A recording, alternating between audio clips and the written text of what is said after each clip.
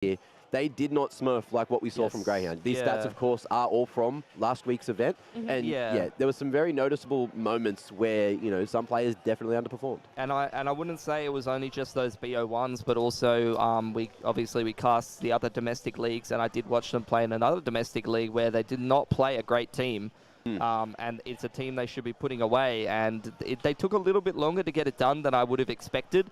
I don't know how much to really read into that, to be honest, because, you know, I feel like for this kind of a team, when you're going into these online matches, when you're going into even qualifiers sometimes, you will kind of just go through the motions a little bit, and a lot of the time it's good enough to qualify and get it done, and obviously in this case that is true, but at the end of the day, they did get put away, I would say, quite convincingly by a Vertex roster playing with a stand-in on a map that they have consistently beaten Greyhound on. Is he a stand-in, though? Is Forlex actually a stand-in? I hope not. He started like a rise of rebellion last week. We want Marvin. We want Marvin. Forlex. I'm here for Forlex. Is he here yet? I didn't get to see him yesterday. He came in late. I don't know.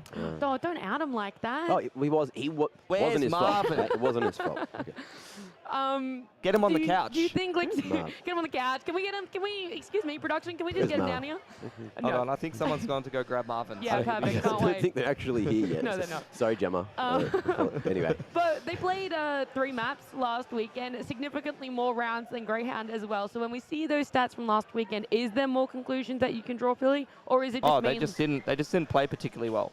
Considering what, like, the players that we've got literally like major grand finalists in this lineup. We've got players who domestically have been on top of the scene for quite a while, have been right up there rivaling with your Greyhounds, with your Orders over a significant period of time. So I would expect them. In fact, even the core of this team, I used to say it, like in some of the other domestic leagues, you'd have literally just Hazard and Sterling 2v5 the other team, and they'd be able to absolutely smurf some of these domestic leagues in the group stage and the opening stage. So you go, Matt, get a bit more comfy, mate. So look, at the end of the day, when they made it look a little bit harder to put away some of these teams and qualify, I don't know. I guess it's just growing pains with the new roster. I think they're still kind of trying to bed things in, and there is so much more of a ceiling that they're playing down here, and their potential is like way up here. And I think, you know, the experience on top of that as well. We're not even just talking about individual skill. Yeah.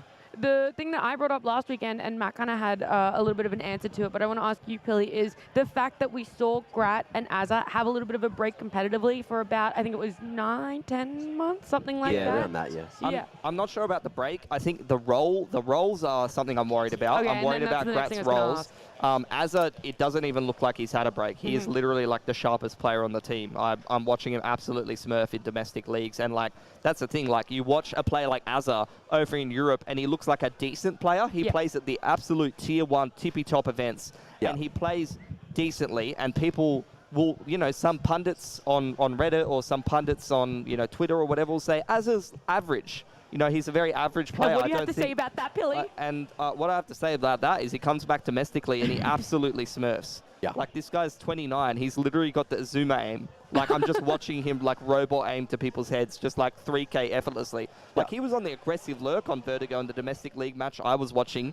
He would be by himself, and he would literally just 1v3 his way into the site and just hit 3 clean entries. And, they literally couldn't stop him. Do you think with the, I guess, international experience and just the overall longevity experience of Azza and Grat, do you think that's helped the other boys on I think they're going to learn from it through one way or another. I don't know if it's directly going to help them in the server. It will a little bit, but I think even just having the opportunity to play with players like Azza and Grat and even have APOC behind them as well is going to like Sterling and Savage and Hazard are like the next generation of talent. Yeah. Like, not only are they some of the best players domestically in the region, but they're learning from some of the best people. Who do you think he's waving to? Maybe, I know his sister usually comes to watch, maybe, or just a couple of mates. He's having a great time. Look, there you go. We can just pretend he's waving to us. us. Where's the mustache, though? The mustache definitely not as prominent as it was before. I'm a little bit sad about that. He's just trialing some things out, you know, with the maybe role swap. That's why he stopped playing comp for a couple of months. Because, you know, something like that, you know, what he had before, maybe he shaved and he was just, you know, a little bit shamed into wanting his moustache back. Maybe he didn't like his upper lip. Who knows? Maybe you need to give him a few more tips to get it back rolling again. Maybe. You're an expert after all. I have many things that I could say to what you just said, and none of them are good for broadcast. So let's just keep moving forward. Yep.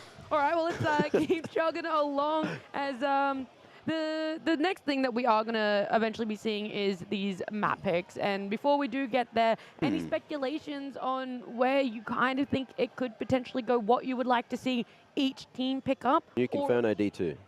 Well, Nuke Inferno, they're your three. I think, yeah. I'm interested to see, right, because the last 2 times that this core of teams have played in the RMR qualifier, it was a similar-ish kind of map pool. Both times you saw Encore pick up Vertigo very, very comfortably. Yeah. But then I just saw them have a bad map on Vertigo recently in 2 different matches online where they played against Vertex with the stand-in, and they played against a team that is not even really like that good of a team domestically in terms of leagues. So Yeah. I'm kind of wondering about their form on Vertigo. I think Encore, since the last time they played, will have had more time to flesh out the map pool. But at the end of the day, Greyhound has just been a team and has such a consistent core for so much longer that they're just going to be bigger, faster, stronger in terms of the map pool. And that's where they've got a really big edge. Also, side note, just saw Rooster turn up. So we do have some more players we could pull in between maps. Maybe have a quick chat on the couch as well. Yeah, depending on who you get. I'd be a bit worried about letting some of the Roosters on the mic, maybe. You know, that you just need to have a good chat to them beforehand, Mac. Okay? I think they're all young gentlemen. Yes. You vouch for them? Respectable, I will. You'll vouch for the consequences? Yep, that's the most put your jaw on confident the line. yes I've ever seen in my life. Yep. Yeah. Could check in with Chell, see how he's feeling today. Look, there they are, marching over to the Prac PCs. Get some food on the way. Getting ready. Swing by the kitchen. Get yourself a Parma or a burger, maybe. By the way that you're laying, Mac, I feel like I had to get like grapes or something and just like slowly feed them to you. He's modeling right now. It feels like the area for it, right? Yeah. Like, I feel like royalty with like this fireplace. Dude, I'm so hot. You know, we set the fire alarm off yesterday. I don't know if any of you guys saw that on Twitter. Yeah, Just I don't with your know. hair. I don't know if anyone saw my It's a lot of fun. Instagram story, but I got caught in the hail on the way here, and I just warmed up right by the fire. Did you tweet? Did you take a picture, by the way? I did, yeah. It was like That was like drenched. head to toe drenched. I started walking. Oh gosh, yeah, say it. You know what gets me drenched, though? A map pick. Map Veto. So true, King. So true. Stop it, you scallywag. We do have the vetoes, though. They're going to slowly be coming up. Mirage taking out. What did you Mirage say again? veto. Nuke, D2, and Inferno. Inferno, yeah. That's I what think Mac says. I don't think Vertigo's going to slide in. I think Vertigo's going to be picked by Encore here. Oh yeah, Vertigo's They've won definitely it in there twice. now. Yeah, they've won it twice. I thought Greyhound might have actually gone for that insta-ban on Vert. Yeah. But now it's Vert, Inferno, Don't know about Greyhound. D2 or Nuke. That's their go-to pick every time. D2 Oh, goes they're not going out. to Ancient.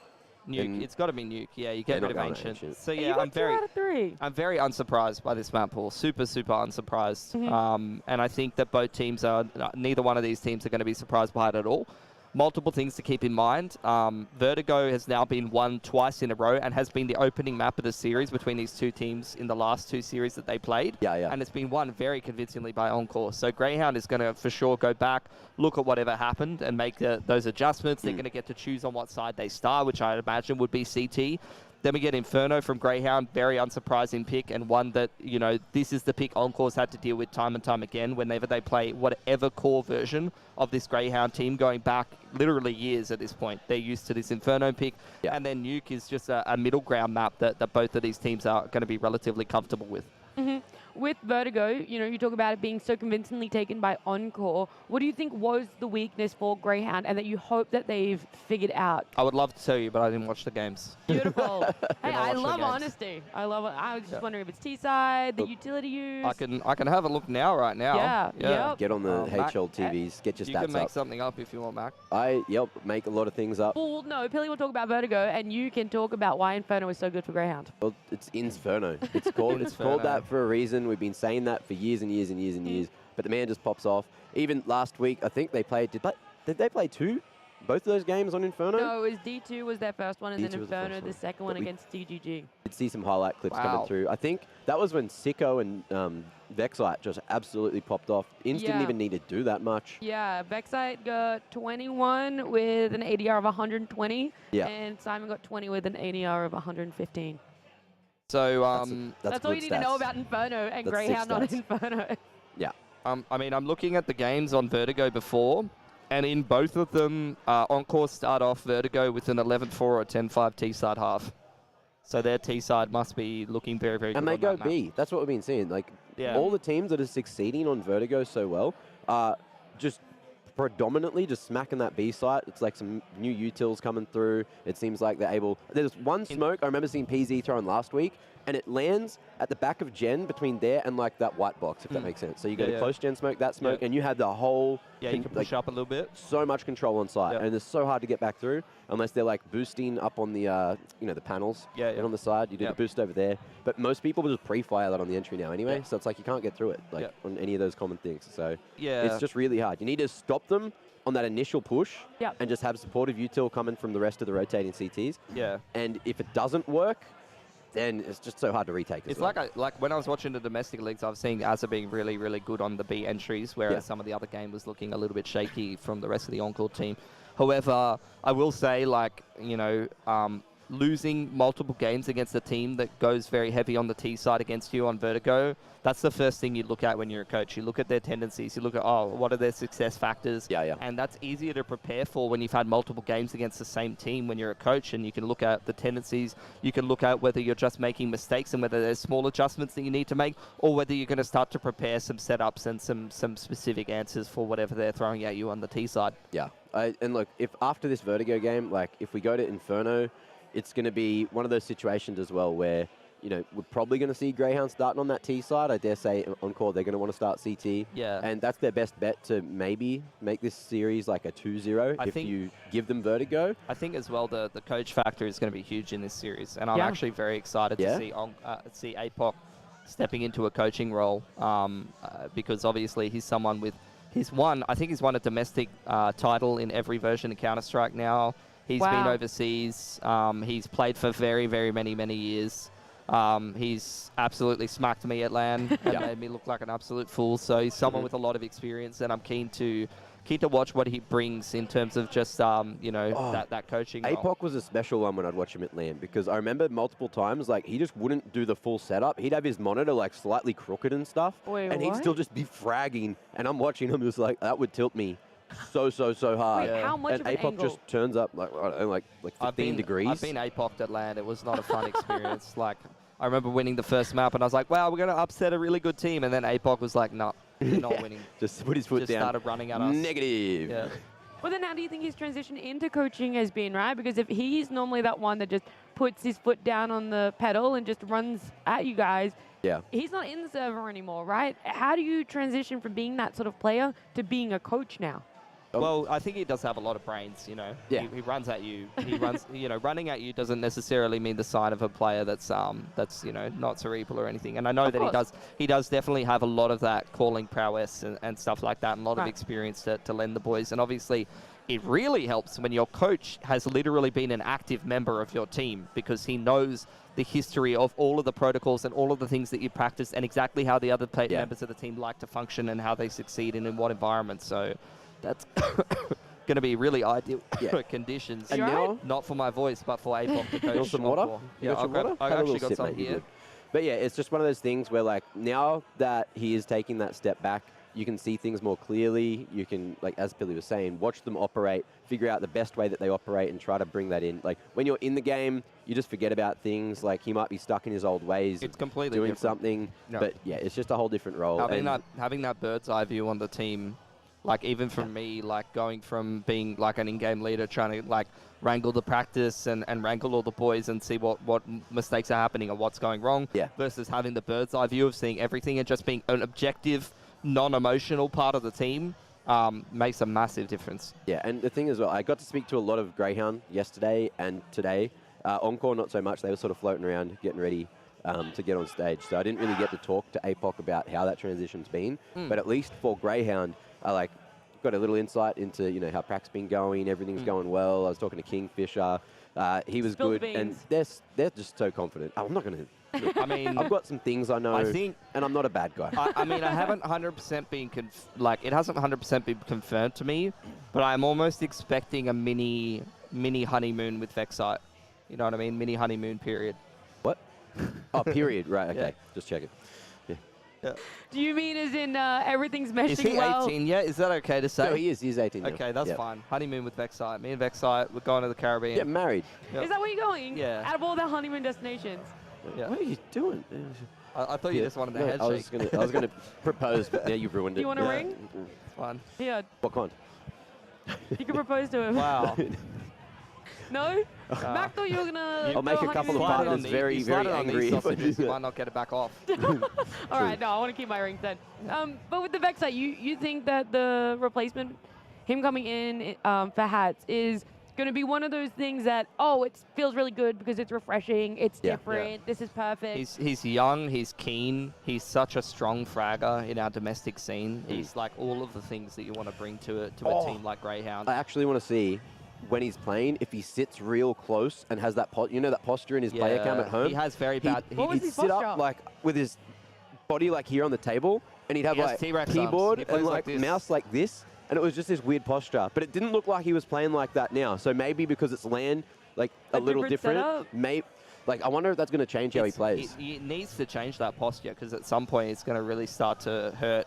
Like, obviously, when you're young, I used to play like slumped. I used to play on like a pull-out desk, and I used to play slumped over like this all the time. And now, as a 26-year-old adult, I look depressed at all times because I'm just a chronic slumper. Yeah, I actually game with like the knee up and like rest like this. I don't get that. And do this. Yeah, that's how I game. You're a bit too tight. We need to stretch you out after this, Mac. Gonna help me? I do need to stretch. Yeah. I do need to stretch. Yeah. I did get a birdie in my ear. Did get production. I didn't hear because I was actually too distracted by our conversation of stretching. But I heard it. I was going to say, I believe that you guys are going to have time to do your stretching because we're jumping over to the casters for our first map. Thank you very much for that, Nat. Obviously, we're very keen to be here at the Alienware Arena. And, first off, it's good. Very first time we get to cast together. But obviously, when we're looking back behind us, two incredibly big names going head-to-head on LAN. First domestic LAN back for such a long time. I don't know. I'm just hyped. Yeah, I'm very excited for this one. Two teams that we thought would probably be matching each other in the grand final, but a bit 100%. Of an upset along the way here makes it a spicy opener for everybody involved.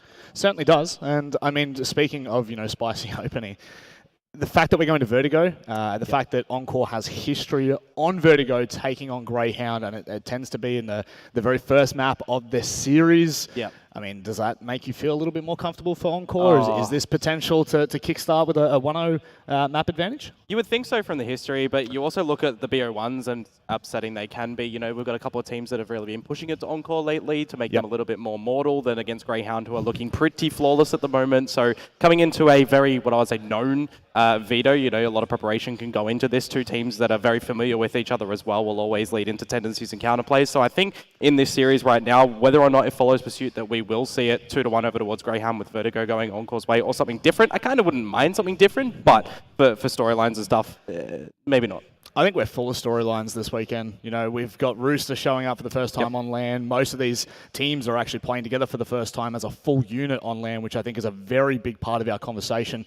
And that's going to lean into, I guess, the first couple of rounds, seeing who has that, who has the LAN jitters. Obviously, we've seen a couple of these players. By a couple, quite a few, in a couple of weeks back on LAN, but, playing together as a full roster, obviously Vexite, the big conversation, as a, Gratisfaction, all of these players now coming back into these rosters makes things very interesting for us. And I think, honestly, the first couple of rounds, I'm expecting a little bit of jittery. I don't know, maybe I look into that a little bit too much, but I feel like especially when you're on stage, you've got people inside the arena watching you. By the way, hello everyone. There we go, a little bit of noise in the background. I'm sure that we'll be hearing them throughout the weekend. But yeah, I think that getting those LAN jitters out nice and early, that's going to be so crucial. Yeah, no, I definitely agree with you as well. You got so much time that you play at home in your comfortable setup that you've known for how many hours that you've been playing in that same chair, and then you come to something where you got to change it up a little bit. Yep. There can be some differences that we may see reflect in the game, but hopefully, maybe first 5 rounds that it's gone, and then we just get everyone firing up. Yeah, look, if I'm talking about the series as a whole, we obviously go to Inferno next. Inferno, yep. Yeah, a very notorious map for Greyhound and obviously for Ins. I don't know how many times we're going to hear that referenced over the weekend, but how do you feel about going to Inferno after Vertigo? I mean, that one kind of...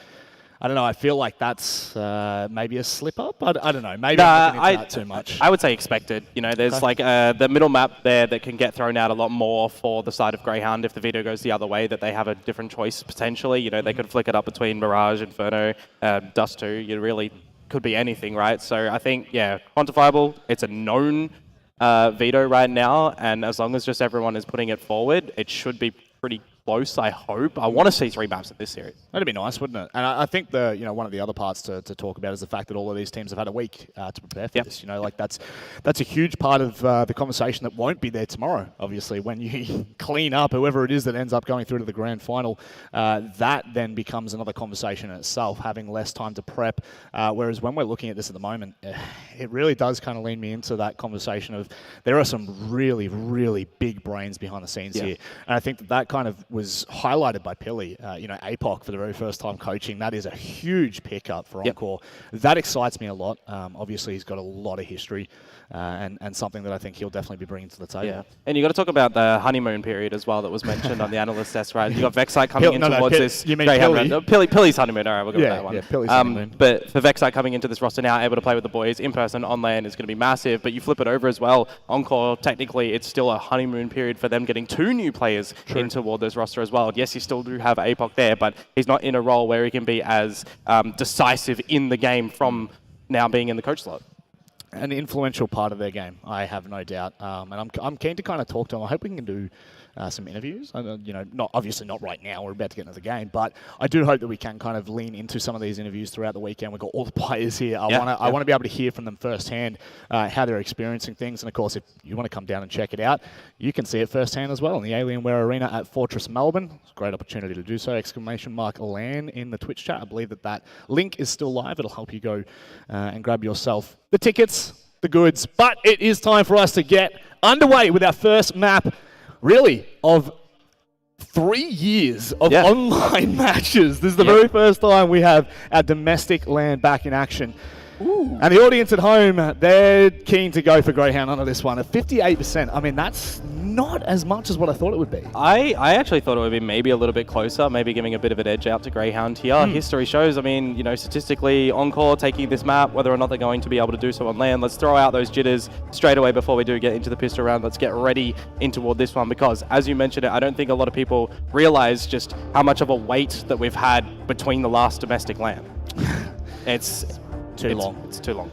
Been a while. I think, if my memory serves right, obviously 2019, but geez, it would have been like it's a while. MEO. My word, that has been a hot minute since we have seen these teams fight it out. And obviously, the other part of this conversation that we haven't touched on yet, but obviously the analysts had plenty of time to talk about it. This is a Blast Premier Qualifier. This is a very, very big tournament for these teams. The very first time that we are sending a team overseas for Blast. Yeah, and we want our team to be in peak top performance, right? We want to make sure that if you're going there, that your game in the grand final is going to be a very clean one, leading up toward it as well, that you're not really showing any slippages, and if you are, to pick them up pretty much as quick as possible to really get ripe and ready into it. Because you look at what the names that you're used to seeing in a Blast event is, we're looking top of the world here, and that's a real big chance for 3 of these players essentially as well to get back to the top of the world. It certainly is, and I mean that's the very first step, right? It starts here in this best of 3. This was, as many of us have kind of alluded to, expected to be our grand final tomorrow, and Christmas has come early, that's for sure. Encore, Greyhound, best of 3. It doesn't get much better than this on LAN. No, it certainly does not. And it does look like we're just about to get ready in towards this game. Everybody, let's hear it up. Greyhound for Encore as well. We're going to start off with this pistol round. And of course, it is Greyhound starting on the T side with Encore on the CT side.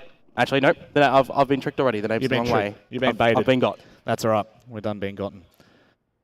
Small split at the moment, and actually anticipated here. Greyhound stacking 4 across toward 8, waiting to respond. They're actually going to get aggressive as well and try and get a little bit of information there. They've got scaffold control, really important at this point. Encore getting a little bit of pressure now. You can see Liaz is taking the front across toward Big Box, looking for the contact. Look at this, already straight down the ramp, but it's made mincemeat of it right now. Encore really holding on, but a nice grenade to come out from Inns. If you can get another one, it would be absolutely beautiful, because for right now, They are bleeding around at this A site, and Encore, they're not exactly sold just yet that they want to go over towards A, so you pivot towards B, and now it's here for Vexite. Yeah, Vexite has to go massive. This is a huge opportunity, the very first round. He'll slow it down, at least for now. He's got to find this pick. Grat holding on, waiting for the rest of Encore to push in with him. Vexite's going to sit in the molly, try and play for the taps. Unfortunately, not going to happen. Gratisfaction has well and truly opened up that site and has it to close a massive first round for Encore here on LAN. Massive as well, and the fact that they win those opening duels from the aggression that Greyhound is sending through down at the ramp. You see Inns get dinked there as well. He's relatively low, and for Vexite, he really needed to try and get a couple of picks through that Molotov in the end. Yep. Doesn't come out. Encore pistol, they're going to force up. Nothing to really come home from Greyhound just yet. Usually, you know, you were expecting, with the way that CS is these days, a bit of a force up, but we'll have to wait and see just for now as we've got a little bit of a pause. That's fine. Plenty of time to talk about that first round. I like that. Honestly, I don't mind that from Inns getting aggressive on the backside of Liaz, getting the very early information across toward A, yep. And that nade from Inns, I mean, set up what I thought was going to be a retake down on B ramp. Well, it's the big thing as well. You're not just hanging someone out to dry. You're not just sending them down there to get information, sending them down there to be the sacrificial lamb, right? Greyhound go in with a plan there. Maybe a little bit ill-timed on the nade. If it was potentially a little bit earlier, could have found some more damage, helped the boys who were at the lower part of the ramp already, but didn't happen, unfortunately. Encore, they hold on towards that one, and now I mean, are we expecting them to have a really good T start? It's the big thing that Encore is known for on a map like Vertigo, right? Their T side is really their strong point. I think was one of their weaknesses looking at the game that we saw from them against Vertex that did drop them down, right? They got one CT-sided round, and Vertex, they got 10 T-sided rounds to close it down 16-10. I mean, I'm looking at that one and I'm kind of thinking, all right, Encore, there's a bit of research to do. There's a bit more preparation for your CT side coming in towards Vertigo. Well, that's just it. You know, the analyst touched on it quite a bit, actually, Encore's T side. So I genuinely am expecting Encore to just be very comfortable in the first 10 rounds. Yep. And it really is going to come down to Greyhound and how they adapt, how they respond to something like that. You know, for me, I really enjoy Vexite sitting in the molly there. If he finds a pick or two through that molly, that sets him up for the next couple of rounds. Well, that's the big caveat as well, isn't it? The fact that he does set it and he doesn't get anything, it means a little bit more disaster in the round because the rest of the boys are already low. So. We love a good tech pause to start things out. Pilly said it. Doesn't matter who you are. Doesn't matter where you are. It's always the first day of LAN. There are going to be tech pauses. There are going to be players still trying to configure their setups. And it leaves a lot of time for discussion. Leaves a lot of time to ponder on potential outcomes here. But I got to say again for Encore, it is the start that you're looking for. You definitely do not want to be giving your map pick the very first round. You don't want to be giving that over to Greyhound. But then he can go into the psychological warfare of it, the fact that we are in a tech pause right now. I mean, do we just go back to even? Nah, the pistol round is concluded. We're all good with that one. But I'm just, the biggest thing to come out of this one, I'm really hoping that we do get a 3-mapper. I'm really hoping that we do get a lot of just great CS that these guys are deploying, because you think about as well, and this is something we can talk about for a bit, what this does lead into again, right? A massive blast event. How much of your strat book do you actually look to deploy right now as well to get over the line, right? Because it's a huge opportunity for all 4 of these teams throughout these semis that if they need to be deploying a little bit extra, do they decide to deploy that? And then between now and the blast event, practice. There'll be a lot of practice time.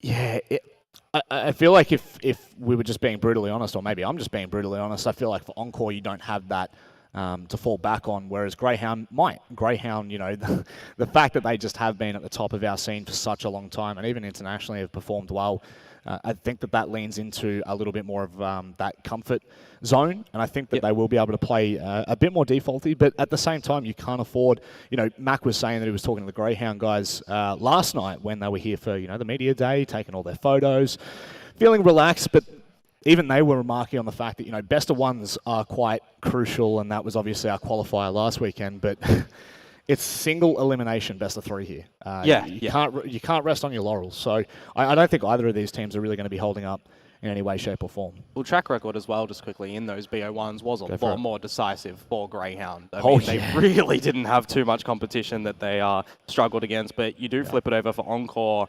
And as I said, I think the pinnacle word for them in those BO1s was mortal. They were looking a little bit weak. They were getting pressured a lot.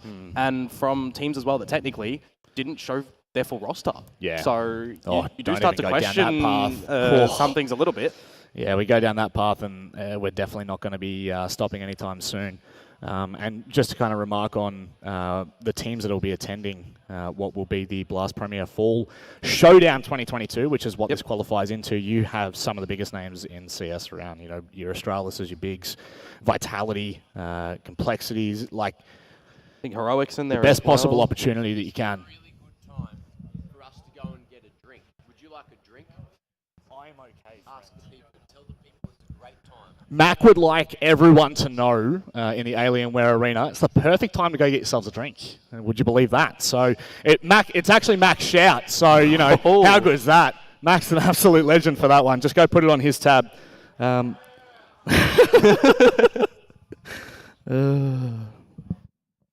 well, it is a great opportunity for everyone to just go grab a drink and reset and relax.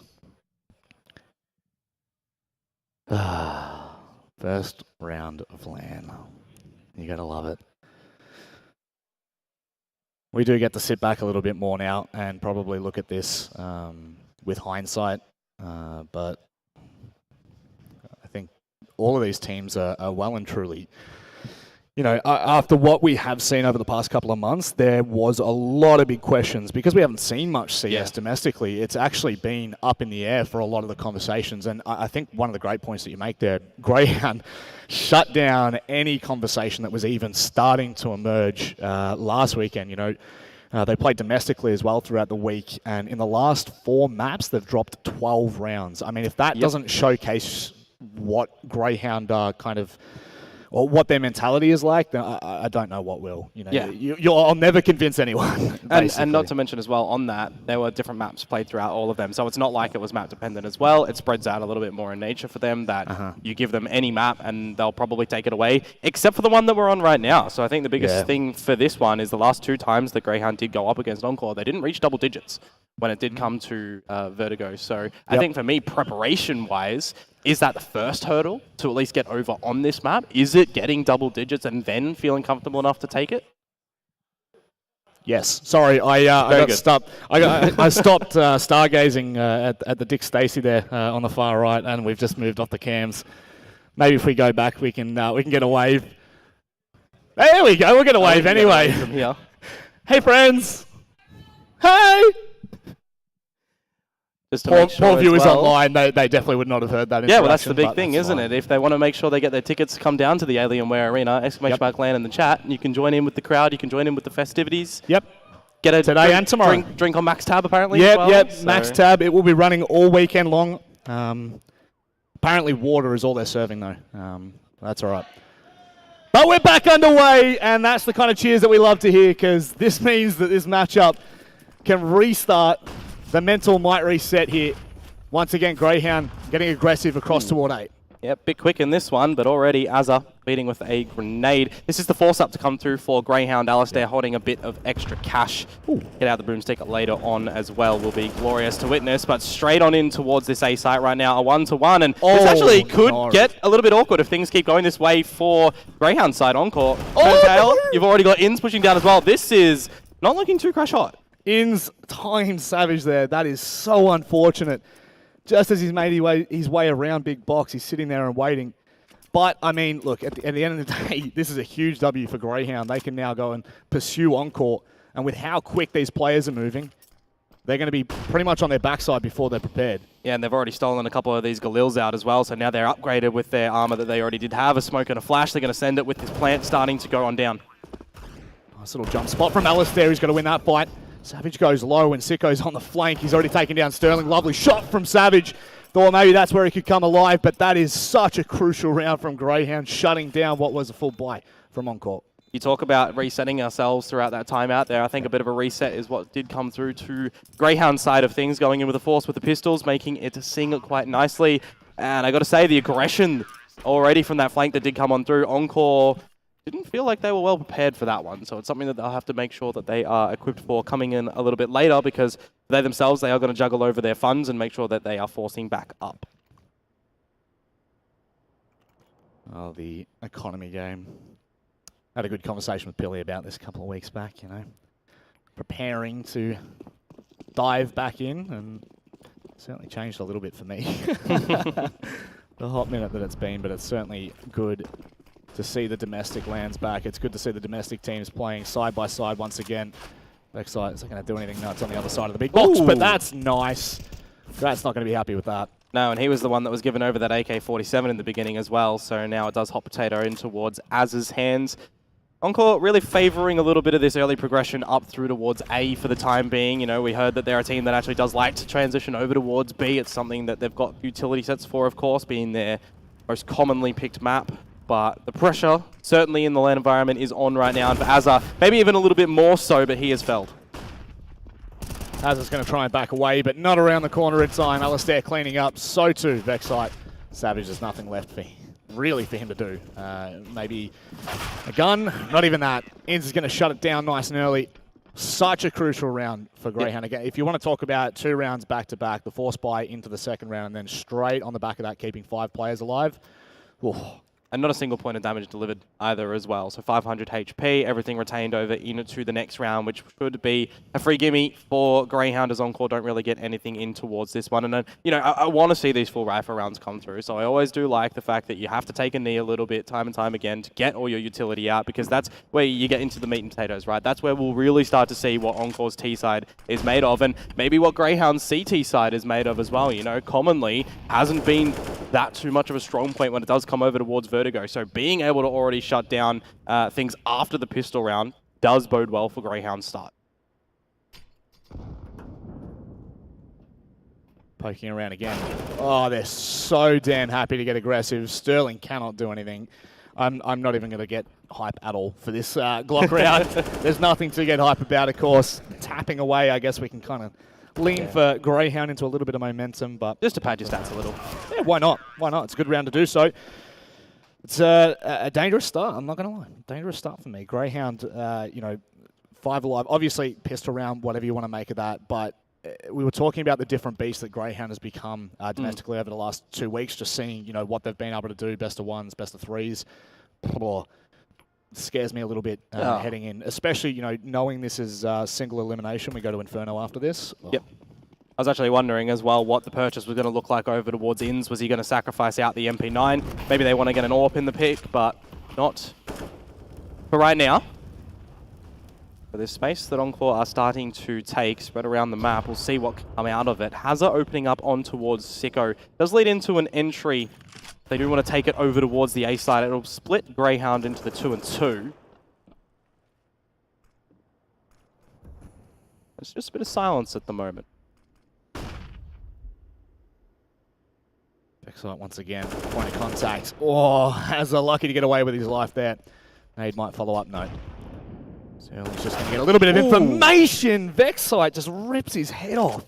I thought Sterling had him dead to rights there. He'll be happy with that one. Gets out as well. Lives to tell another tale. But meanwhile, Encore starting to progress up toward this B side. A well-timed flash. Don't jump off the ledge there, Grat. That would be certainly something to behold. But the pressure is certainly on for Liaz right now. He's got a buddy. Hold his hand. That's Inns, and the damage that can come out from the MP9 right now. He's just waiting for them to come in towards his crosshair.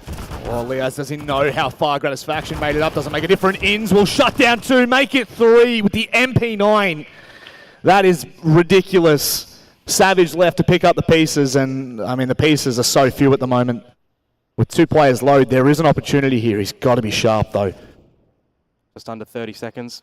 Has to try and get his angles right. Unless they're stuck behind pillar, and Savage has no clue. He can just sit there patiently, and with only 15 seconds left, Savage has to make a move. The difference a bit of utility would actually make here. A Molotov timed nicely as well. Could really assist. The first one of the 3. The hunt is on. Can't turn around on towards Alistair. Greyhound. They meet Encore's gun round. And they say no. They shut it down. Yeah, I was a little bit worried for Vexite there. I mean, that very quickly turns into a 1v1 if Ali doesn't swing from the backside of Pella. So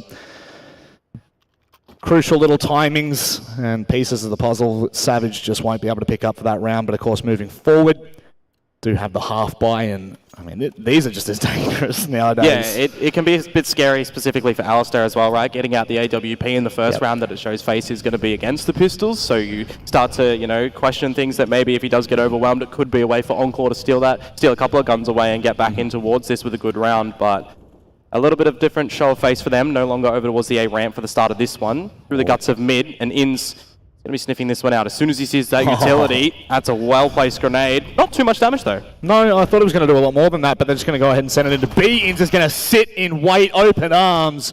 Shots down Encore as they make their way in, and Liaz will pretty much clean up on the B side. It was looking somewhat okay for Encore, but Greyhound very quick to dismiss that.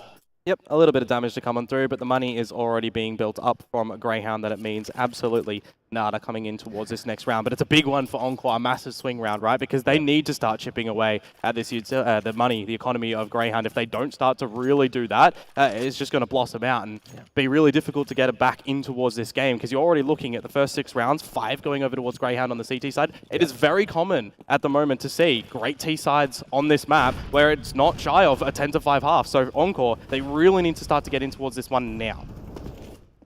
And that's just it. Knowing what the statistics show for Encore, it's a little bit scary knowing what their T side is like, and the fact that Greyhound are pretty much shutting down anything that they're trying to do. And the poke from Encore down B ramp, not finding anything fruitful just yet, but a hell of a lot of util has been used. Yeah, just the standard protocols at the moment coming out from both of these squads, with Hazard getting up through towards scaffolding. It'll be a big pick on towards Alistair with the AWP, but doesn't expect him to just be on the title line. Opening pick the way of Greyhound, a second one courtesy of Vexite, and things do start to fall over a little bit for Encore. A missed shot, and now we're back in toward it on this 3 versus 3 rotations. Start to come through from Greyhound to assist over at this A side, but Encore, they aren't in just yet. They've only got 2 mollies to their name to make something work, but with Liaz going down, it starts to put a shadow of doubt for Greyhound. You can see the members moving back toward B, and they're going to make that call perfectly. I'll tell you what, if they get there before this, Sicko is going to be ready and posted up. He might even be able to shut down this push. Well, there's Molotovs. There's utility for Encore to be able to throw his way right now. He tries to take the fight, loses that one out to Savage, and now it is just on to Inns. Maybe a workable scenario if you can get in. Denying the plant would be really good for him, but that's not going to be able to come on out. Now the creep for him, holding the angle. 1 versus 3 to keep this CT side really strong for Greyhound. Finds Grat. Surely he's got the intel on Savage. This is really dangerous. He'll turn this into a 1v1 before you know it. He knows! He's found a pick. He's got a smoke, a kit, and a flash to his name. Azza with an early molly. And it's perfectly timed, my God. Onto the defuse, it's just a tap at the moment to bait Azza out, sees the head, gets the damage, 21 HP. Remember, he's got a kit, but the smoke is about to start to fade. It doesn't matter with Azza through the smoke to close it. Encore, they do hold on a round, which, mind you, was for a split second a 5 versus 3 for Greyhound before Azza bit back. All credit to Inns there.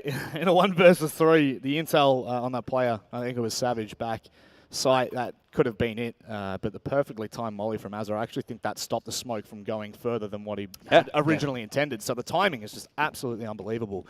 But like you said, you know, the economy was such a big thing for Greyhound heading into that round, and they're still going to have a little bit left over after this. Yeah, well, Vexai, he was sitting on, what, 12K? Yeah. 12K? 1,200?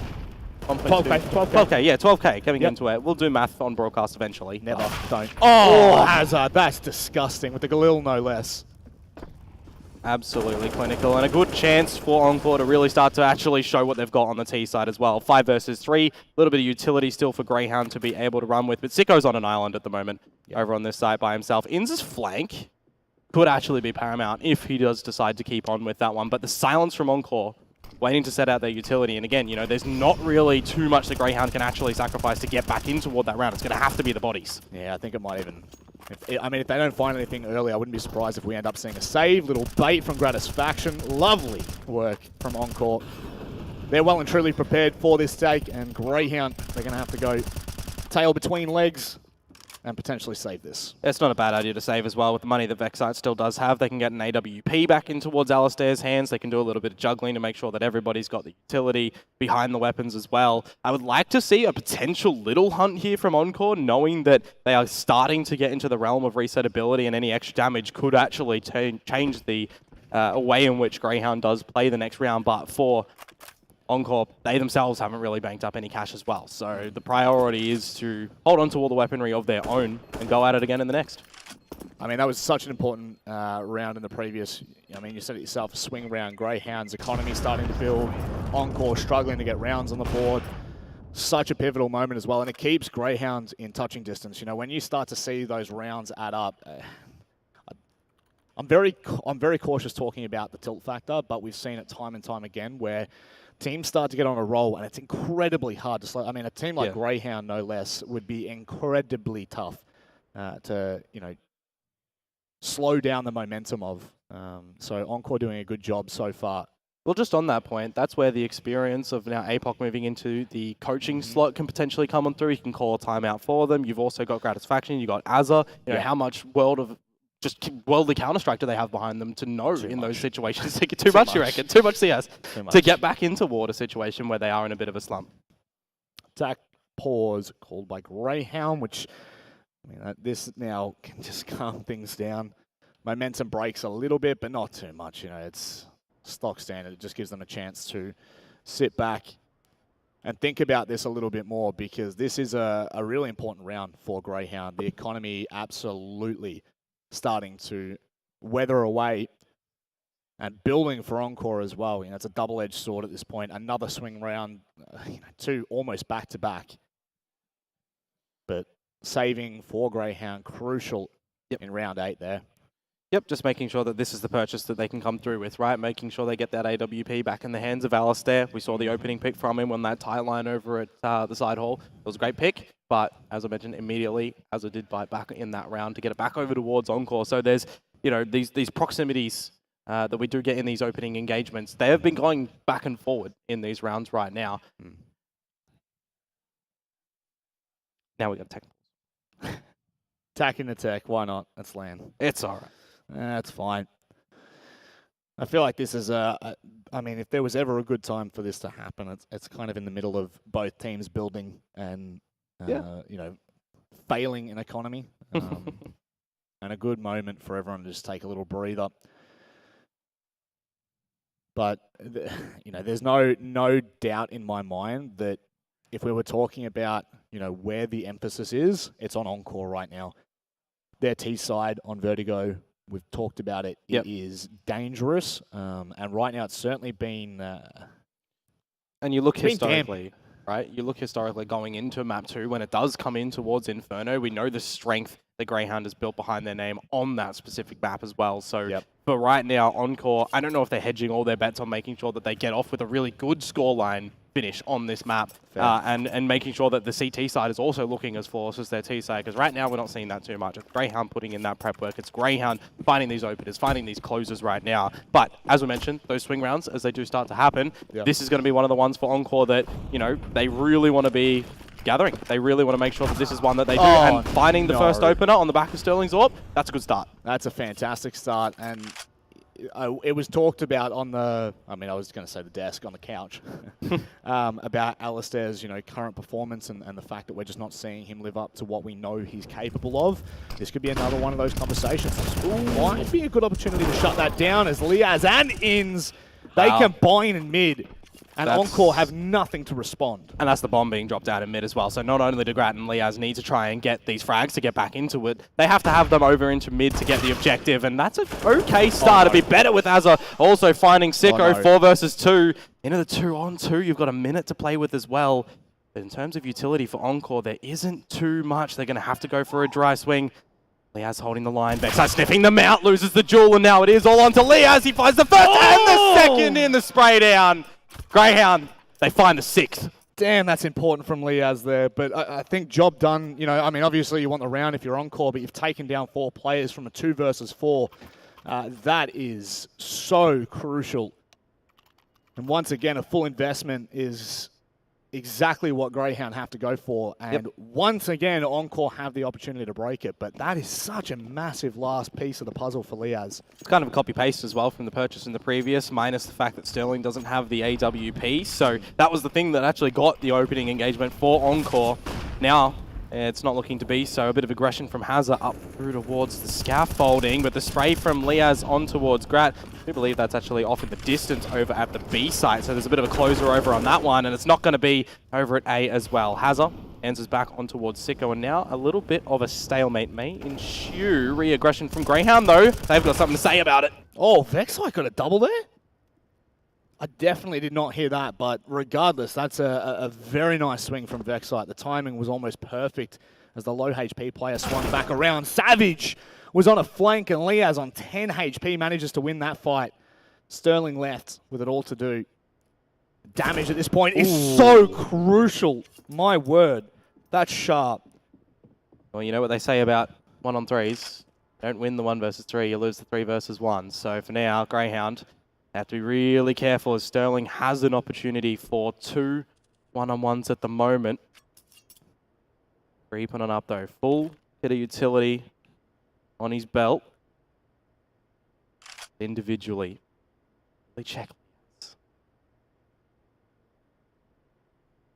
Such a sharp player as well. Don't want to give him an opportunity here. No sound made. Sterling might just stick this at this point, waiting to see if someone peeks out. He's got the information of Liaz now. Enz will make his way over. Liaz! There's a chance. Needs to stay alive here, otherwise the 1v1 for Sterling is well and truly on. He's played that masterfully. Liaz now has shut him down to short. They know exactly where he is. Sterling tries to rotate. The smoke might be enough here. Enz can swing on the back of the tap. And I don't think Sterling's going to be able to make this work. Low HP on Liaz, but Enz holds true. Would have been a really big duel for him to win when that no-scope missed out if he was able to find that one and bring it on to the 1 versus 1. But a sigh of relief for the Greyhound members. Another one going to their name. Liaz had me sweating there. Oh, a little bit. A little bit. Got to play win to big. You got to play big. Play with big. big. There we go. Yeah, we got there in the end. We got there in the end. Well, another gun round to come on forward. Of course, if you do get these plants, it can assist making sure that you can get something at least trembling over into these next rounds.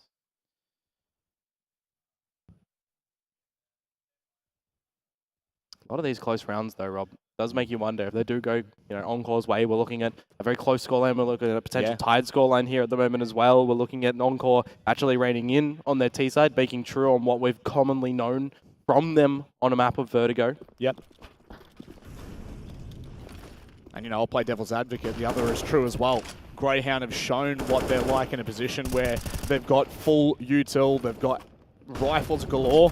And it feels like full confidence coming out from them right now as well. Yep. Not scared to take space, not scared to take map control, get up in the face of Encore right now. It's not happening currently over at the A side of things right now, although Vexite maybe wants to make me eat my words. There is a small gap that you can see through the scaffolding there. But in the heat of the moment, not one of those things that you can really get on out. Better with an AWP as well. But an opening pick over the way of Encore. An AK-47 no less. Traces through a smoke. You would think better for Vexite, but unfortunately not. Ali may have a big part to play in this round. I'm looking at the utility usage right now for Greyhound. It's all but expended as well. 2 flashes and a smoke, a leg to come out on towards Hazard. Definitely wants to be able to finish off this frag, but unfortunately not. Hazard can keep a couple of these Greyhound members over towards the A side. It would be beautiful for them as Inns finds gratisfaction. 40 seconds to go. Encore in towards the B side right now. They see the shadow. Liaz, he is stuck and down.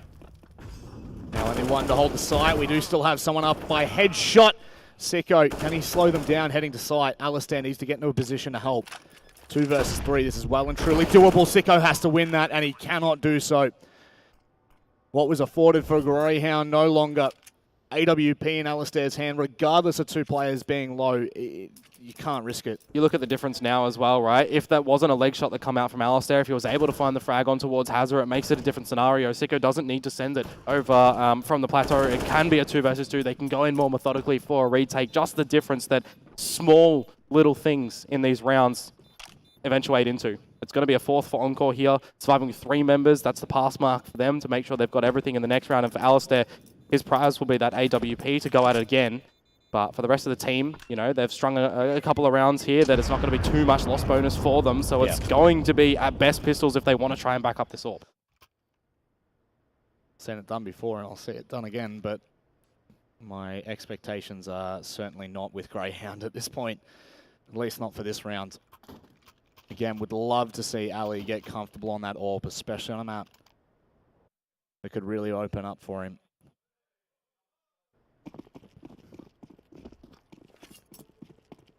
Opportunities galore, my friend. Indeed. You put everything, this purchase, on those scales right now, and it does tip over towards Encore. But you got numbers over towards the A site for Greyhound. Maybe it can go their way. Unfortunately, the opener goes over towards Hazard as Vexite. Left to his own devices. Gets taken down. I can't believe we've just seen that from that POV. That is disgusting. Swing from B ramp. I mean, why not? May as well try and throw everything but the kitchen sink at them.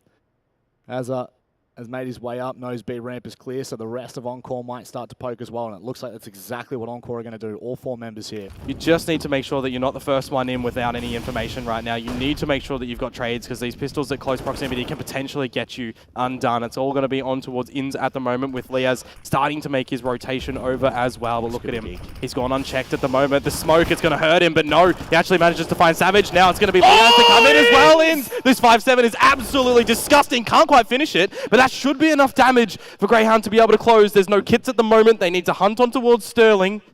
Settles himself down. The bomb isn't actually planted. I thought it was for a second there. That makes it even more tricky for Sterling at the moment, as they're starting to wrap on him. They've seen him, and there's the finish as well. You said that you didn't like the purchase to come on through. It was an AWP and pistols, but my friend, that's some magic to come out from Greyhound there. No, sorry. It's the Ins factor. Ins factor? 4 kills. That smoke almost played perfectly for him. That could not have been a better situation. That is where you really... you've got to see that round converted from Encore. It's just a small... that's a 1%er. That is a 1%er. First, the shot from Ins, down B ramp, connects onto the head. I mean, it's just one of those things that you've got to look back on and say, well... it happens. And that gives Greyhound the half now as well, right? We're looking at the money situation for Encore. If they do drop this round, this half pretty much goes all the way of Greyhound even further. They have gone in with the force in this one at the moment. A couple of jugglings around. Savage and Hazard on the worst side of that with the pistols. But as I say that, maybe this is just a game of pistols right now. We're seeing a lot of damage come through from the secondaries. And an opener for Encore. Well, maybe they can convert it here. We'll have to wait and see. A bit of utility still to trickle out from them as they do gain ground control around the A ramp. I mean, we say pistol round, but I mean, look at the rifles. It's everything Encore could need right now. Savage only hindered in the slightest. And still poking and prodding. I really like this from Encore, just not overcommitting too early. Still with plenty of time left on the board as well. Yeah, they're waiting for a flashbang to set up for the side hall pop at the moment. Sicko, he's going to say absolutely no to that one. Sit down. 3 frags, maybe the 4th. Nope, Azza, he swings out and says no towards that one, but this smoke, it could be the thing to assist Alistair right now, peeking on the side of it, and for Savage, it's a 1-on-3. He was the one that started with the pistol, an AK from fallen comrades. 30 seconds to go, bomb on his back, no flashes to assist. A smoke and a Molotov, and the silence does start surround himself in the server right now. How do you get back in towards this round? You have to start to cut corners. Do you even just consider saving this AK to the next?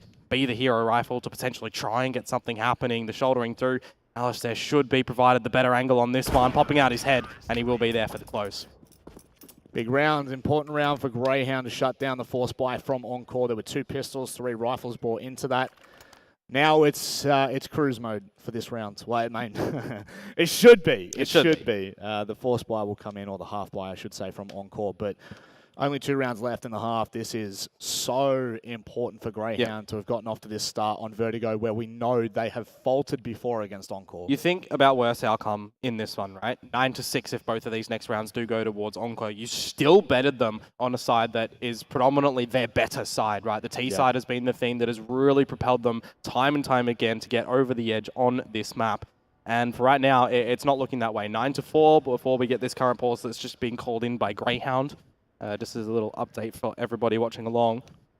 But if it goes, the best way for them, you're looking at an 11-4 halftime scoreline. Then you only need, a little bit of something on your T side to get you over the edge. Greyhound, a team that can definitely put a little bit of sauce on the extra. Just on the side, I feel like this is a tipping point for Encore. Mentality-wise and everything, this is the worst-case scenario for them. I mean, obviously, worst-case scenario is a 15-0 first half. But well, Next to it is Greyhound finding just such crucial rounds when you're starting to get momentum, when the conversation completely flips. I think it was 4-7, and we were saying, hang on a second, this is a great opportunity for Encore to start to come back. Yeah, I mean, Inns has been so instrumental in a couple of these rounds, and Encore are just going to fully invest all players across toward A. And just with these pistols as well, the hedging bets that they've got that gun round in the next to try and get them at least a 5th, but maybe a well-timed flash can push them through and overwhelm the forces of Greyhound. Vexide is down. Sicko maybe to follow in pursuit as well, but only after he finds one. A couple of guns that can be stolen away here for Encore as the rotations do come over for Greyhound. They can get in front of this. They could potentially go for a challenge if they want to as well. Know that Encore are still a bit weaker here. Inns will find Hazza. Important transition of his own. That's, for me, really crucial for Inns to get aggressive on short again. Oh, Sterling. Sit down, Inns. You've been sharp, but Sterling's still in the server. Alistair posted up with the AWP. Sterling's looking for him as well. Just on the other side of the smoke. Alistair's got to be so careful not to overextend at the moment. Can he deny the plants? Absolutely he can. Savage is benched for this round. Liaz is there to support. And as they can't get it done, Greyhound are looking as sharp as ever. That's double digits for them as well on the CT side. A strong CT half it has been so far, looking for one more. And as you mentioned, just on that Inns mark as well, right? He's been an absolute pillar for Greyhound on the CT side so far. Rotation-wise, damage-wise coming out from utility as well has been really successful. But I can't help but wonder, you know, that pistol round that come out from him, the 4K on the 5.7, did that really just propel Greyhound far forward and sit Encore down? That it is a bit strugglesome for them to try and get back in toward this. You know, mentally wise, you want to see them get back hard in toward this game. No, it's not a good start for them as they lose the first engagement. They lose the second engagement as well. At the 11th hour, the last round of this half, Greyhound, they're still not scared to get up in your face. I mean, it's been a hallmark of them the entire first half, right? Literally at the start of every single round, Greyhound are more than happy to be in the faces of Encore. I don't think that they've really given them any room to move on A or B every single time, contesting those early lines down ramp. And I mean, we saw it be to their own detriment before, but now it's working to absolute perfection. Inns 21 kills in the first half and not looking to slow down either. This is a really dangerous moment for Encore. I mean, taking some momentum into the next half is going to be crucial here. Nah, it's been real cerebral to come through from Greyhound here. The plays that they're coming through, just making sure that they're tapping heads on the back of all of their utility usage, on the back of making sure fundamentally that they're just playing a good CT-sided half of CS. A 5 versus 2 should never be dropping this one right now, though if you do give up a couple of shots, maybe, just maybe, it would be Encore's way to get back in towards this one. 40 seconds to go, no real utility for Encore. Try and bully in towards this site. They're going to attempt to do so as a flank coming behind them as well is starting to sneak on in. 30 seconds now, plant tapped. Starts going down. Here's Inns on that flank. He's killed, maybe stolen by Alistair, but now it's on to Savage Rob, and whilst he's good for the first one, that is it. 11-4 will be the halftime scoreline.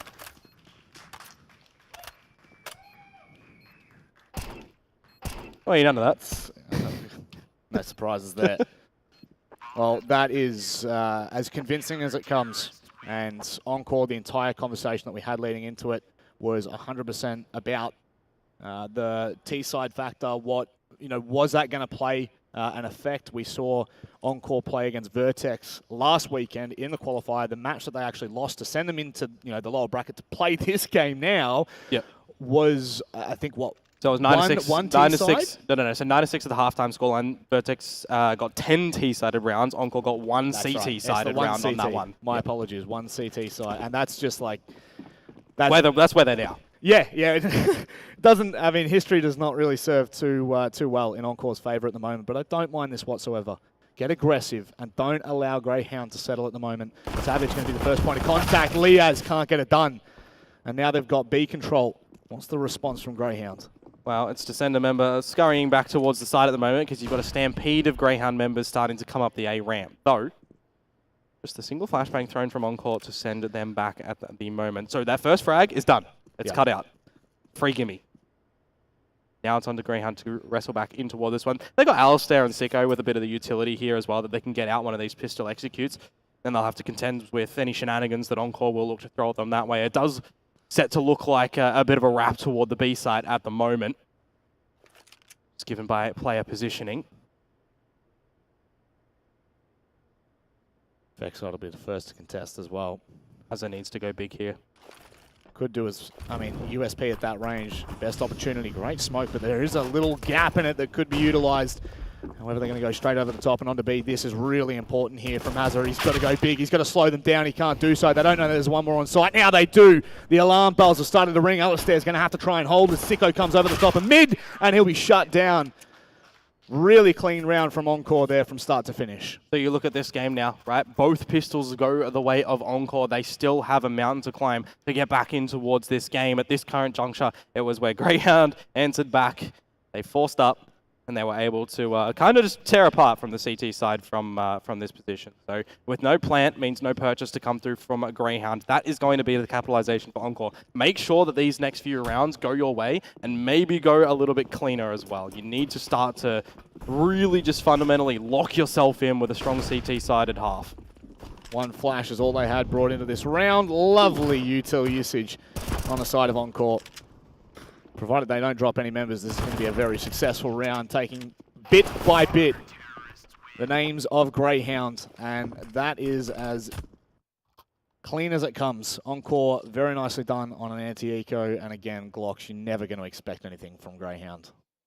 Well, now the question does kind of swing over towards you go into that round with a couple of MP9s as well. Are you going to cut some corners in towards this next? The FAMAS, you can kind of say in a similar sort of light right now. For Greyhound, they're going to have all these AK-47s, right? Yeah. They have, quote-unquote, on paper, the better weaponry coming in towards this next round. They got all the utility that they could want as well. So for Encore, we're going to see any set plays. We're going to see any aggression. It looks like a bit of an A-ramp contest at the moment from Vexite. See if he can solidify a little bit of positioning, keep Encore members surrounded, keep making sure that they're expending their utility to make an eventual hit a little bit easier as well, because that's one of the things, right? One of the sort of styles that I like when it comes towards this map that Greyhound do quite nicely. It's basing out CT utility to make them a little bit weaker when it does come to an eventual side take. Mm-hmm.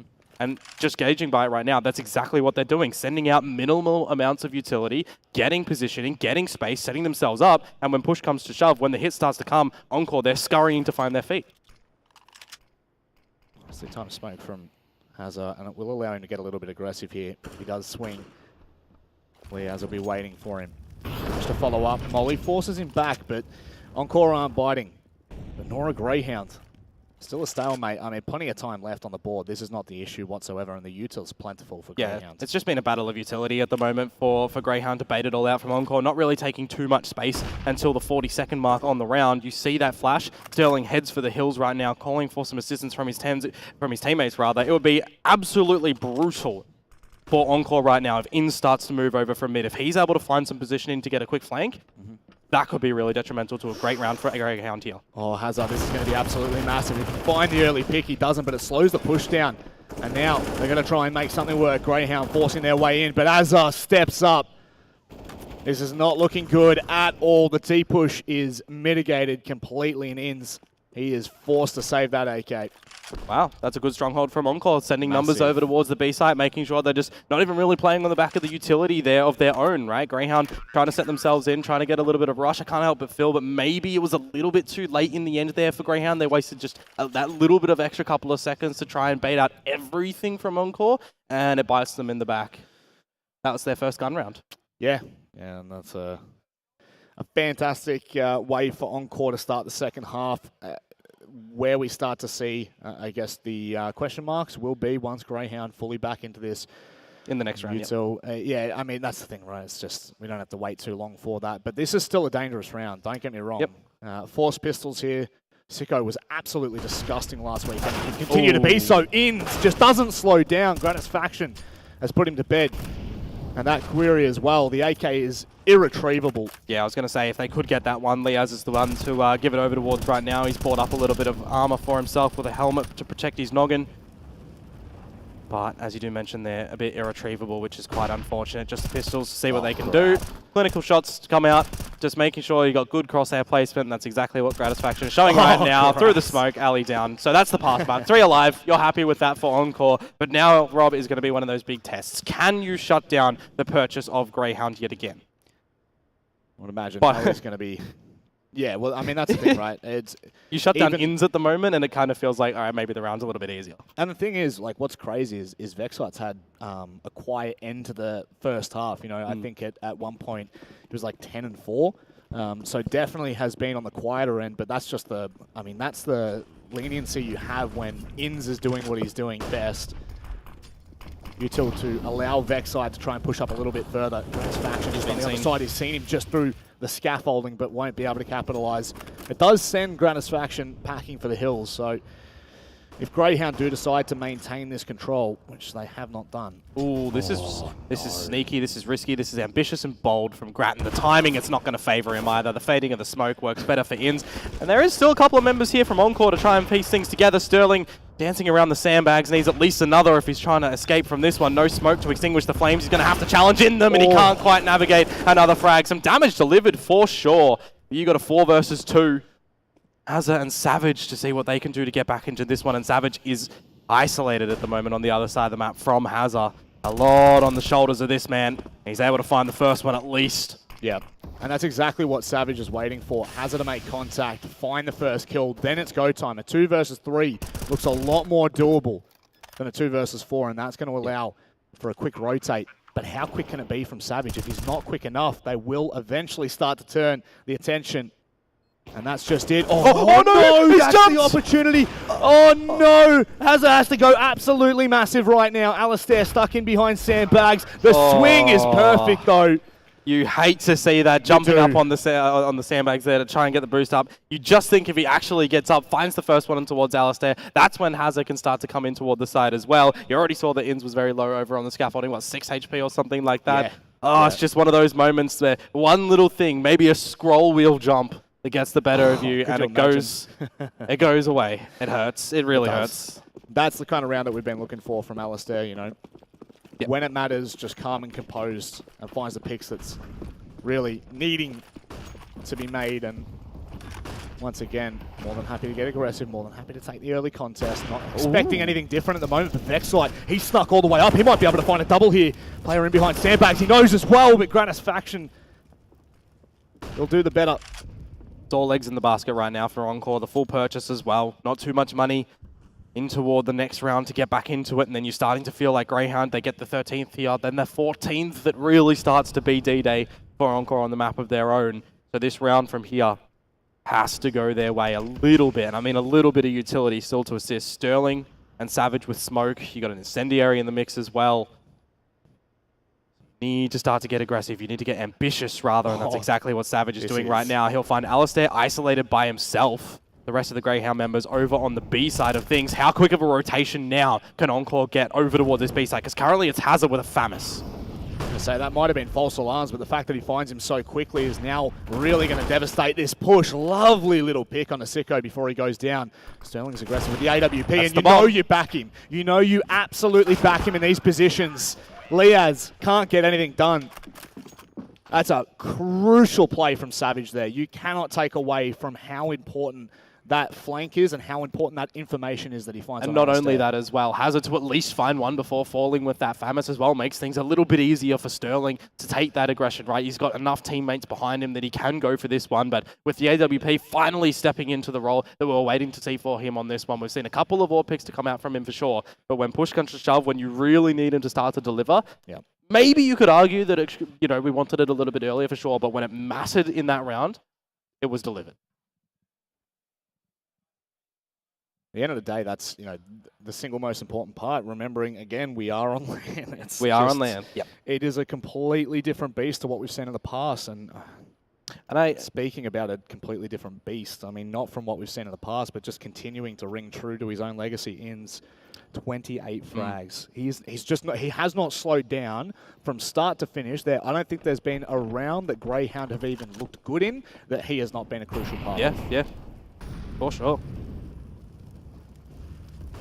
So we'll see what Inns is going to be able to do with the upgraded Galil in this round right now. Of course, Greyhound, they've chosen to take it a little bit softer.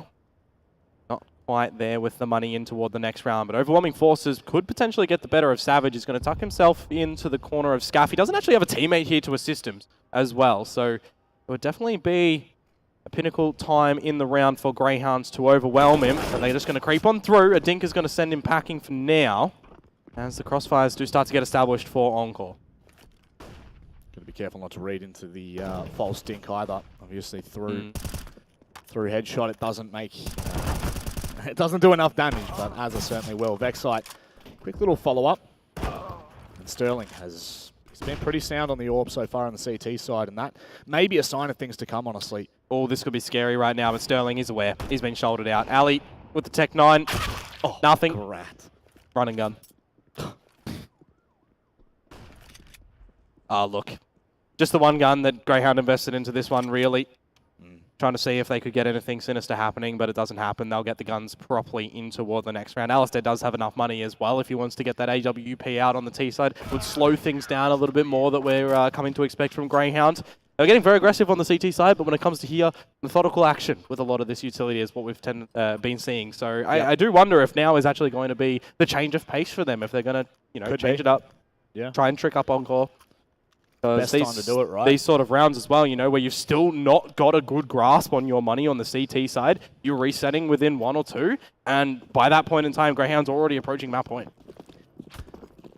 Definitely an important part of this map right now. This round could really massive dividends.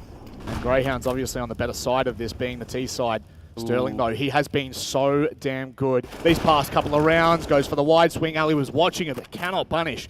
That nade's going to be decent enough to do a little bit of damage. Bit of a chunker there on towards Ali and Inns, but you know that they are going to still go in for a fight. Might not be favourable, but maybe it will be. Vexite on towards Gratisfaction, getting a little bit too big for his boots, potentially an advantage for Greyhound, looking to extend it as well. Inns, he's going to catch Azza in reload, and these are some pretty brutal openers to come through from Greyhound at the moment. Sterling gets his head ripped on off, and this is just one after another to come through from the Hounds. Encore.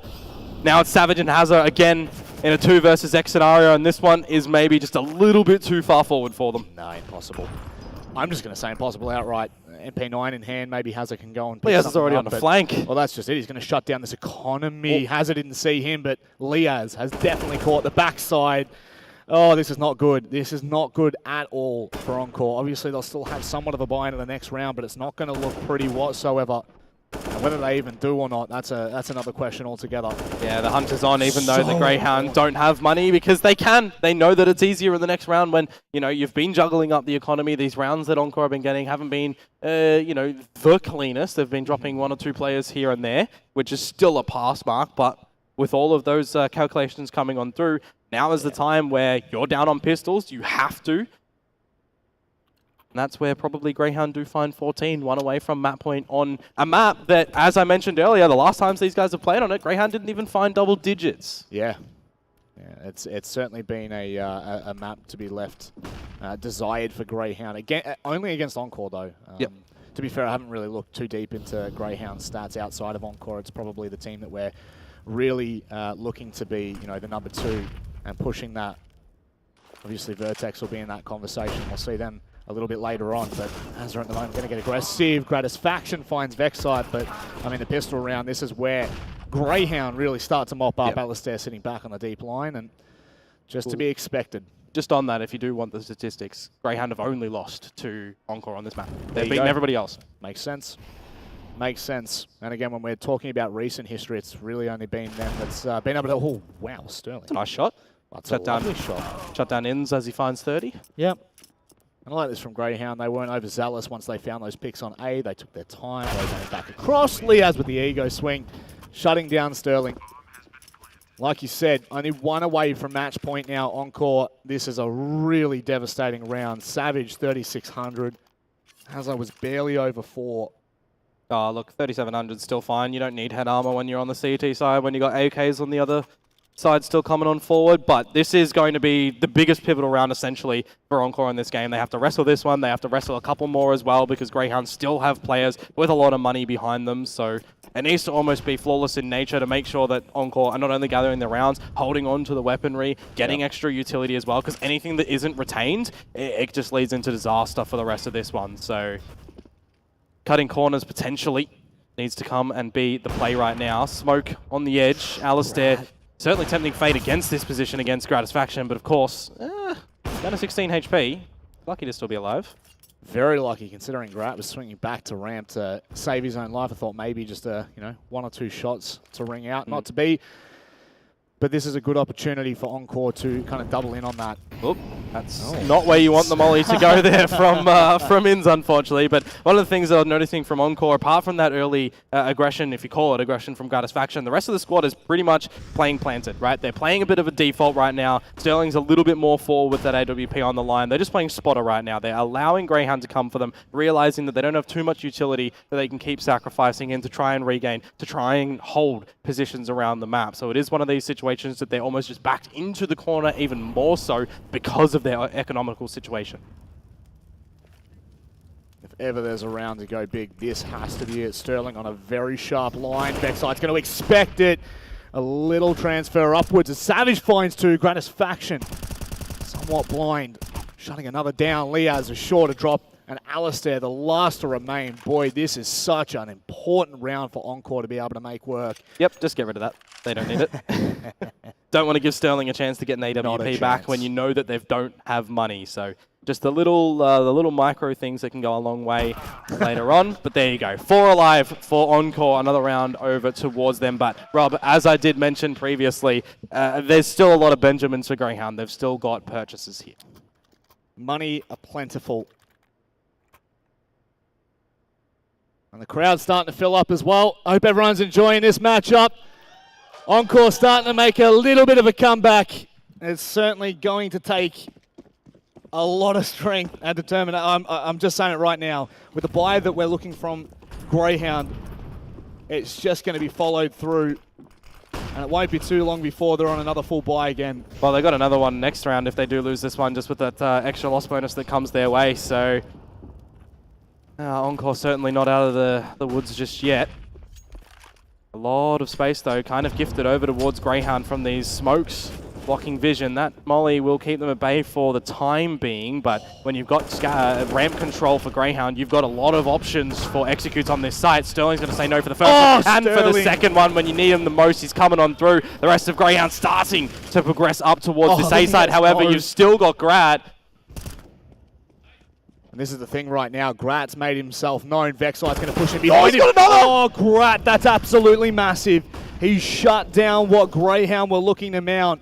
Alistair waiting for the Heaven Peak. It's not going to come through yet. Oh, that's a sharp shot. He'll take a dink. Gratisfaction taking the opportunity to. And Liaz, the warning shots came through, but that's all they are. Gratisfaction backing. There's so much time. So much time right now to be able to play with. Oh, no. Oh, Grat.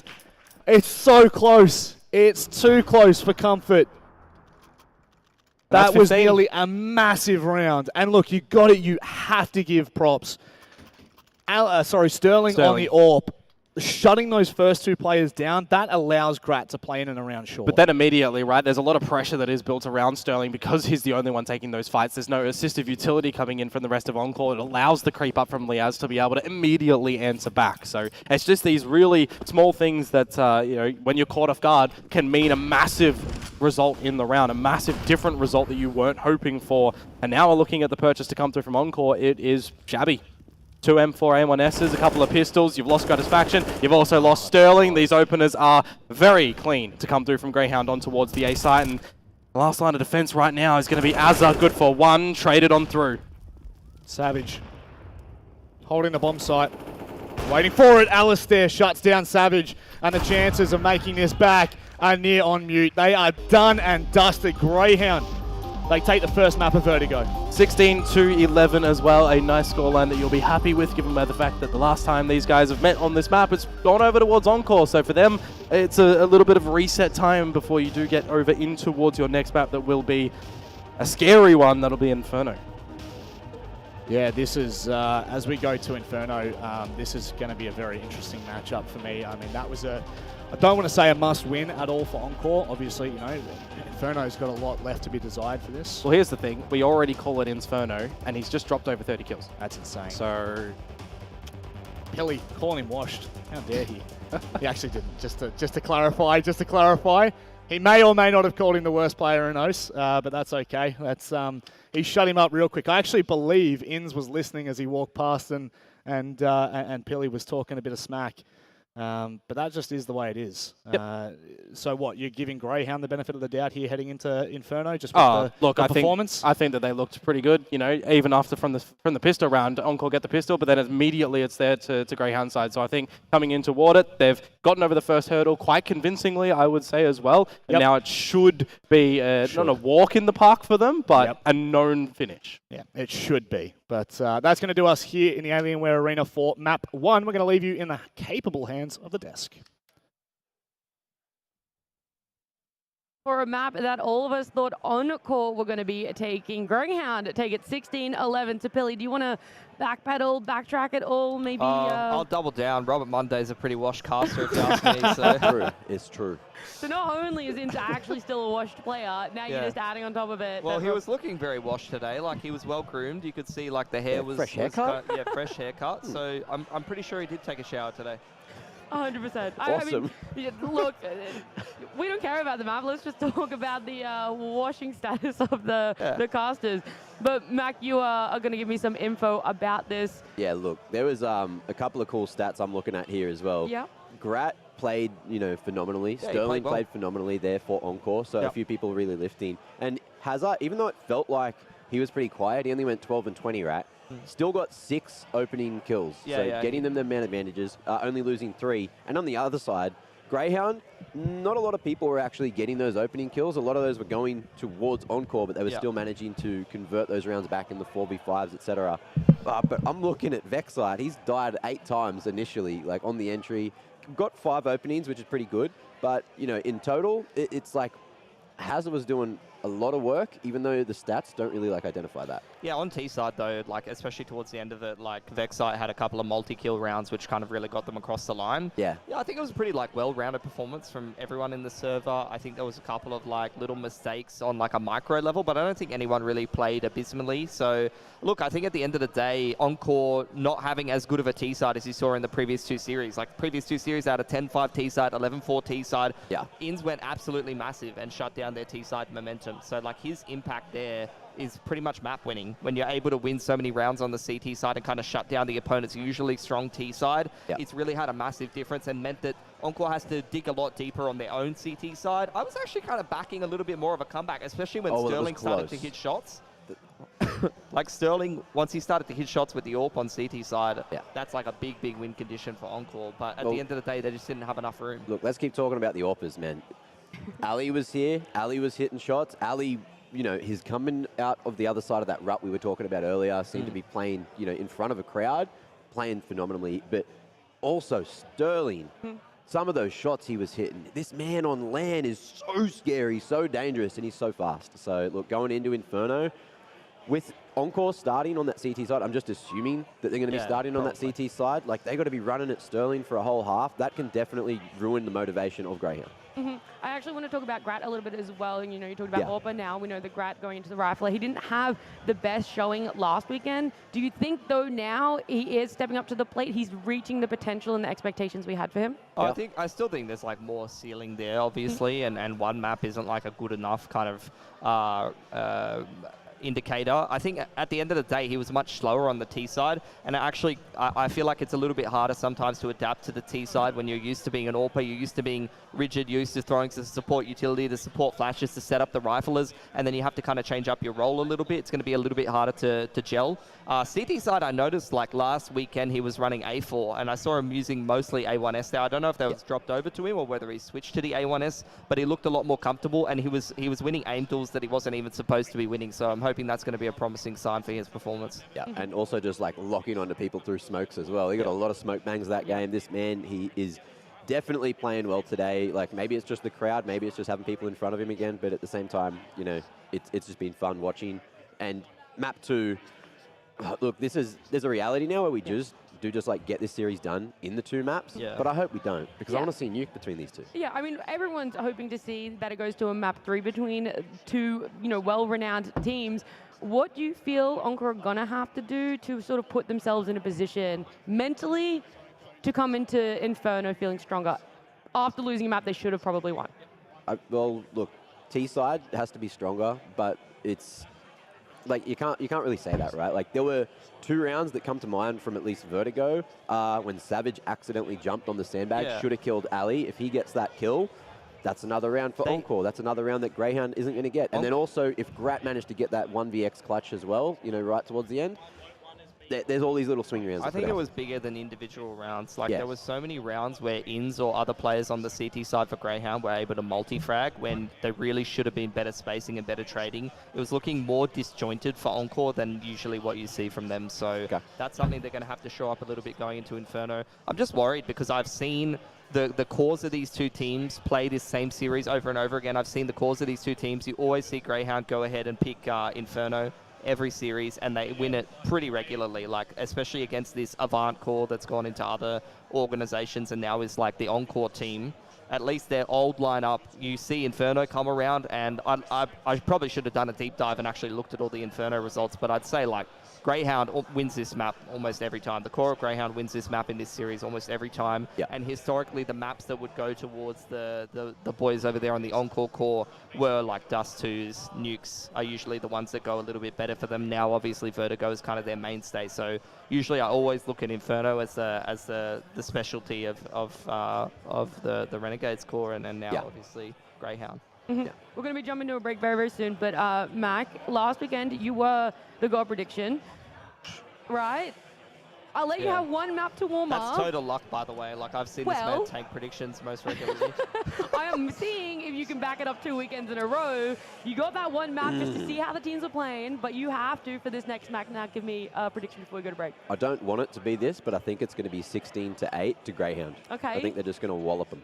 Billy, you get a chance at luck? I actually reckon Encore will have a good CT side, and I actually think they'll fall a bit fat on T side probably, based on what I saw on Vertigo, unless they can kind of wrangle herd the cats, wrangle the troops a little bit more. So I'd probably say maybe like a 16-12 or a 16-13 to Greyhound, Okay, I'm looking forward to see who does end up closer, but we're going to head to a break. When we come back, it is going to be Inferno with your casters.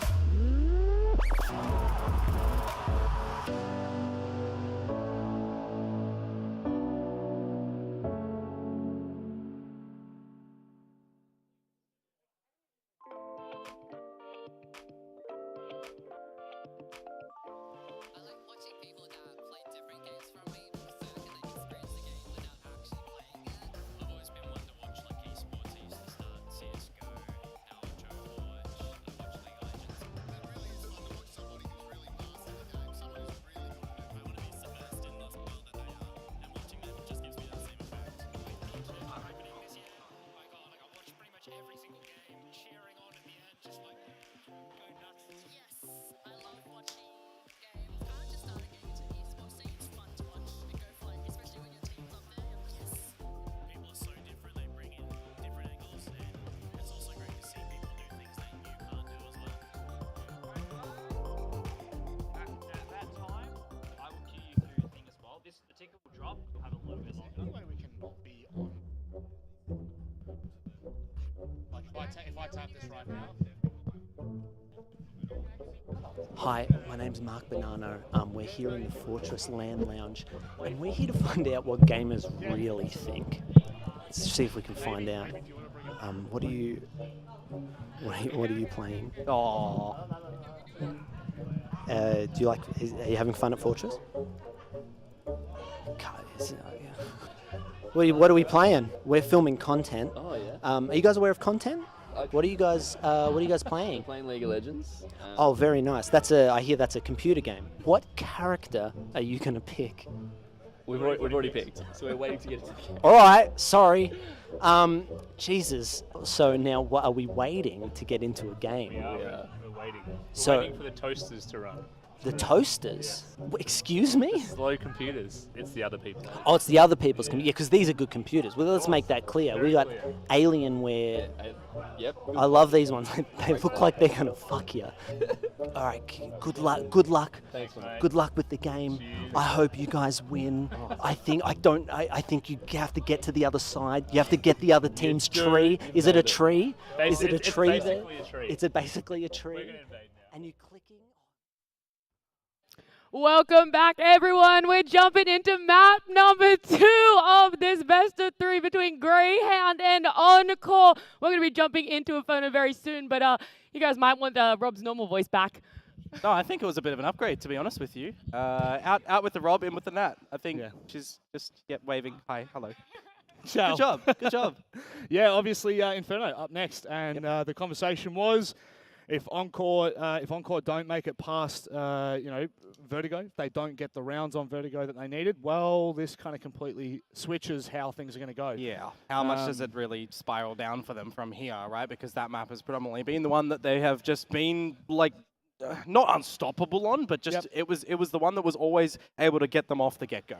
And for now not being able to rely upon that, from having a history of not liking Inferno, it makes it very difficult. Yes, yeah, it tends to lean into the conversation of a downward spiral. But obviously we don't want to be too negative, because at the same time, like we saw, I mean, if you just want to point out 2 players that kind of popped off, or at least Sterling, right, on the AWP was instrumental throughout Vertigo. So I have absolutely no doubt whatsoever that coming into this, Sterling's still going to have that impact. Sterling's still as nasty as what he was on Vertigo. It's just going to be about converting those rounds. It's called Inferno for a very good reason, but also like just Greyhound, completely dominant. Yep. Every Every turn, yeah, all the utility, the positioning, the knowledge, and the baiting out. You know, I got to give credit towards Greyhound for just realizing a lot of the situations earlier on in the piece than what Encore were able to do, and adjusting mid-rounds. We saw some good rotations coming from them. It didn't really feel like there were any over-rotations that were coming through from Greyhound in a lot of those rounds, where they were kind of baiting out Encore, pushing them and pulling them around the map where they wanted them to be, and just really concise with their utility usage as well. And you look at that going forward on a map like Vertigo, which is a little bit more outer in terms of utility usage. You rein that in come Inferno, and you're probably looking very damaging coming in towards this map. So I think that there needs to be a big discussion for Encore, you know, to take what they can from map number 1, come into map number 2 firing as well, taking space, being confident, because it was kind of lacking a little bit towards the later stages of that map. Well, I guess that's it, right? Like, you know, there were still many good signs from Encore. They got more rounds off off Greyhound in one map than we've seen in their past 4 maps. That is, of course, Greyhound's map, so I just want to make that very clear. So, you know, there are some positive signs here for Encore. Players are still firing up, which it doesn't surprise me whatsoever. The conversation won't turn for me on Inferno until we kind of swap onto that second half and we see how Encore are dealing with this. Again, one of the big things was, you know, what is LAN going to be like for these players? What is LAN going to be like for these teams? And that's probably the most instrumental part here is, you know, as a Gratisfaction coming onto Encore and this being their first real big, you know, LAN. And then obviously with the fact that Vexite. Well, let's isolate that for a moment, right? Please. Vexite coming in towards this one, replacement of Hats coming in towards this first land. Yes, he did go negative in that first map there, 19 to 22, but the impact that he was still able to draw forward, the rotations and the bait that he was able to bring out specifically over at that A ramp, right? He's just, throwing a spanner in the works of what Encore's trying to have happen. And if that's the role that he had to slot into for that Vertigo match, they still get over the line. I think you're okay with that. Without a doubt. Yeah. Right? Without a doubt. And I think, that the conversation with Vexite, I'm one best of three is not going to convince me otherwise. Honeymoon phase, as Pilly likes to coin it, or not, I'm not really looking to that. Now I'm just looking to the consistency of the team as a whole. Greyhound put a ring on it, so he's with them They now. did. So They did. Yeah. And I mean, look, first land out of the way, obviously map 1, there were some really good signs from Vexite, and just doing the instrumental part of his role, which adds to that conversation of what kind of a pickup Vexite will be in the future. Obviously, we know him to be a very sharp gunner in the past. Yeah. And it's not like it's a one-on-one switch actually as well with Hats, so there is some shuffling to be had around the roles with this Greyhound roster. And I guess you can even say for a similar situation over an Encore, right? Because you're replacing Licky, you're replacing APOC, who moves into that coach role. You got Azza and you got Gratisfaction coming in on a role for Grat that he's probably not done for a while as well, right? Because he's not primary AWPer in towards this roster. So it does change up as well. But I got to say, his performance as well, being able to multi-frag out in that last one, it was really needing to, I feel like, there was a lot of pressure on him at a lot of those crucial times where there wasn't that assistive variety utility as well. So as much as you can pick and pull apart what Encore was kind of lacking on, you still got to give credit to the members of Greyhound for putting them in those situations, making sure that they're more attainable to close those rounds. Not far off kicking Inferno off, and as we start to prepare ourselves, I'm sure most in the audience as well will be preparing for cheers for the Greyhound team. And look, it's hard not to lean that way. It really is. But well, of course, speaking of the yeah, I know. I didn't. This is it's an accident. Okay, it's no, not really. I try not to. It definitely was a mistake. I put it on, and I think Mac made the comment while we were down in the. I'm going to just call it the green room. We're on the couches having a chat. Obviously. Very nice, neat little place there. But yeah, I had totally forgotten the colours of the boys. That's my bad. But look, when we're talking overall, we look to a lot of different factors, and right now Greyhound are just ticking pretty much every single category that we need to. I think, honestly, for me, the one category that's probably missing has been, I don't want to say Ali to the point, but like, there were rounds where I think that he could have had a massive part and either was left last alive and has to save that AWP in the next round, or just hasn't had the opportunity to pop off. But when he got his opportunities, I think the last couple of rounds, they were really crucial, the last couple of rounds that Ali played. This really leans in for me onto Inferno of just that momentum. We were talking about Encore's momentum. Well, the likes of Inns, the likes of Alistair coming into this map, it's a dangerous sight. Yeah, and we're going to be expecting Encore to be starting on the CT side as well. So hopefully that gives them a little bit of extra padding to start off on towards this map, but we will have to wait and see. Yep, we certainly will. We are definitely going to wait and see, because we're going to go throw it to a very quick break, and on the other side, Inferno.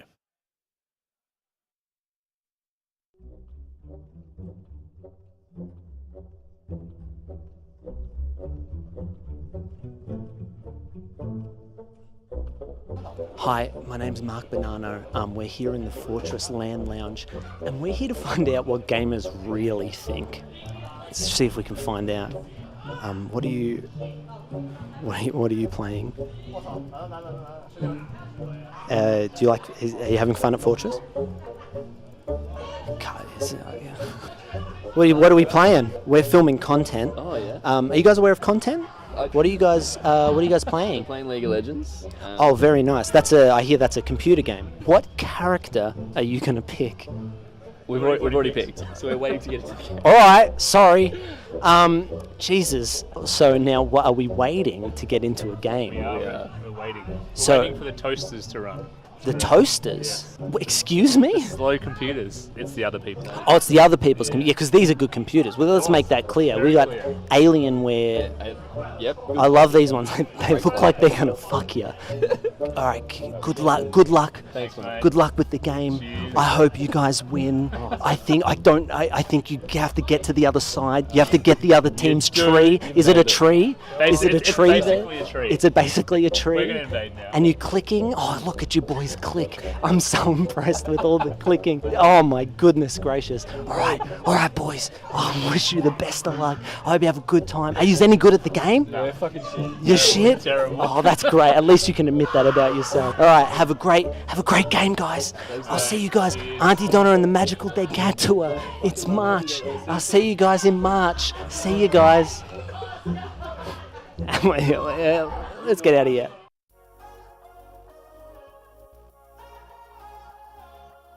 A good game will teach you patience and perseverance because you'll keep trying and then you'll get there. A bad game will make you give up first time round. Kind of make me feel a lot more confident. I could just kind of come out and be myself, not judging myself too much, too harshly or anything, and just learning along the way that it's going to take time to get good at something. How to be calm, how to relax, socialization skills, organization skills, working with people around the table, patience, being able to step back and actually take everything in a different way. Games kind of taught me, like showed me this aspect of my life that I want to work with as well. It just pays to think that there's a person behind the screen and everyone's got a different story for why they're playing in the first place.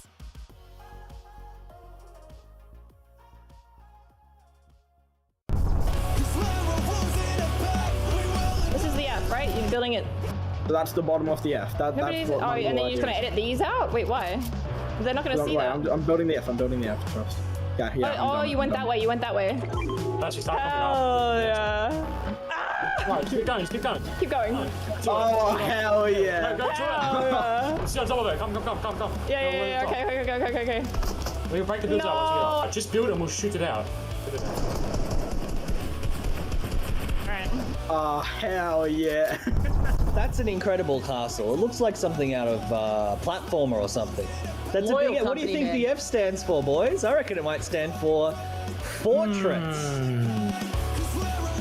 Let's give out a low blow for That's this a low blow. incredible building. For appealing to the back of the room. Yeah. What's that dance? What does that dance? Boom, boom, boom, boom. Let's go. Oh hell yeah! Let's go. Hell yeah! Hell yeah! Default dance. Default dance? Okay, me and you got him. It's fine. Oh, damn it.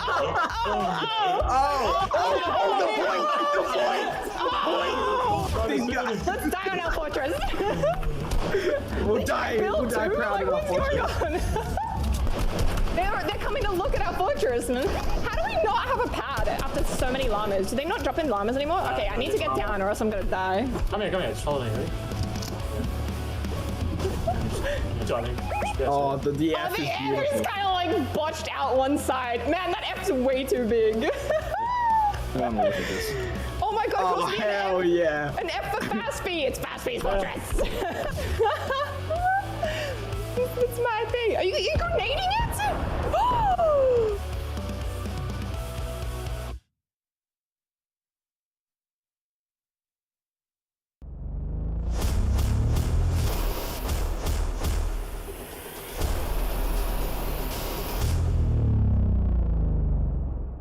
Three, two, one.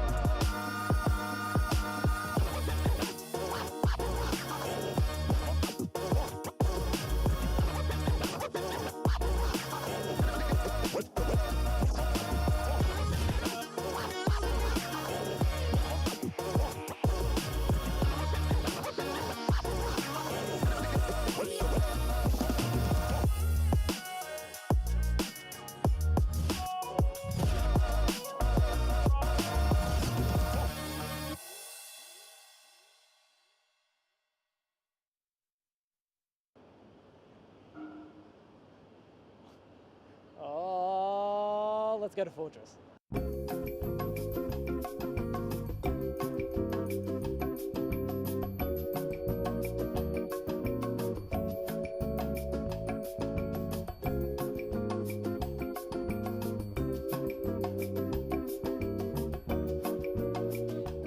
We're here in the arcade, which kind of rocks if I'm going to be honest. I broke both Mario Kart machines, and I don't know if anyone else can say that they've done that before. We got the drum machine, and then we have the hall over here. Wow. In the hall you can sit, you can play, you can eat, you can drink, you can have your fill. And if we come over here, gamers are hard at work trying to beat their high scores. So we don't want to disturb them. But here they are. And now come into the tavern. You can get a booth. You can play games. There's a guy, hey man. There's a guy with a loot, but there's people eating. Looks good. I'm sorry. You've got board games over there, which is so much. I don't know why I'm telling you, the cameraman knows, but you don't know. And you can sit, this is one of the many tables, which is just made of wood. It's just incredible. It's Mark Bonanno from I'm here at Fortress, and you're here at Fortress, and we're all here at Fortress. What the fuck is that?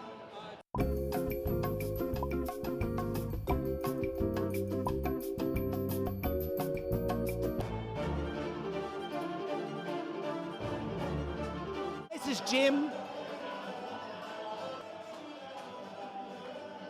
That's pretty good. What do you reckon of that? Should we go upstairs? Or do you want to see the toilet? No, you don't want to see the toilet. But the toilets are nice. I love a good toilet. Let's go upstairs. You seeing this? Where else are you going to see this shit?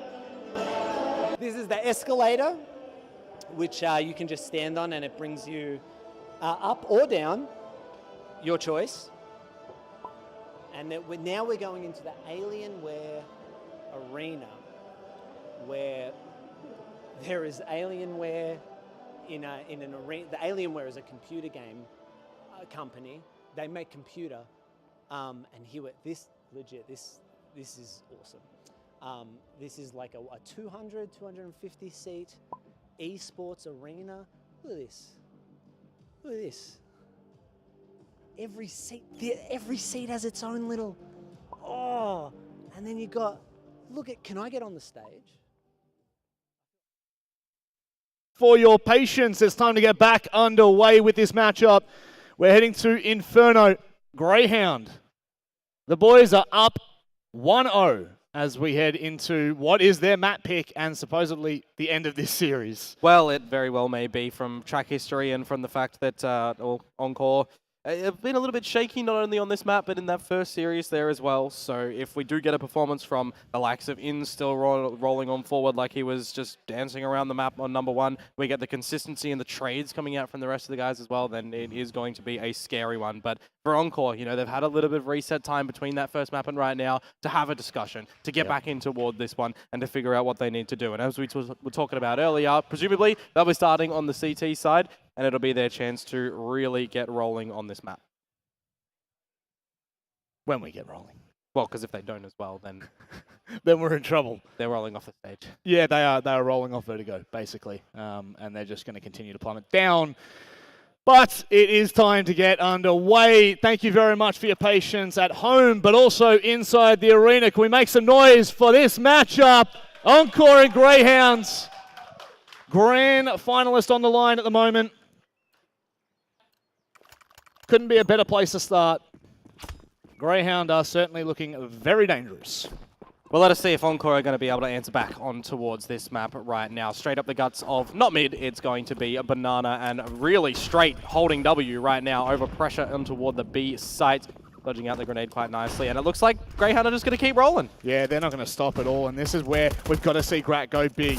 Can he find anything? He certainly can. The first goes down, and he's buying time. That's unbelievable. Ooh. Oh, that's a solid hold from Encore to start things out. Vexite can't get anything done.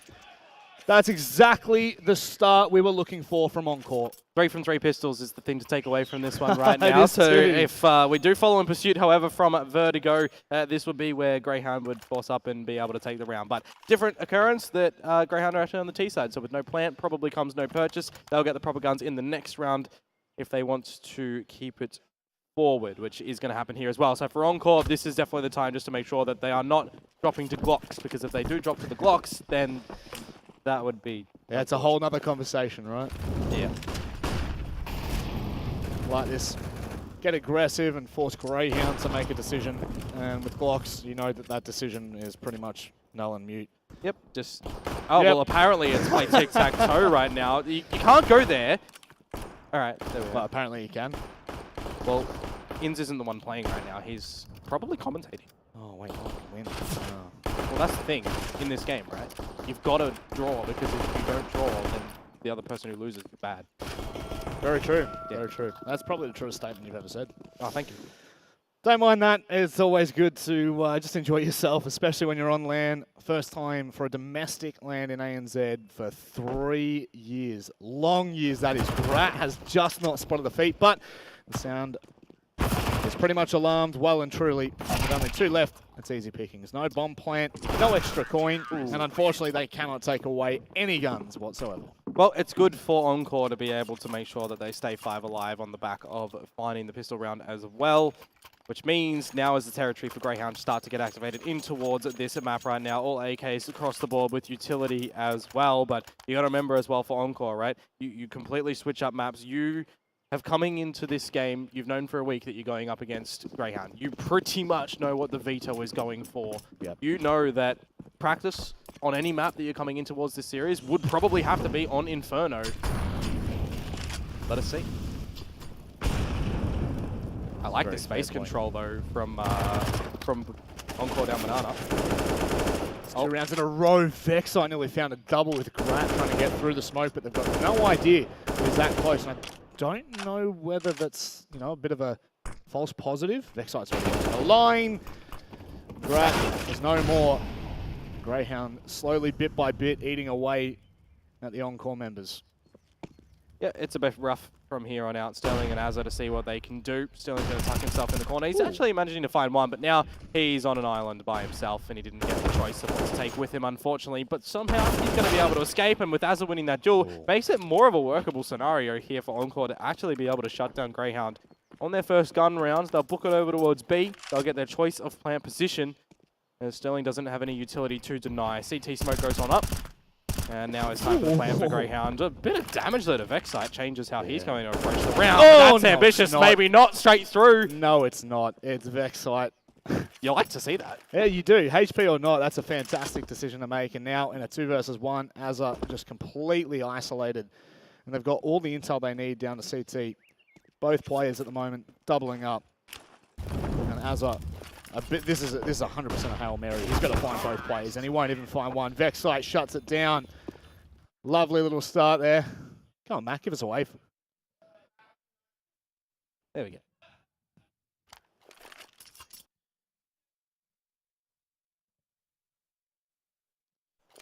Alrighty. First gun round out from Greyhound. Able to back it up with a purchase to come forward as well, of course. But for Sicko down onto a Mac 10. Play money man, play first in.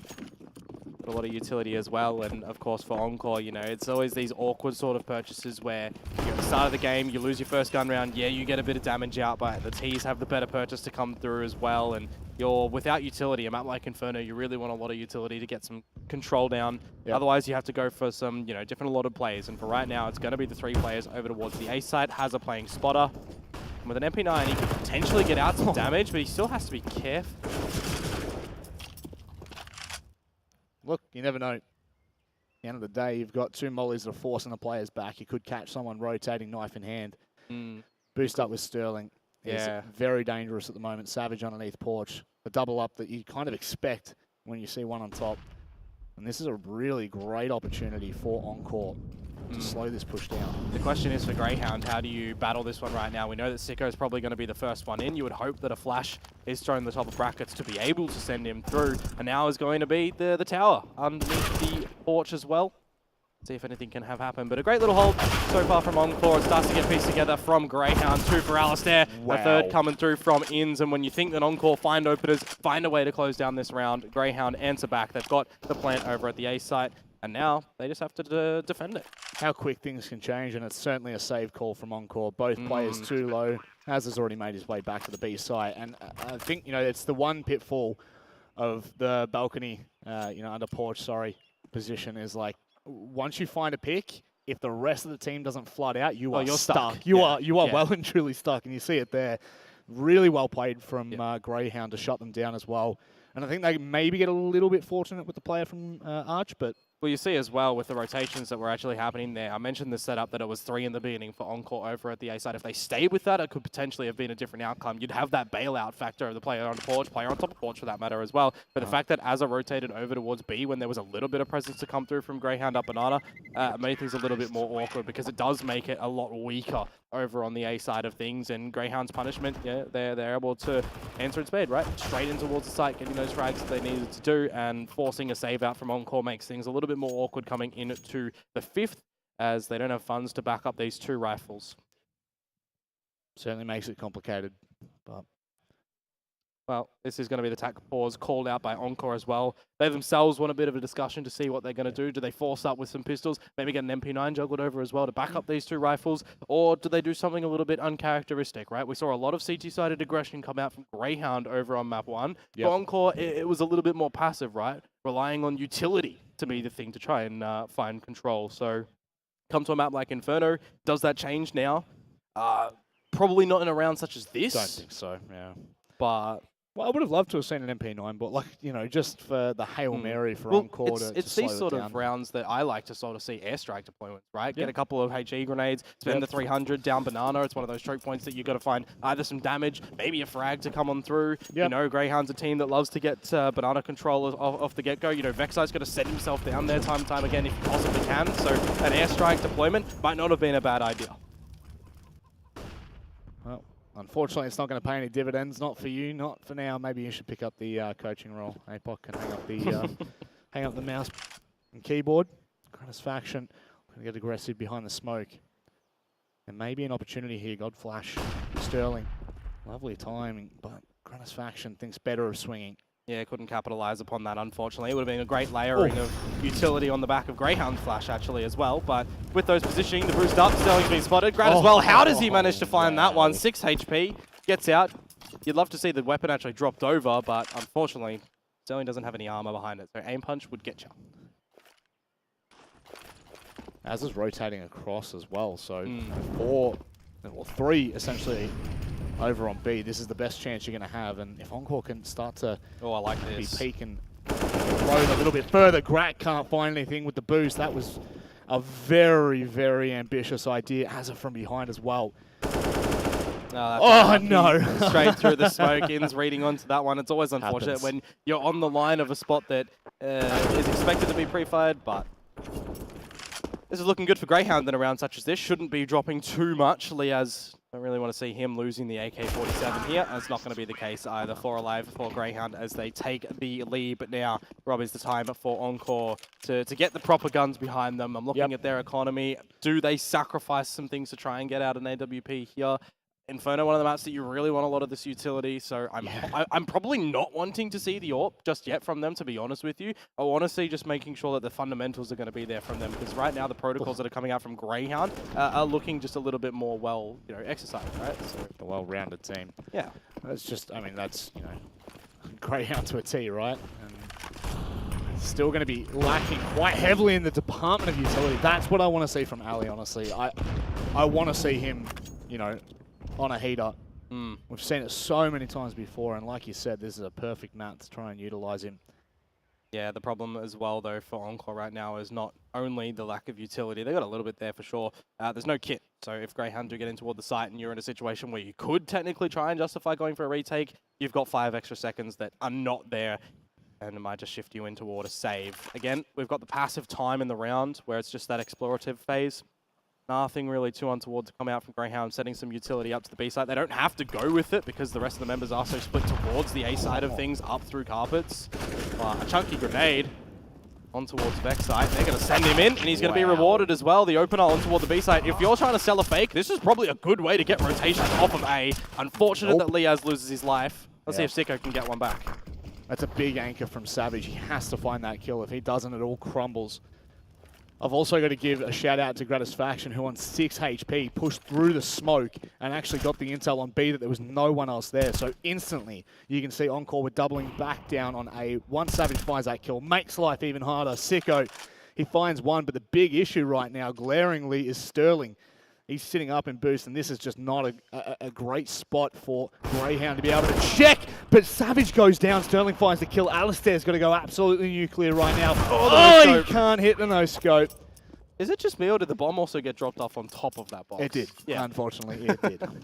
That would be very rough to try and get back on. But around for Encore when they surely needed it as well. Yeah. Economy is just hitting everybody, it would seem, in this one right now. Alistair is not going to be able to get an AWP back over on the T side. Again, for Encore, you know, they themselves won't be able to get one out, but it's a better purchase in this round, Rob. They've got the utility, they've got the kits there as well. So, provided they're able to get a good shutdown, you know, they're able to really contest against Greyhound here on this CT side. And a bit of difference, a bit of control for them. Over towards Banana with utility. And well-placed HE grenades might be able to net them a frag or two. But all the flames force them back. Rotation back for Azza as well towards the A side. It's the defaults for now. With no contact in sight either. I'm sure Encore will just be sitting back on their laurels at the moment.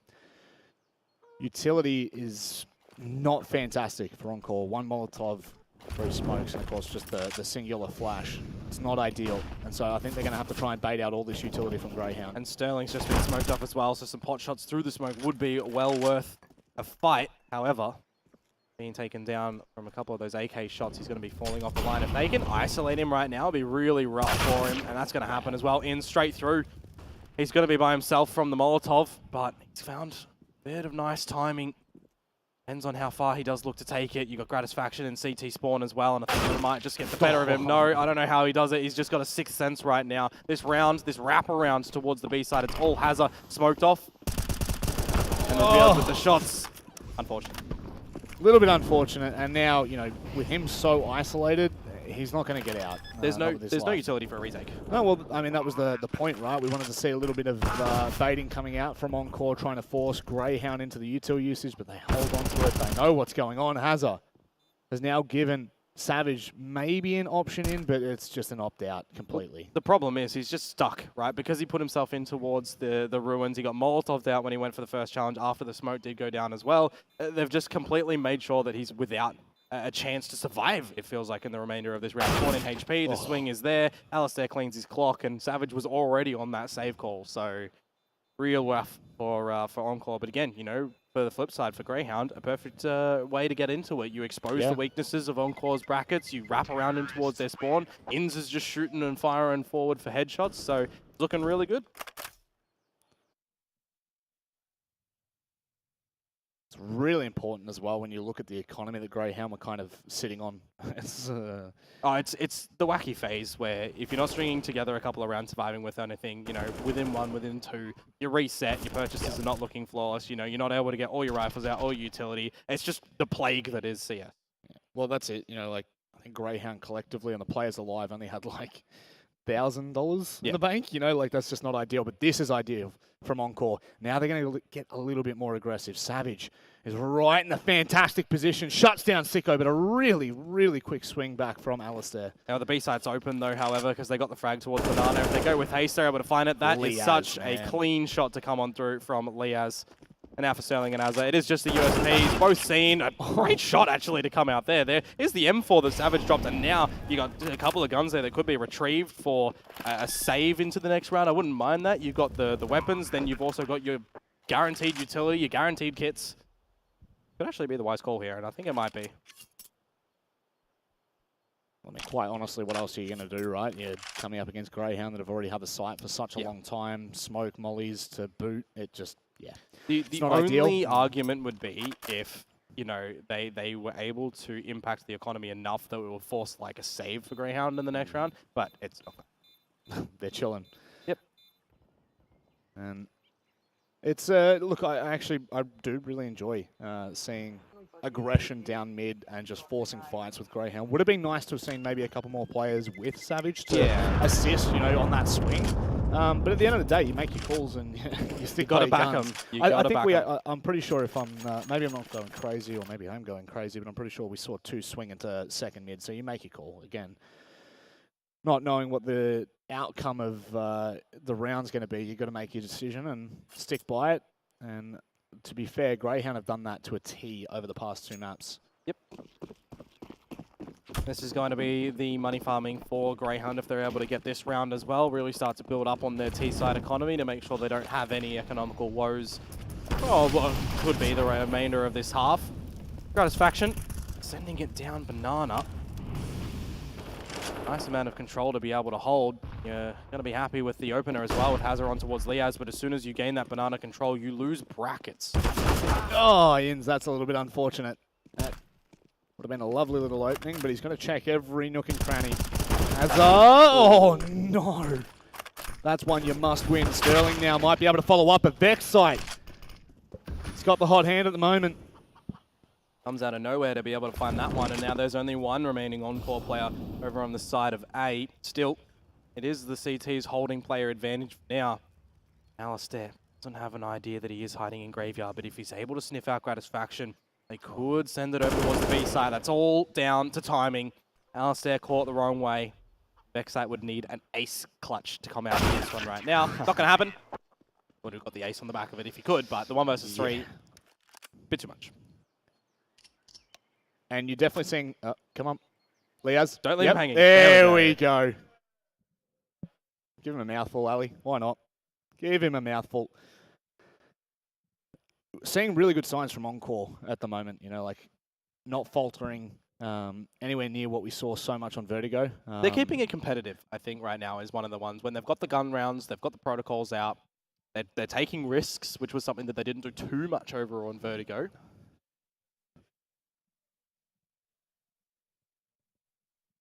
I did like the Banana aggression.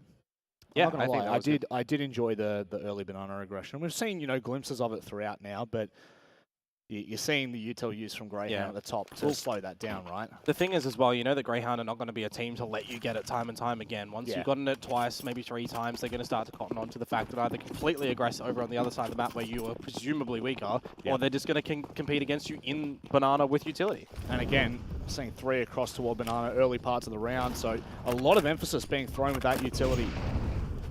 And Encore aren't actually going to double down on it either. I mean, Greyhound have certainly thrown their fair share back. And the rotate once again that we're seeing from Azza as things start to settle back down. After all the, I would just call it a kerfuffle. All the util dump, it just evens back out and Greyhound have control of Banana, so. And again, it's just pretty stock standard from the members of Encore over on the B site, right? Hazza playing spot over from CT. Gratisfaction going to be elevated, I do believe. Yep. Oh no, that's lucky. He hits that, I tell you what. He absolutely hits that. Flash to come out. How is he still alive? I don't understand. He's being caught barehanded.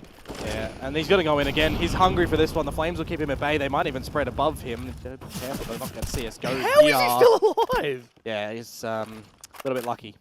Not going to lie. But now we look towards the shift. 40 seconds to go. Greyhound, a little bit of utility to still get. The smoke towards CT, some flashes in. Maybe a smoke towards the coffins as well. But starting to have, rotations from Encore questioned. When are they going to start to happen? Encore themselves, they're not solidified on the fact that Greyhound are going in towards B. They should now know. That got to be big here, but that Molly's going to force him out to the open. Vexite's looking the other way, but Inns is the saviour of the day. And Sterling, he's got to make the call. And look, to be honest, it's just the unfortunate nature of that. When Sterling's sitting back at CT for the quick rotate, it just makes life far too difficult. Yep. Maybe if Hazza finds 1-2 kills, then, protocol enables, Sterling pushes in. I'm just a little bit... I don't know. I'm worried that this is just going to be the same thing time and time again, where Encore come in with a purchase, they realize it's not their way, they call save, and it's just the simulator, rinse and repeat, right? I don't want that to be the thing, because now this is, the third save that they're getting out with these rifles. It's more this time, 3 rifles going into the next round. You can do a lot more with than the 2 that they had last time and the 1 even before that. So, but you're already questioning, Greyhound 6 rounds on the T side. as well. You got to think about that. Yeah, and it's probably it's more so the way that it's looking as well from those rounds. They have not been incredibly close, the rounds that Greyhound have been able to take away. And you've got to keep in mind, Encore won the pistol. So the numbers are even more so skewed, right? So it's kind of like, well, at this point, if we're not going to see the aggression from Encore backed up on, I do worry for that banana control. Yeah, if you're dropping pistol as Greyhound and you're still converting 90+% of your rifle rounds, I still think you're fine. You know the weakness that you have to be working on later on, but it's just a pistol round. If you're getting the second round or even then starting after dropping the first two, like, you're still okay with that. No! How have they lined up for him? Oh, no. Riddle me that. Oh, that's devastating. That's absolutely the last thing you want to be seeing in Vexite. That's the simulator, isn't it? That's the save. It's almost forced to save right now on the back of Alistair and Vexite. You got Azza and Savage, one of which has just revealed where their location is, made an example of by the quick fingers of Vexite. And Savage has just kind of been left to his own devices over at this pit position, over at apartments time and time again. You got to hunt out from Liaz. Savage is going to be cornering it out, but he gets taken down. Again, another clean round to come through from Greyhound. That's a devastating round as well for Encore, especially considering the save that they went for in the previous round, a 3 versus 5 and a retake on B. That's obviously going to be incredibly difficult in its own, but to only take one member of Greyhound away from that, yeah, that is worrying. That's essentially just on the back of that round as well. It converts in towards 2 because the money isn't here for Encore. Unless they're able to come out with an OCE Classic and win with the pistols right now, pull something Inns-esque out that we saw over on Vertigo, this half is just going to blossom away from them again.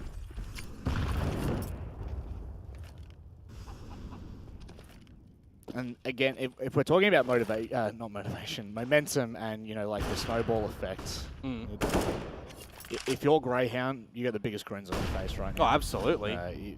Licking your lips at the prospect of Encore really not getting past 5 rounds on CT half. They've got to be careful with the pistol round, though. This is where things can always fall apart. You've got 2 players close. The CZ's not going to get it done. That's so unfortunate. There were opportunities there, but they went for the further player. And even Sterling, sitting in Boiler, a position overlooked by Greyhound, gets naded from apartments. The Greyhound are just making sure that they're crossing I's, dotting T's in that other order. Yeah.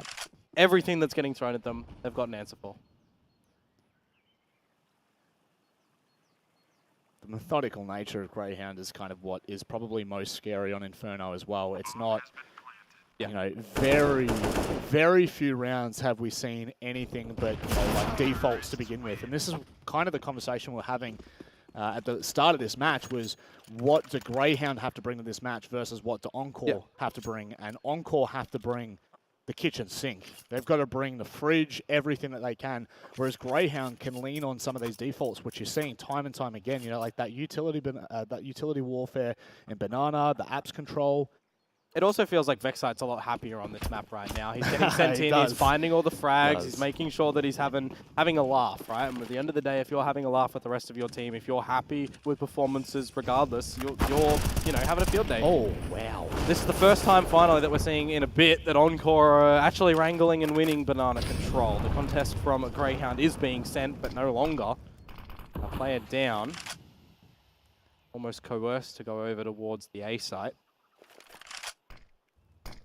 I feel like that's the first time we've seen Encore commit to that banana control for a lot of rounds, right? After seeing the pressure of Greyhound actually sticking with it, because time and time again they saw that pressure and they backed off. Yeah. Molotovs being thrown toward the top banana and they gave up, whereas this time you got Azza who commits and Grat kind of comes in afterwards to clean up.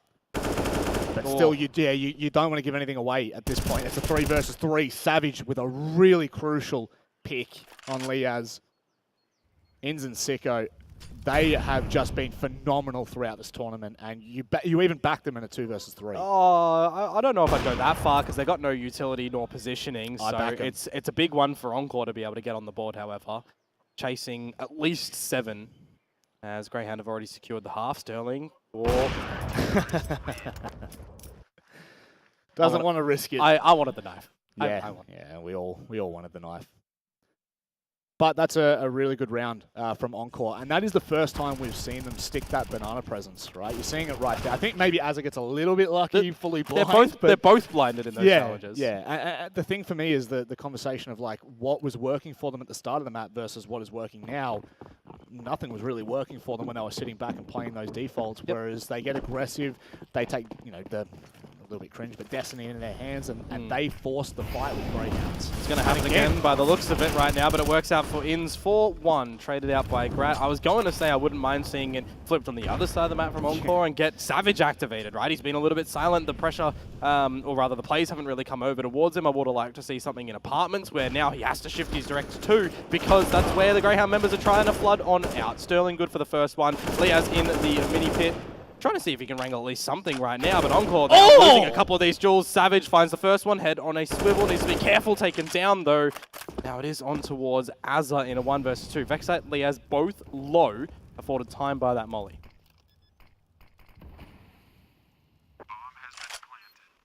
Creeping all the way up at the moment. Azza is in a fairly decent position, but the crossfire is going to be difficult to deal with.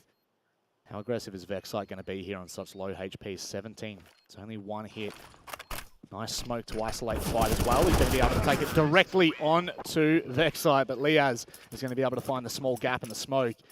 Crucially found by Greyhounds. And I think very quickly, I just want to touch on before I move on to any conversation, is Greyhounds' ability to adapt to a second round of banana pressure. The second that they know that there's 2 players in banana that are getting aggressive, they immediately are in apps and straight out of balcony with a flash, and it just completely dismantles Encore's push. It's also the conditioning factor as well, if you want to look at it that way. You see that Encore are going for banana control a couple of rounds in a row. You know that the contingency is to go to the other side of the map potentially, or it's to throw a lot of utility down in the same position. Liaz is saying no towards this one right now, looking for a third. He's going to be finding it, and this round, when you think, all right, maybe we're going to see Encore be able to get banana control again. This is what I talk about, right? That conditioning factor. Greyhound are expecting that to come down. They know they can get in front of the utility. And Liaz is a perfect example. Just gets in front of it, finds 3. It's that simple. It's that simple when you're that good. Why can't you do it? Fuck. Don't ask that question. We're almost at the end though. Double digits for Greyhound if they can convert this, which you've just got to imagine. There's no kid on either player, and the util's not there. Vexite's just taking fights left, right, and center. And Sterling is completely locked out of this side at the moment. Might find a freebie onto Alistair. He's got to hit a couple more. They're giving him an opportunity. How does that not kill Liaz there? A little bit unfortunate.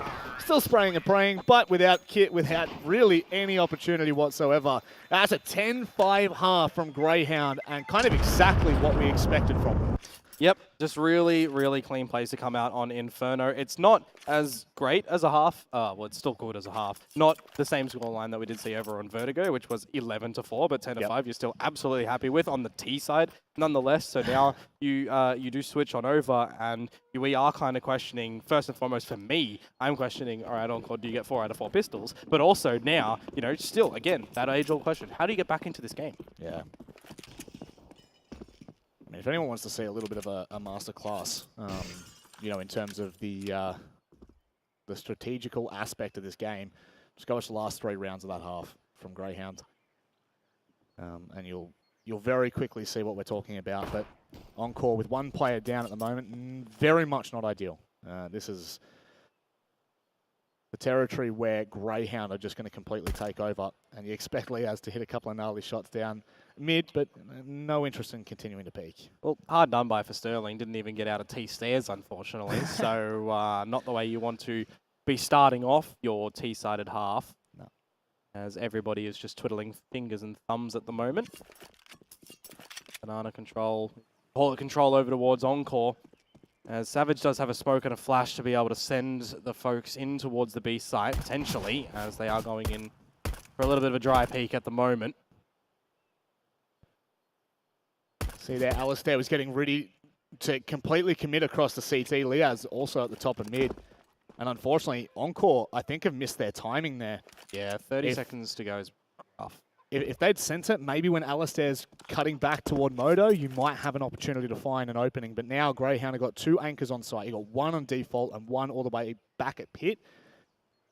Yeah, this is a really tricky round. They're waiting on a really big flash from Savage at the moment to be able to send it and wrap around the site right now. But you've still got 2 players on the side itself that you've got to contest with. Alistair playing on the forward side of the site. However, you've got Liaz playing from in the pit right now, looking for a challenge, looking for some frags. It's not going to happen. 9 seconds to go and the bomb plant goes down. It does shift over towards Encore. However, they're now more favorable to be able to close out this one. So maybe we do, in fact, see 4 out of 4 pistols be found for them. No kit currently for Greyhound. Oh. Ins. Thought there was going to be a cheeky little peek. Not the timing as watching the long line, and this is where things just go from bad to pretty much impossible, unless Sicko hits a couple more of those. No kit, remember. You're definitely backing to do so, but no. Az is watching the line. Vexite, try he may. Savage and Grat watching the line on a crossfire. And that is 4 out of 4 pistol rounds. That is pretty damn clean from Encore. The problem is they're not really translating their rifle rounds, don't which is the pinnacle of this about one. that. But no, this is a worry of mine right now, because that's the thing that they're going to be facing if in 2-3 rounds time, right? Yep. They are able to get the plant, they're able to purchase up here. We're going to see a force from Greyhound. So first they have to wrestle with these upgraded pistols that we've already seen what Greyhound are capable of doing in this series so far with. But then when we do see actual rifle round come through from Greyhound, number one, well, name something that we've seen that's great from Greyhound with these rifles so far in the series, right? There's so many good things that they've been delivering forward. It just makes it real difficult for Encore. But force spike could be dangerous. If they can get this round, that's the first step, and that's the first frag. Now there's a little bit of belief. Alistair can get into a decent position and get aggressive. Nope, I like that. I mean, you're fully bought into that round, essentially, maybe outside of Alistair. You're 100% going to want to take those pistols in the next round. I don't think you need to throw anything. Try again. Yeah. Really? Yeah. Well, I mean, the thing is, right, like, if Liaz finds a pick, maybe you go, maybe there's a gun to be picked up. Maybe we can find a couple more kills, keep the Encore economy low. But at this point, it's just a stalemate. I don't think there's any point wasting that utility. Yeah. Well, I mean, there is actually a fair bit of utility brought into this round. You think as well, right? With this save, they can try again in the next round. That also does mean they get a little bit of extra loss bonus coming into their first actual purchase round. We're talking Alistair on the AWP with utility. We're talking about full utility and kits around. We're talking about a pretty sinister purchase to come through from Greyhound, where maybe Encore, we see them a little bit weaker with Galils. We see them with these submachine guns still. So you've got to probably be ditching them to try and catch a lead, to catch this double-digit scoreline. Catch these hands. Catch these hands. Well, we're on land now, so you can. Feels good. You're a chuckle.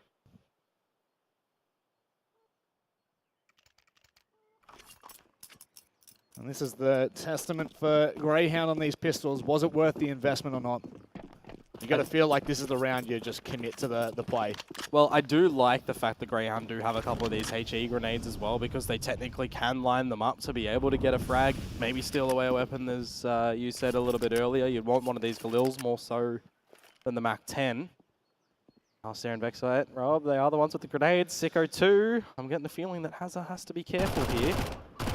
There's the sound cue.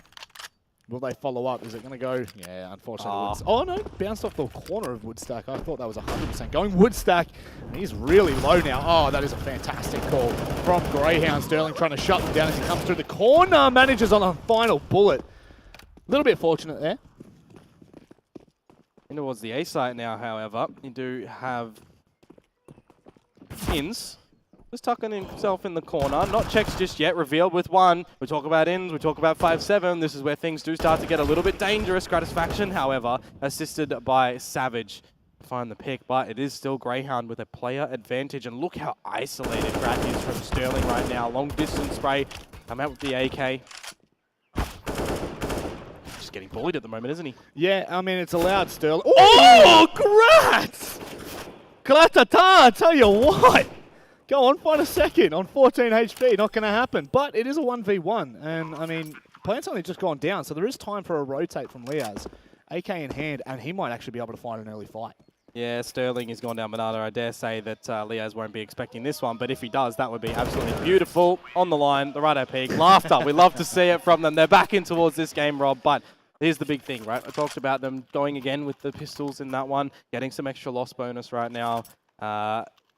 all the frags that they're able to find, it does technically mean that the Encore members get a free pass to upgrade. Yep. So everybody has the rifles in this round that they possibly want. We got maybe not all the utility that everybody possibly wants, but you've got enough to get things rolling. That's it. It's an awkward round for both teams, right? We've seen it so many times, the swing rounds. That round just then from Greyhound, so crucial to ensure that this is going to happen. Siko's gone deep. He might even try and fight Woodstack at the moment. Hazard's heard him. So unfortunate. The sound cue was just way too prominent. And now, I love this from Encore. They're going to go ahead and try and hit the A side, but it is Alistair who holds watch. Got to be careful when you get up close and personal with Alistair. It turns into a bit of shotgun AWPing. And that's exactly what I mean. He's found another one right now. On towards Hazard, had the right read, but not enough HP. This is great to come through from Encore right now. 1 versus 3 for Inns. Gonna fancy himself a little bit of a challenge. He's got some utility as well, clearing a lot of corners, however, and as soon as Encore sniff out where he is, well, they'd go in for the challenge. So it is going to be better for him to go for that save. Unfortunate, you could say, that he can't retrieve that AWP, because that could be good for the next one. Certainly could have been. Alistair was nearly good for, what, a double, a triple there? 3, yeah. I mean, that completely changes the conversation of the round if he finds that. Credit to Hazard, though, who has found 3 himself. There we go, finally upgrading to the AWP. And we talked about Sterling as kind of like the X factor on the AWP. He's done phenomenally so far in this matchup. And there's every opportunity. If they get on a roll here, I mean, again, conversations turn. Encore are within 1 now after a 10-5 half. So they've started off pretty, the way that you want to be starting off when you are behind. They've actually converted the pistol and kept on going, which is something we haven't seen from them so far in this series. Yeah. Really good. Really good. Who are you backing on Nuke? Who am I backing? Oh, if we get to Nuke. Wee. Hang on. Hold your horses, soldier. I'm not holding any horses. I'm going in. Well, looks like we've got a bit of a pause to come through from a Greyhound at the moment just to get things in order. So perfect time to talk about Nuke. Perfect time to talk about Nuke. It's going to happen. Nuke. Encore are forcing this. I'm gonna preface by saying first, between these two teams, I want to see a series on different maps. Yeah? That's what I want to see. But on Nuke, I did say earlier that I want to see full 3 maps from this series. If it keeps going this way for Encore, no one probably would have said that that's the way that we get towards the 3rd map. You would say that, Encore win Vertigo and Inferno out by Greyhound, but I don't know. Are we up for a little bit of a change-up? I think so. I'm just dodging the question, by the way. I don't want to no, that's fine. That's fine. I don't even know who I'd back, to be completely transparent with you. But we'll get there when we get there. Just going to pose the hypothetical. It is the M4 that's being thrown across toward B. So hoping to, find one of those choke points, find a pick, maybe back it up with someone running to retrieve it. The water boy, if you will, but it's not going to happen. Not just yet anyway. Yeah, well, it is starting to go down toward Banana. Just hopped on a little off angle at the moment. I don't believe they've spotted out the barrel of Inns just yet, so he's got to be real careful on this one. And he's actually found the first one. Trade out by Sterling's great, though. He got Vexite hiding behind as well. Some missed shots from Sterling. He needs to make sure he starts to hit these, even though Vexite is on an 18 HP. Finds a bit of damage. He could finish it off. Oh, my word. Goes for the swing. Oh, the timing there for Vexite to stay alive behind half wall. That's it just is what it is. Remember, these rounds should 100% touch wood of the time be going over towards Encore. They've got the better weaponry, they've got the better placement and positioning. However, a nice play out and a good frag from Sicko. Maybe there's one, maybe a second as well. Some extra damage. Alistair, it shifts over towards him. He's being spotted on out. And Liaz, however, he has an opportune timing to stick at the top of mid and potentially catch them off on some rotations for themselves. But he's going over. Intel. They can get guns in Banana. Oh, can he slow it down? Bomb's not back yet. Oh, Sterling misses that shot. I tell you what, that's not something you'll see every day. 2 players low at the moment. And Azza so low. Very close. But Ali, as you said, picking up the AK. Sterling, will he let him get away? Oh, the timing. Oh, my word. Look, you know that the purchase is coming forward in the next round for Greyhound. If he takes away an AK-47, it is what it is. It does mean that he can drop that over towards a friend and get out in the boomstick. I rate that 5-7 play. I tell you what, it was unfortunate Sicko only found 1. It was also unfortunate that Ali couldn't find the angle to try and help him from behind. That would have been very nice, but Ali Morton Kitchen, and I don't know whether Sterling's keen at all to even make a play. Nope, it's all good. Safe and sound, my friend. We're going to be tied up, 10 apiece. We are. Encore have managed to wrestle with the Beast and get back in towards this map here on Inferno. 5 in a row. Shutting down gun rounds, but now is going to be the big one to try and contest with against, because if you take that lead, that is the first step. That is going to be a real big step for Encore here. I think they were hit a little bit hard come map number 1 with the scoreline, with the way in which things were turning out for them. And dropped that map against Greyhound in quite a long time. Full send here from Encore for the first 2 players. If they find something, they might follow up here, but that molly's going to keep them at bay. Alistair shuts down Hazard. That was probably a little bit overzealous there. Encore really committing to this B push, no matter what's happening. There's a minute 30 on the clock, and we've already got major engagements happening, round-defining engagements going the way of Greyhound, and you've got the affordance of time on your side to reposition to where you want to go as well. The lean over towards this B site for Greyhound to just hold the contest. Smoke to go towards CT from Gratisfaction, but now you got the rest of the squadron here for Greyhound able to take these fights. It should be pretty cut and dry with how this round turns out, but Alistair missing a crucial shot to allow Encore to start to creep on in. Oh, they've been baited, Sicko. They'll wait for the opportune time as Grat now starts to poke and prod. I tell you what, Encore just shut down. They are 100% looking at B right now, not even tempting fate anywhere else. And Sterling's got to deal with 2.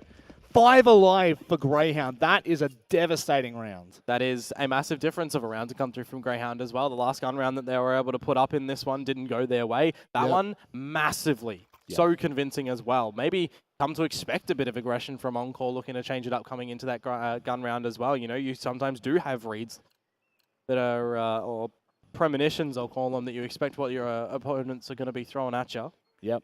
The question that I pose to you right now, though, is you try it again? Azza certainly says maybe.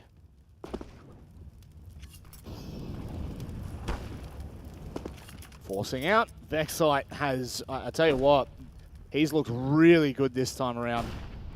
Azza and Grad have just been taken so damn low. In's just unfortunate not to catch the backside of that player forced out of top mid. Alistair will deal with Grad very easily on that AWP. And In, surely he can't find this. Not a chance in hell. Well, there's still a lot for Encore to do to get back in toward this round. However, yes, they have a bit of presence over towards CT, but choose to go back towards A or continue to extend it towards B. That's going to be the ladder with Azza finding that frag on towards Vexite. Remember, the bomb on Sterling is still at the bottom of mid at the moment, so if he gets isolated, that would be real unfortunate. First shot out from Sicko. Stuck at Oranges to escape out right now. Oh my god, okay. That's just how it is. Liaz now. Back him. You got to back him in a 1 versus 2. Kit in hand, plenty of util to work with, just no smoke. As he approaches the site, he's pretty much isolated both players on him. He's just spotted Savage, but it won't make a difference.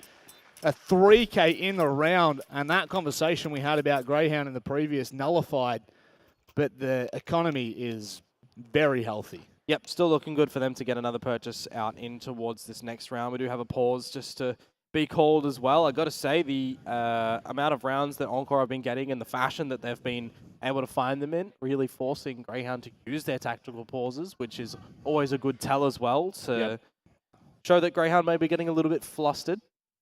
For sure. This one's actually a technical pause. There you go. Now we get to have a little bit of a chin wag about how things have been going, because for Greyhounds, not to say that I would have thought they'd close it out by now, but I definitely thought that it was going to be looking a lot more one-sided. Yeah, a lot more convincing, which is massive credit to Encore and the entire team. Yep. They have really kept Greyhound at bay. And, you know, not for a lack of Greyhound trying either. There have been many, many close rounds. Multiple, you know, 1v1s, 1v2s. And Encore are closing out when it matters most. Only 1 CT round so far for Greyhound. Yeah, I think one of the, unfortunate things for Greyhound at the moment as well is that Sicko's been bullied a little bit over toward the B site, losing a bunch of these jewels at the moment that a little bit strugglesome, so hopefully he's able to pick himself up and work with Vexite to try and lock down the B site. A well-placed grenade, however, will soften Vexite up, and it's time for Encore to try and establish some control in towards brackets. The domain is questionable at the moment right now, with In still holding down Diggity. He's found 2. He's fallen out. Maybe looking for a 3rd as well, but it is currently just the Straggler and Savage by himself. Needs to meet with the team down Banana. The last player in the server you want to start to warm up. Ins? Yeah.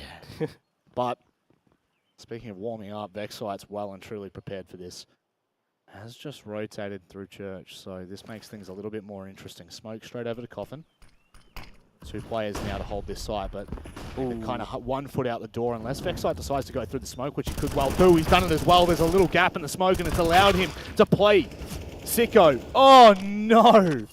And Vexite go down side by side, but this is the best opportunity for Greyhounds. Ins has a HE grenade. If that's put at the perfect position, he'll be able to find and finalize this frag one towards Sterling. Alistair's got to be the point man, however, with the AWP, and I do love a potential wraparound call from Encore at the moment. Going through Ruins, playing from offside itself with no utility as well.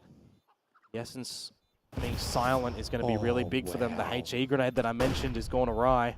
Now time for Greyhound to try and get back in towards this one. Smoke on towards the bomb.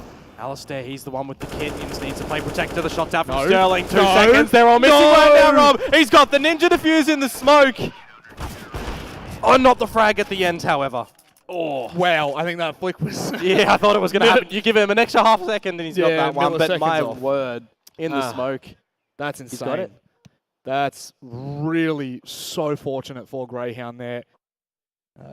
A 2 versus 4 that very quickly swings. And look, it's a 2 versus 4 with a very big asterisk next to it, just because of how quick the trades came through. It wasn't like it was a 2v4 like at an even state. And not on the back of that as well, you're always got to be careful with that CT smoke. Vexite realizing there's a gap to be able to punish through. Sicko falling off second oranges, actually. I thought he was in the perfect position when he was up there, but just that single flash that pods him off actually makes him disconnected from being able to help out with Vexite. So realizing that he has to get in towards the action quickly, he's good for 1 before being traded out. But yeah, exactly as you say, the big thing in that round was that it was a 2 versus 4.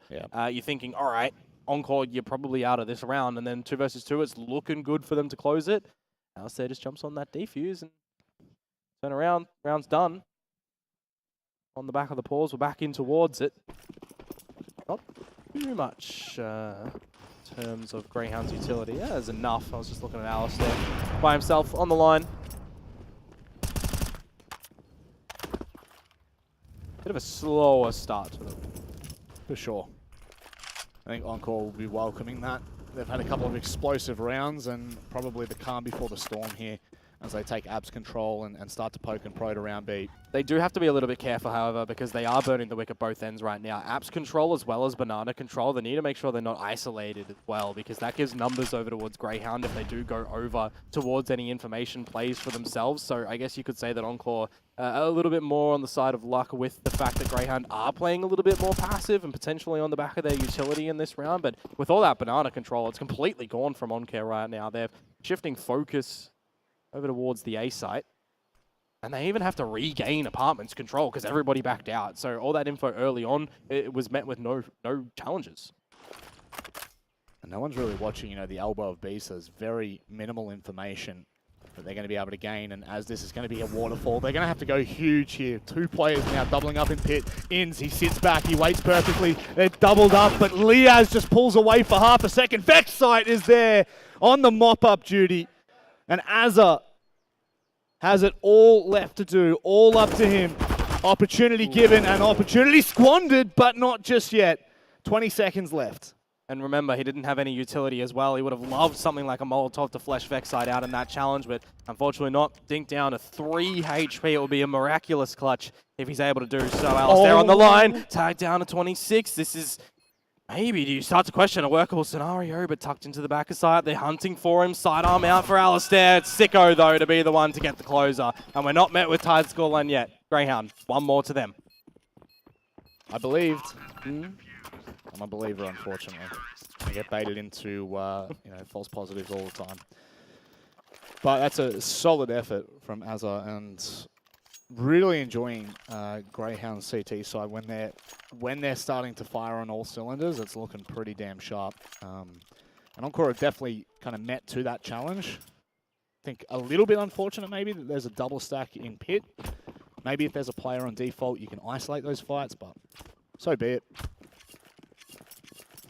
It's going to be one of the hard-hitting rounds if it doesn't go Encore's way. They've made the decision to go in with the Force, which means a little bit lackluster on the utility, only actually on the assistive variety with those smokes and flashes, so they have to be very careful and cautious in using said utility. Sterling hasn't even seen an opponent just yet, and he's already down to 16 HP, which is rather unfortunate. Little boost, sound cue to alert anyone from Encore should they have been close, but nothing really gained or given from Greyhound's point of view. They still have banana control, but not deep banana control. Look at There's this. the fight. Two There's players the fight. rotating through towards CT. Maybe Vexite questioning himself if he actually wants to. There's a lot of pressure on Alistair to lock down Banana by himself. You would expect him to find one and back out, then play with the rest of the team because they'll have extra numbers as well. Already found Hazza in the mix. Vexite, oh, this could get a little bit cheeky for him right now. The deeper smoke isolates him away from Sicko. No flash to come on through. Vexite only able to find one. So for now, Greyhound's still holding numbers. Going to wrap CT at the moment. Are they going to be able to isolate Sicko? If they take him down, it all becomes unraveled. Savage will at least trade him out. But again, we're asking another Encore member to pull off a miraculous clutch. And this is the problematic scenario as well, right? The fact that they force into this, if it does go Greyhound's way, that's for 14 rounds. They've got to make the decision. Do they force in to try and win in regulation? Or do they have to take a knee and then try to win it in overtime? That's going to be the question for them right now as Greyhound close that round. Edging that little bit closer. Greyhound just essentially booking their ticket already. Ooh. And this was the biggest part of the conversation coming into this weekend was the fact that we expected both of these teams on opposite sides of the bracket. Yeah. We essentially get, the early grand final. And very much, Encore have risen to the occasion, but not in the meaningful way that we'd hoped taking, like the like of Vertigo, for example. Yeah, I think if Vertigo did go their way, they'd look better in their performance right now than previously on Inferno against Greyhounds. Oh, that sucks. Oh, well, he gets the frag on the back of it, so maybe you say that and you throw a little bit of luck the other way. Keep saying it sucks. We'll get another round for Encore here. Who knows? Who knows? It's possible. Highly doubtful, but possible. Well, Vexite, 27 frags for him, chasing 30 on the map of Inferno here. And that's exactly what you want, right, from your young gunner coming into this team. Many people had a lot of questions about what the team was going to look like with Vexite kind of integrating. I mean, you're getting a very good indicator early on here. Azza with a fantastic 1D across the board. B, and this is where things start to unravel. Yep, certainly so. However, is Leah's going to be able to pick up the pieces of the fallen round right now? They all line up for him! 1, 2, and 3, and that's 15 secured from Greyhound Rob. You think just maybe, the Pistols are going to get it over the line. He's not a believer. He's not a believer, folks. Not at all. He was literally in the best possible position to take that fight. Literally, yep.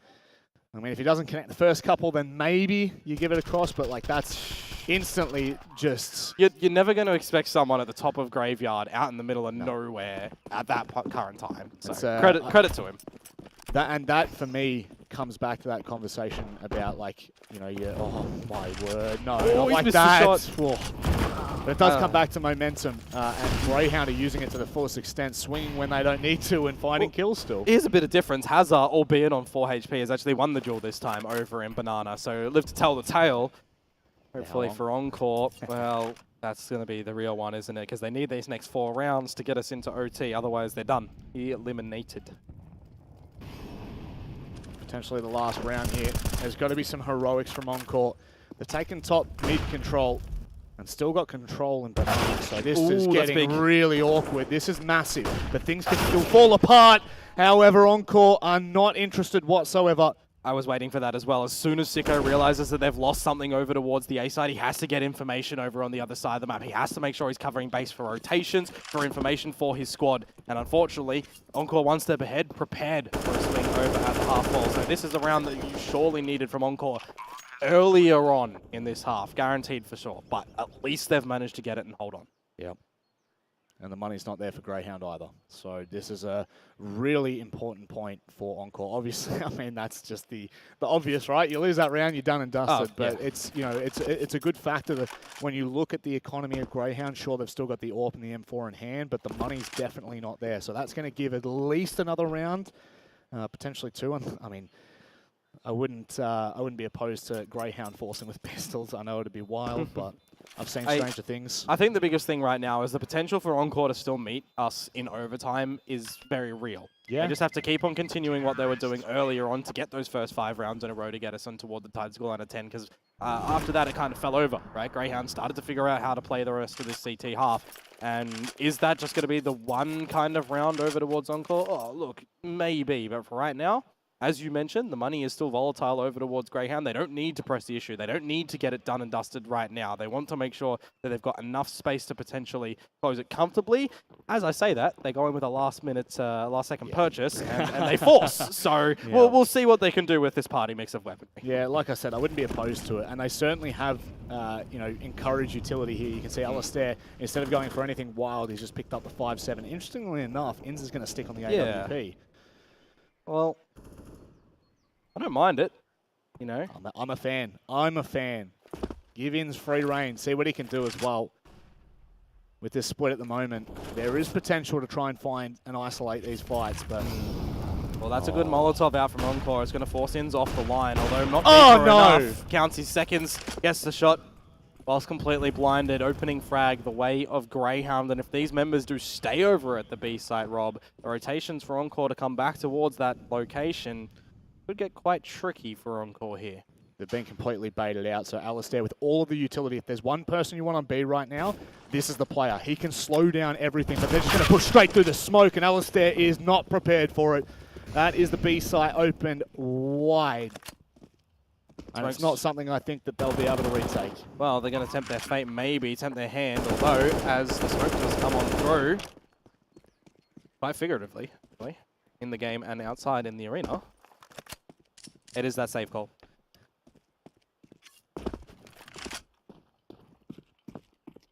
Well, I mean, when you're looking at what they've got, it's 100% the call, right? If you try and force this, then you're easily opening up yourself to match point for Encore. You know, 14-16 and 14-15, and then things get really tricky.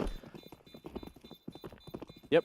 Whereas this way, I would probably back them to be able to force something together for the final round. In the result of this as well, it was only Alistair with a pistol, right? So he can still get dropped over something like a Famis from Inns potentially, and can still get out a little bit of utility across the board. So it almost is just one of those, you take the L in the previous round, but you come in just that tad stronger in the next one. So it shouldn't really matter. Quite unfortunate for Ali, I will say. You know, nade, smoke, molly to slow that push down. If he'd had even the slightest bit of information, that could have been a very different game. Actually, I kind of like the fact that they didn't drop over the Famis. You want to know the reason why is because they've got enough money to still get in a purchase if this round doesn't go their way. They're still making sure that they're on the precipice of having the strong purchase in what could be the last round of regulation if this does go the T's way. Quick in towards brackets, however, and a different boost now for Liaz on the deeper flower bed. Azza, however, shouldering it through. He's going to take the challenge. He's going to win the fight as well. First pick over towards Encore, and with brackets control, they can really start to encapsulate around this A site. That's somewhat brutal. Inns, what's the timing like? Oh, it's good. Oh, there's a freebie. And how close is Azza to a trade? There's been too much time. There's been too much time in between. And that's an unbelievable opportunity for Inns, and he just misses out.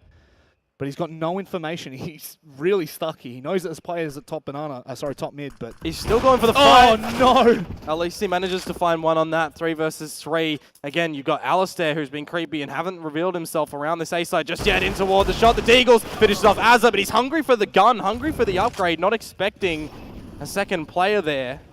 2 versus 2. Sicko and Vexite, a bit of utility, no kits. Definitely want some upgrades on the floor if they can potentially find some.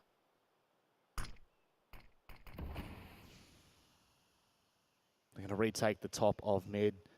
This is a crucial fight. Oh, Savage has just been called out, but they can't convert. Sicko has now progressed up. Sterling, is he going to be caught out? Completely flashed. It's now all on Savage. He's had an unbelievable game, and he's going to have to go one better. Both players just on the other side of half wall. This is awkward at the best of times. Still trying to find and isolate a fight, but it's Sicko. And it is Greyhound that will be our first grand finalist here at the Fortress OCE Masters. The team to get it across the line, the team that we're expecting to get in towards the grand final, maybe via a little bit of a different route, looking very, very well placed over on map number 1 of Vertigo. Coming through a little bit more shaky on a map that they would be expected to take clean, but they still get it over the line, which means we don't get the third mapper here. We'll see them tomorrow in that big old grand final.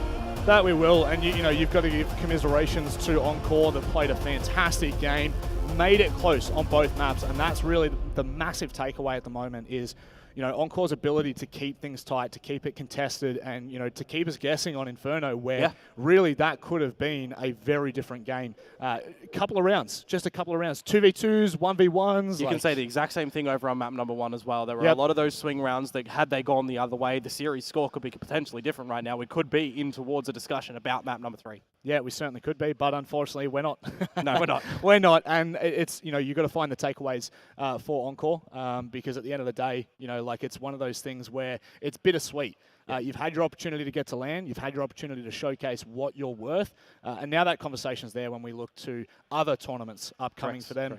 They've built a very solid foundation here. No, absolutely, I got to agree. And with more time as well, with Gratisfaction and with Azza behind the helm to really fine-tune themselves, I think they're definitely going to be a contender to topple over Greyhound, but right now it's just not that case, unfortunately. No, but that's, you know, the thing is, and the best part about this is it's just a building phase, right? It's just the start. This is just the beginning for this roster.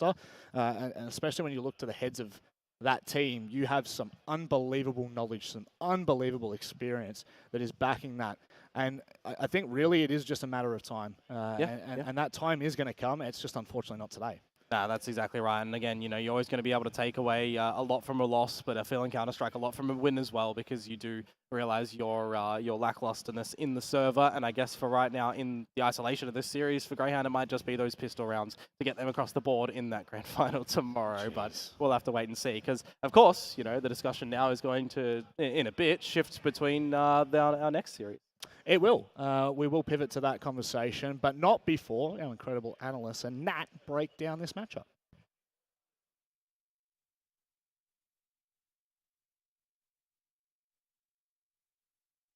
Much potential for this on-call roster. Unfortunately, it won't be happening here in the Fortress OCE Masters. That is them done, dusted, eliminated. So let's have a chat about Greyhound, but also why this map was so close, Mac and Billy. It was something that you guys said coming in.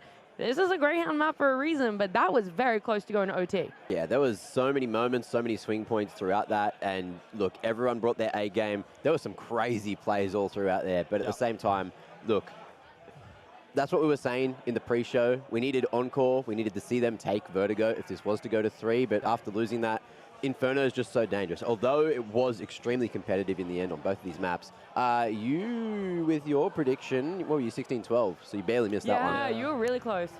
I think that's kind of what I expected. You know, the CT side from Encore was actually pretty decent, and I knew that they'd be able to put up a bit of a fight. And again, they had a pretty good run in the pistols in this series, but at the end of the day, Greyhound did kind of grind them down on the T side. Realistically, though, that could have gone to OT, and then we could have seen, you know, a bit of a different story once the money started to equalize and we headed into those full buy territories. Maybe you could have seen Encore grind that one all the way out and head towards Nuke. But at the end of the day, I think Greyhound was a much more convincing team in terms of particularly I want everyone the to gun see rounds. my chicken real quick. Yeah, that looks Caught pretty this good. one on Inferno, roasted it up. Bloody, Nice. ooh. Fresh, right out of the kitchen. Ready to have a little I bit. mean, it's getting to that point of the night, you know? We've got our food in front of us.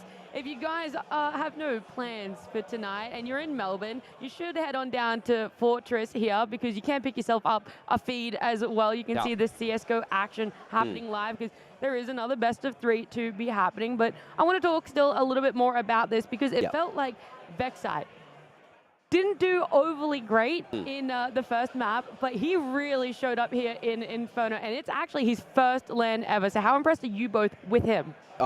100%. I had to look at some stats before as well. His entries going into map 2 was like a little bit different. I think he was like 6 and 8, so getting really involved in map 1. Yeah. But here on Inferno, he was 8 and 2, so only lost 2 opening duels, cracked open sights 8 times, or like, took first contact on the CT side 8 times. And yeah, did so much work. Like his KAST is 83% as well. So really, really involved in the action for the most part.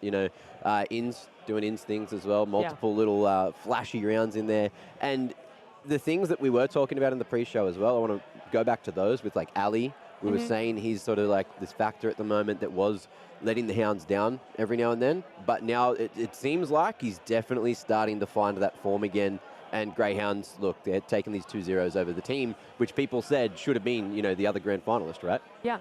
Going back to that pre-show, some topics that you guys talked about was also the coach factor, right? We had APOC stepping in for the first time as coach and Kingfisher on the side of Greyhound. Did you guys see some of that stuff come through with those tack pauses? Any changes that happened throughout this whole series, not just this map?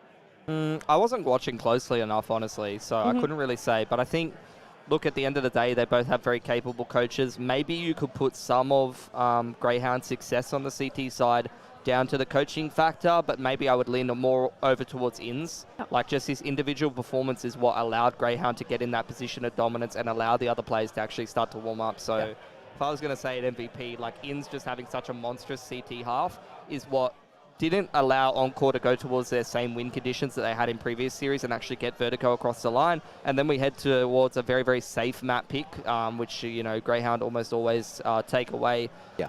Like I said, could have gone into OT and we could have been talking about a different story, but at the end of the day, I think Greyhound definitely was the much better team in the gun rounds, particularly, and that's the kind of the main thing. Maybe those pistols were a bit of coach factor. A lot of the time, pistols are something you could pre-prep a little bit more than some of the other parts of the game. Yeah. So, maybe APOC's done really well prepping the pistols, who knows? Yeah, the other thing quickly, while we're talking about coaches, I just want to talk about the improvement of Kingfisher's like his progression from, like, how long's he been with Greyhound/Renegades? Like 2 years now-ish, right? It feels like about that. Anyway, at the start, I remember him going overseas. He had like a broken arm. And he was pretty timid, pretty quiet on the cameras. But today, he was there. He was screaming. He was fist bumps every loud round. Enough to get through the soundproof headset, so you got to be pretty intense on the nices. Yeah. That's actually the only thing we're going to say that Greyhound need to improve on tomorrow is just louder nices that it comes through the caster mics and everyone else can hear it. But, they are going to be grand final. They're going to be playing it tomorrow. If you are either Rooster or Vertex, who potentially could be going up against them tomorrow, what do you think are some of those weaknesses? Are there any for Greyhound that you saw today? Oh, with everyone playing like they were, like this is a scary. This is when the Hounds are scary, right? When everyone's doing their job, everyone's filling their role, everyone's hitting their shots. No matter where Encore were trying to go today, it was really hard for them to get through unless like Sterling was having a cracker. Hazard, I feel like he had a bit of a sleeper today for Encore in particular. Like Savage did his job, but he was always, there's that sort of thing where he seems to be like a little bit further back, trying to get those trades, so he's got that safer role compared to a couple of the others. And look, quickly before we move the discussion to that Rooster and Vertex game, I want to talk about Grat. Massive improvement for him as well. Sure, today, compared to what we've seen from the last couple of weeks, Grat's rifling, I don't know if it was what you said, he's picking up the A1 instead, so he just doesn't have to move the mouse as much. By the way, he was Could fragging. be the land factor as well. He's got a lot of experience on land. He's going to be very, very comfortable in that kind of environment. So, yeah, he played well. I think at the end of the day, the difference between the two teams is maybe a little bit of individual skill, but mostly it's amount of time that they play together. It's gelling. Yeah. The Encore roster is still much, much newer with this configuration of players. Yeah. They still haven't figured out the role, and I think their roles and just their depth and their overall strats. So at the end of the day, like, they just didn't have as much time to prep for this tournament as Greyhound have had to flesh out the map pool and flesh out all of their strengths and stuff. And yeah, it showed in the server. Are you prepared for those tacos, though? That's what I want to know. Yeah. Because you look hungry. What about you for your chicken, Mac? Mate, I'll grab it. Oh, my gosh. He's hungry like the Greyhound boys were on the server. Do you want to... Well, I was going to offer you some chips. But yeah, throw it in there. You ready? Oh! Oh, that was so close. It was just off by It looked a like centimeter. it looked like it went in from my perspective. I think it went in and then it rebounded out. But you know what? Maybe my chip throwing arm isn't the best, but I do know my throws to break are a little bit better as we're heading to one. When we come back, it'll be another best of 3 with Vertex and Rooster.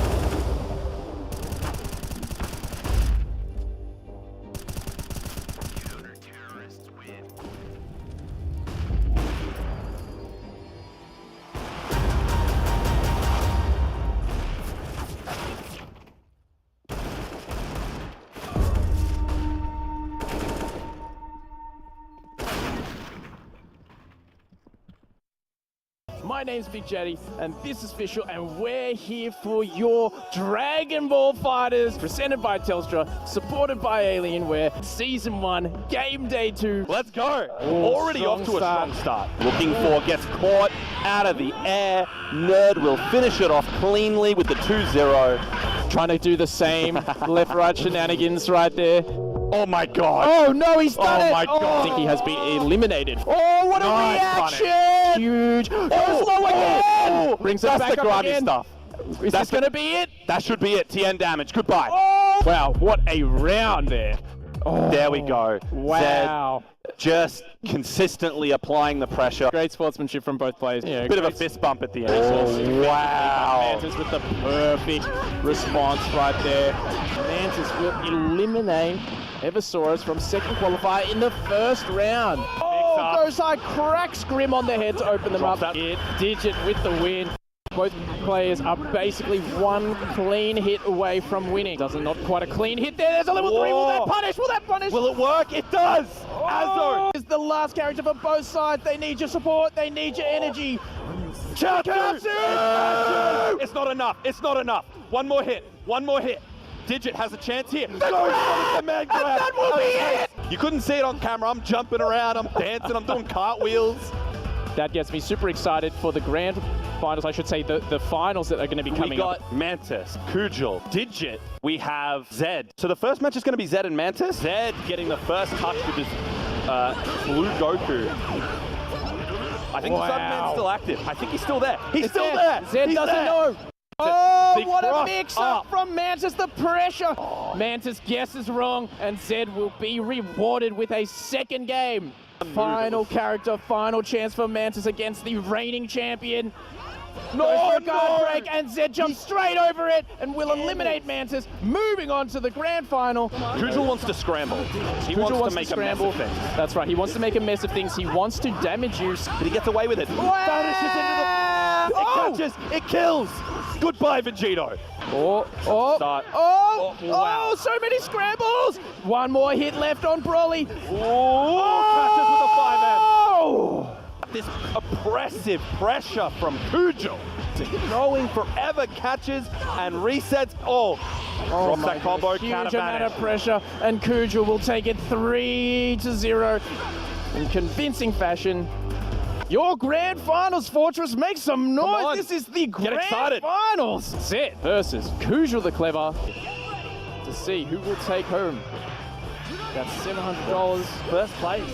Oh my goodness, huge drop right there, uncharacteristic of Kujal. Okay, makes up for it. Kujal making it look easy and will finish Zed off in this first game. Zed wants to clap back as soon as possible. The Master was a good start. Wow, what a response from Kujal. Blasts through that attempt, forces the defensive sparking, but no, he's still maintaining the pressure. Zed really wants to get out and make use of this sparking. Zed is not out of this yet. This is going to be a huge amount of damage, using hopefully all of the resources in his control. When fighting for positioning, huge hit. That will be enough. Yeah, closes it out. Clean. 2-0 to Kujal. Match point, tournament point, $700 point. Right. They have the meter. Do it. Zed is going to be able to take their first game in this grand finals. Still one character against 3. Can he make it happen? It's so scary, this Vegito stagger pressure. But what a read! He's dropped it, but gets it back again. The pick up, that's it, gets a hit on, that's all over. Kujal, your Fortress House Cup Game Day 2 champion. Congratulations. Woo. That was just awesome. So massive shout out to all of you guys out there. Thank you for being here. Thank you for competing. Thank you to the production staff. Thank you to Fortress, Telstra, Alienware for making this possible, because it has just been so much fun. Oh, a big vehicle see, here's action. that helicopter action we were clamoring for. Landing on the... Oh, it's Chopper v Chopper here. Eric Banner. Come to this. I can't. I downed him with the helicopter. A fantastic helicopter projectile. There's an incredibly insensitive joke I want to make, and I'm not going to do it. Wow. We even had a slow-mo replay. Look at that. Yeah, that's a hot rod if ever I've seen one. That is like Eric Banner's career after that film. It's blowing up after Chopper. Oh, okay, right. It was a real Hulk move. Yeah, okay. Oh, that is the best thing I've seen all day. All right, this is... that's a fantastic shot as well. I don't want to give the awards out too quickly in succession, but that was a really great shot from a long distance over the other side of a stadium. Too bad, I'm doing it. That's the sharpshooter. It's got it. All right. Nicely done. Damn. The length of a drop punt wins the sharpshooter award. Match. Hello. Butt shot. Okay. That's a low blow. Ring the bell. That's a low blow. That's a low blow. That's a low blow. Don't get much lower than that. Close enough you can smell it. Well done to Road Ends. Ooh! There's a precision airstrike incoming too. Oh, that's a big bang! Oh, that is a very large bang in my opinion. I would call it a big bang. Man, prone in the back of a car getting blown up by an airstrike.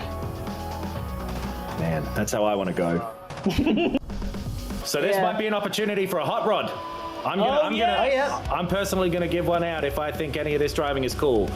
Well, hell yeah, that's hot rod, baby. No, crashing that's into not that a wall hot rod. and getting into an Austin Powers situation where they couldn't back out. That's a hot rod, as far as I'm concerned.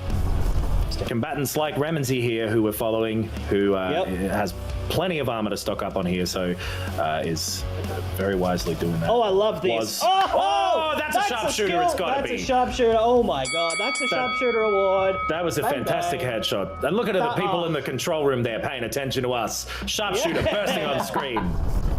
We're back up in the hills, I think. He's gotten a rib removed so that he can use self-revive. That's good. Tommy justifying on that having for been about quiet for a 2.5 hours. All right, I'm giving away a low blow award for that call. Throw it on the screen. Seth Sentry is going to win the prize, but I think a low blow is fair as well, because this Woods play did kind of tickle me before, even though it is a legitimate way to play the game. Yeah. Let's call it, baby. It's a low blow for just lying there waiting to die behind the tree. Yep. Very nice. Well done, Seth. Terrifying people who I would cross the street to avoid. Like the Home Alone kid. Yeah, see that and this was trailer? the ending. I think, there's the self-airstrike that we missed. Yeah, okay. Yeah, very nice. Glad we awarded that. Yep. That's It definitely deserved the post award. You know, taking someone down, nutshot's good for getting your prizes. Right in the prizes. How many are in that car? Just be careful. Do we want to? Can we have a little example of what it looks like when we give out one of those awards? Okay. So people know what to look out for. Well, there's an airstrike coming in, so. There you go. Big bang! That's a big From bang. the airstrike. Bazinga! That's a big bang.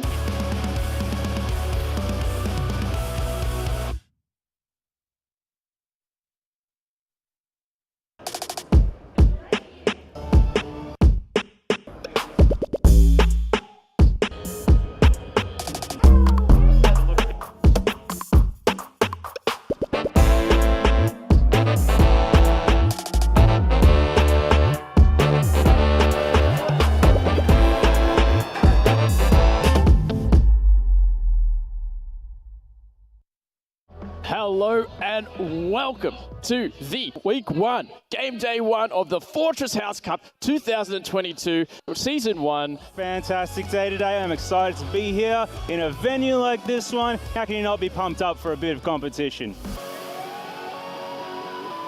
The real killers are here, the real deal professionals, about to kick off Sweaty Gamers Live. Brought to you here by Fortress Melbourne, presented by Telstra, supported by Alienware. We've been playing a lot of Tetris today, and we've been talking about a lot of Tetris today. With a 600-point lead, they are happy about that. Can we get a combo? Now, Two-liners it's a right there. banger. That is not enough with just 4 seconds to go. And it's just dropping it in there, and it will be all Not over. quite there. So many opportunities.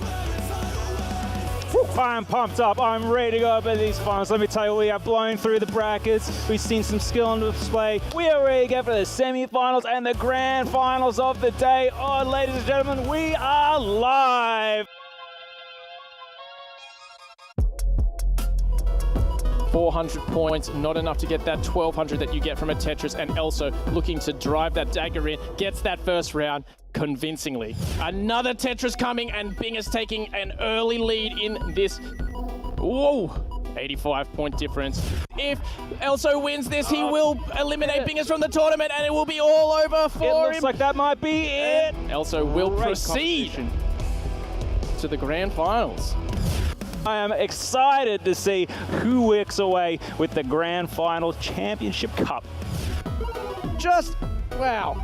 5 seconds left. Another Tetris. Another Tetris. 6.2 thousand lead in this round. 2-0.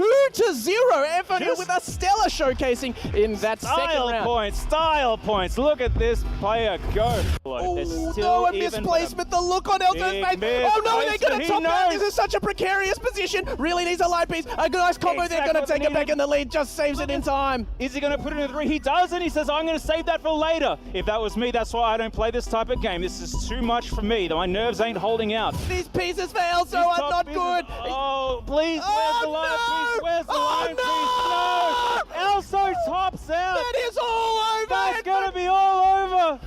The risk was taken, and it did not pay off. They worked their absolute heart out. Game day 1, season 1, Fortress Cup 2022, first place champion, FODO! And you can see the crowd, they loved it. Excited to be part of this awesome event. Fortress Melbourne, it's been absolutely fantastic.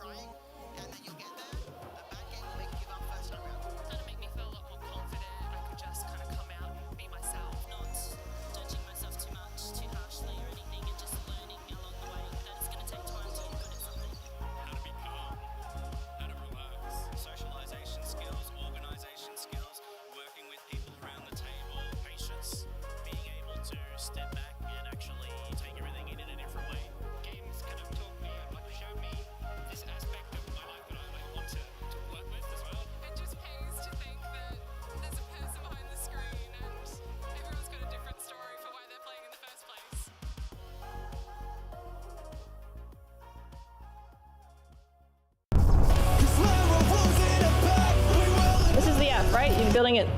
So that's the bottom of the F. That's what and then you're just going to edit these out? Wait, why? They're not going to see that. I'm building the F. I'm building the F, trust. Yeah, you went that way. You went that way. That's just happening. Oh, yeah. Right, just keep going, just keep going. Keep going. Oh, hell yeah. Go, let's see on top of it. Come. Yeah. Okay. We'll break the builds out. Just build it and we'll shoot it out. Alright. Oh, hell yeah. That's an incredible castle. It looks like something out of Platformer or something. That's a big. What do you think the F stands for, boys? I reckon it might stand for Fortress. Let's give out a low blow for That's a low blow. Incredible building. For appealing to the back of the room. Yeah. What's that dance? Boom. Let's go. Oh, hell yeah. Let's go. Hell yeah. Default dance. Default dance? Oh, I mean, you got it. It's fine. Oh, damn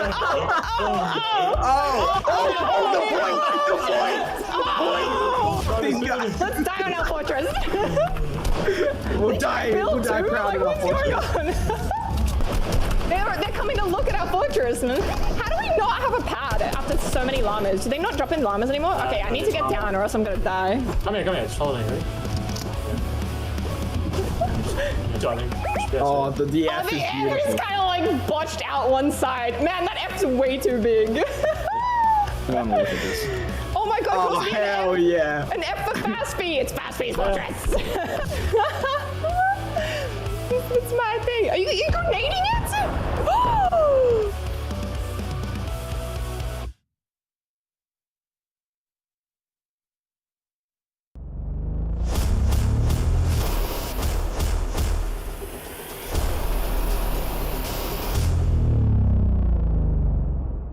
3, 2, 1.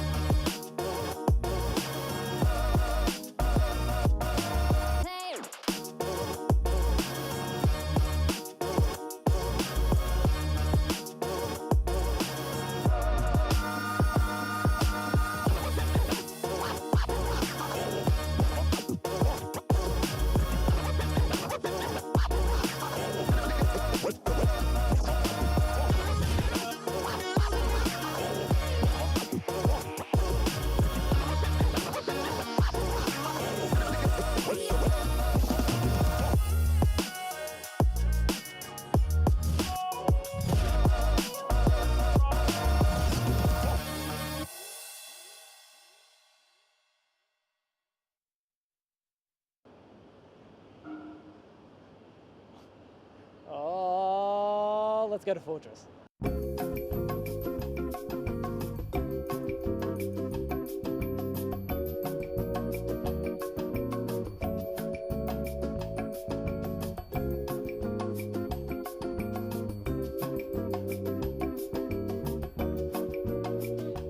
We're here in the arcade, which kind of rocks if I'm going to be honest. I broke both Mario Kart machines, and I don't know if anyone else can say that they've done that before.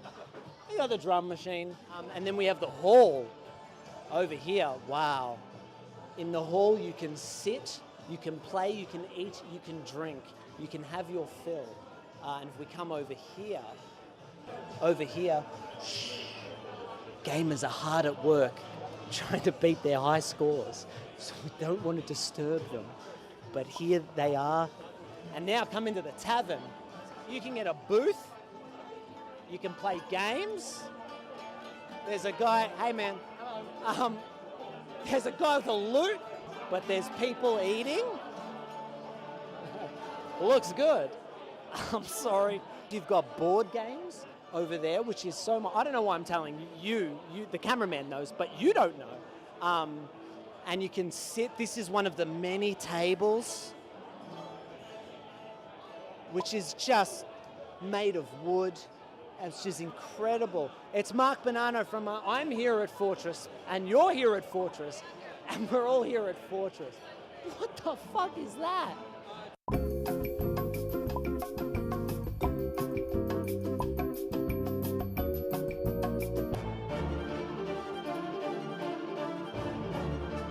This is Jim. That's pretty good. What do you reckon of that? Should we go upstairs? Or do you want to see the toilet? No, you don't want to see the toilet. But the toilets are nice. I love a good toilet. Let's go upstairs. You seeing this? Where else are you going to see this shit? This is the escalator, which you can just stand on and it brings you up or down, your choice. And now we're going into the Alienware arena, where there is Alienware in an arena. The Alienware is a computer game company. They make computer, and here this is awesome. This is like a 250 seat esports arena. Look at this. Look at this. Every seat has its own little. Oh, and then you got, look at, can I get on the stage? I feel like a regular Shroud up here. You might not get that reference. He's a gamer. I mean, this is ridiculously cool. In my opinion, this is the Alienware arena where you can, they verse each other. The people play the video games against each other in teams in front of a crowd, and the crowd cheer for who they want to win. And then we find out based on the skills of the individual players and the teamwork that they have together. And then there's another bar. Let's have a look at the bar. You got bar anywhere you want to go. There's a bar. Let's go up. We're gonna go up. What's up? That makes sense. Let's go see the entrance. Obviously, when you see the entrance, if you're coming to it, you're gonna see it from the other way. So in a lot of ways, this is the exit, but it doubles as an entrance. Now, yet another escalator. They don't skimp here. Watch your step. And this goes presumably all the way up. And here we go. And this is a big screen. Security hard at work. Oh God, Mark, shut up. Let's go out onto the street. And then this is a street. It could be any street in Melbourne, but it's not. What street is it? Caledonia Lane. But it could, no, it's come to Caledonia Lane. And then that's what you want to be looking for. The fortress, the green F, and that tells you you're on Caledonia Lane. You see that, you know you're in the right place. You know you're near Fortress. Because have you ever had a bad time at Fortress? We haven't been, so how would you know? You should just come, it's good.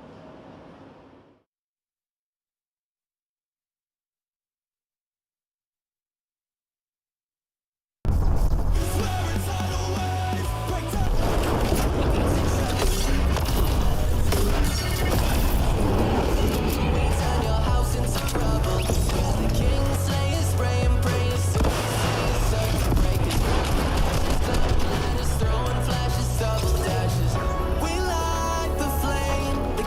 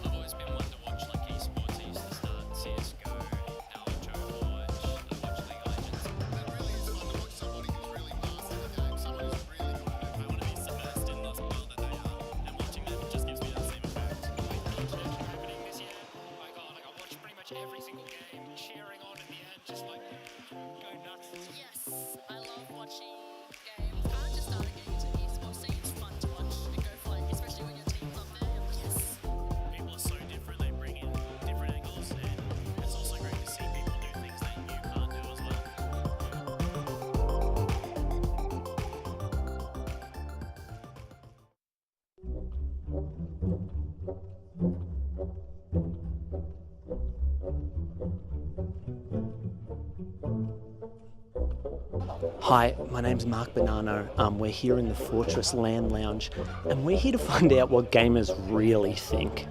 Let's see if we can find out. What are you playing? Do you like? Are you having fun at Fortress? God, what are we playing? We're filming content. Oh yeah. Are you guys aware of content? What are you guys playing? We're playing League of Legends. Oh, very nice. I hear that's a computer game. What character are you going to pick? We've already picked, so we're waiting to get into the game. All right, sorry. Jesus. So now, what are we waiting to get into a game? We're waiting. So- We're waiting for the toasters to run. The toasters? Excuse me? Slow computers. It's the other people. Oh, it's the other people's computers. Yeah, because these are good computers. Well, let's make that clear. We got Alienware. Yep. I love these ones. They look like they're gonna fuck you. All right, good luck. Good luck. Thanks, mate. Good luck with the game. I hope you guys win. I think you have to get to the other side. You have to get the other team's tree. Is it a tree? Is it a tree? It's basically a tree. Is it basically a tree? We're gonna invade now. And you're clicking. Oh, look at you boys click. I'm so impressed with all the clicking. Oh my goodness gracious. All right, boys. I wish you the best of luck. I hope you have a good time. Are you any good at the game? No, we're fucking shit. You're shit? Terrible. Oh, that's great. At least you can admit that about yourself. All right, have a great game, guys. I'll see you guys. Auntie Donna and the Magical Dead Cat Tour. It's March. I'll see you guys in March. See you guys. Let's get out of here.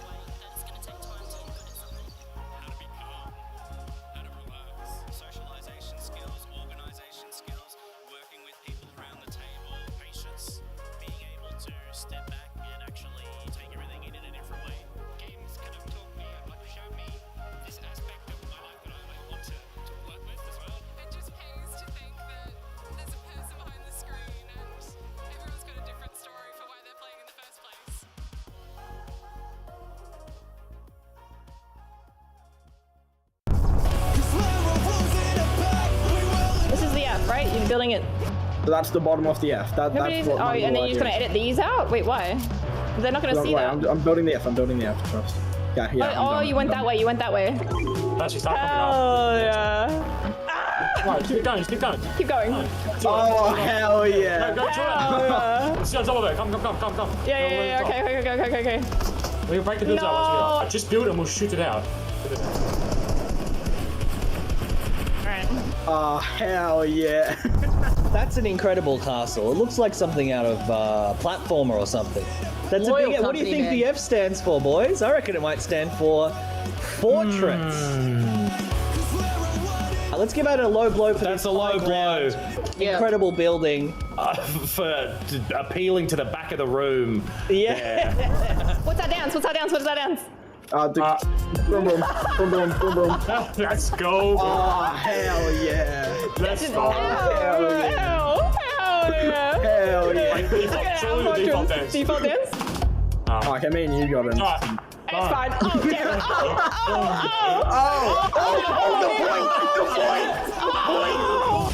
it. Let's die on our fortress. We'll die proud of our fortress. They're coming to look at our fortress, man. How do we not have a pad after so many llamas? Do they not drop in llamas anymore? Okay, I need to get down or else I'm gonna die. Come here, just follow me, ready? Oh, the F is The beautiful. F is kind of like botched out one side. Man, that F's way too big. I'm gonna look at this. Oh my god, Oh, hell yeah. An F for fast speed. It's fast speed fortress. It's my thing. Are you grenading it? Oh!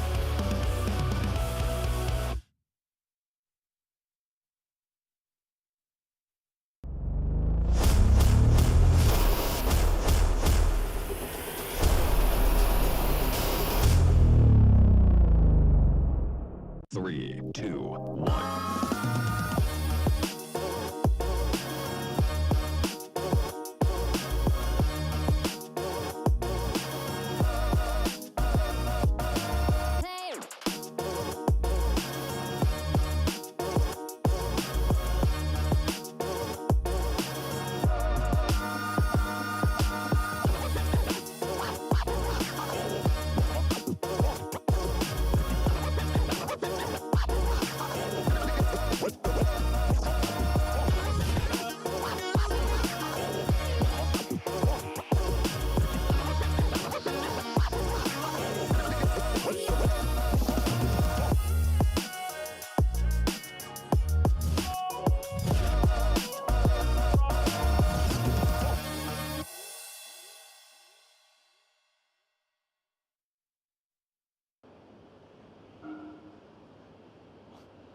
Oh, let's go to fortress.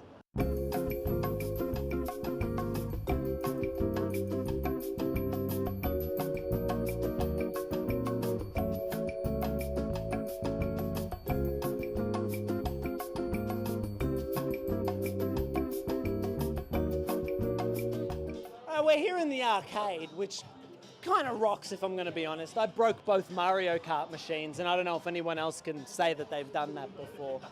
We got the drum machine, and then we have the hall over here. Wow. In the hall you can sit, you can play, you can eat, you can drink, you can have your fill. And if we come over here, gamers are hard at work trying to beat their high scores, so we don't want to disturb them. But here they are. And now come into the tavern. You can get a booth. You can play games. There's a guy, hey man. There's a guy with a loot, but there's people eating. Looks good. I'm sorry. You've got board games over there, which is so much. I don't know why I'm telling you, the cameraman knows, but you don't know. And you can sit, this is one of the many tables, which is just made of wood. It's just incredible. It's Mark Bonanno from I'm here at Fortress, and you're here at Fortress, and we're all here at Fortress. What the fuck is that?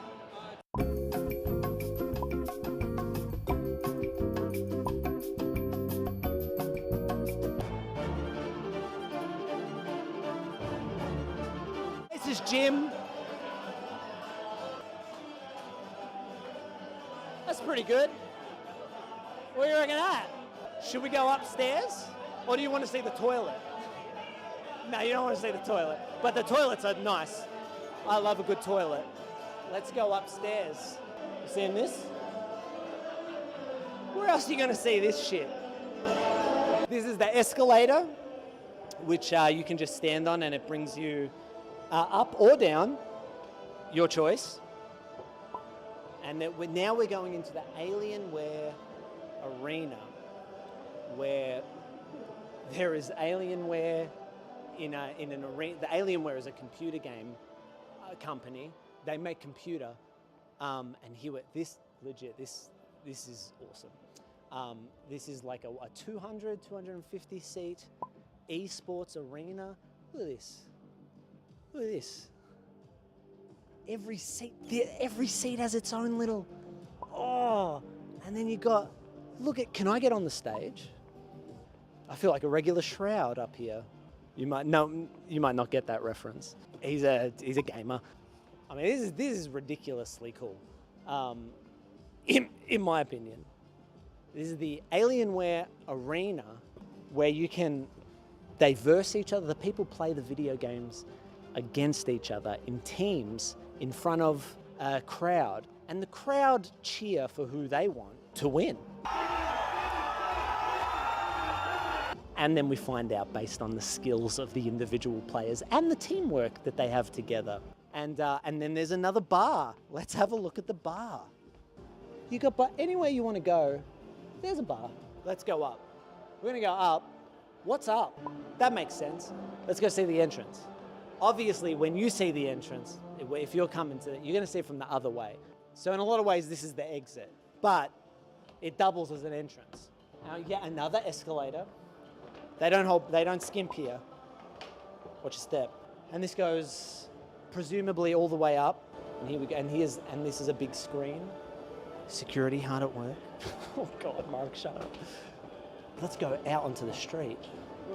And then this is a street. It could be any street in Melbourne, but it's not. What street is it? Caledonia Lane. But it could, no, it's come to Caledonia Lane, and then that's what you want to be looking for. The fortress, the green F, and that tells you you're on Caledonia Lane. You see that, you know you're in the right place. You know you're near Fortress. Because have you ever had a bad time at Fortress? We haven't been, so how would you know? You should just come, it's good.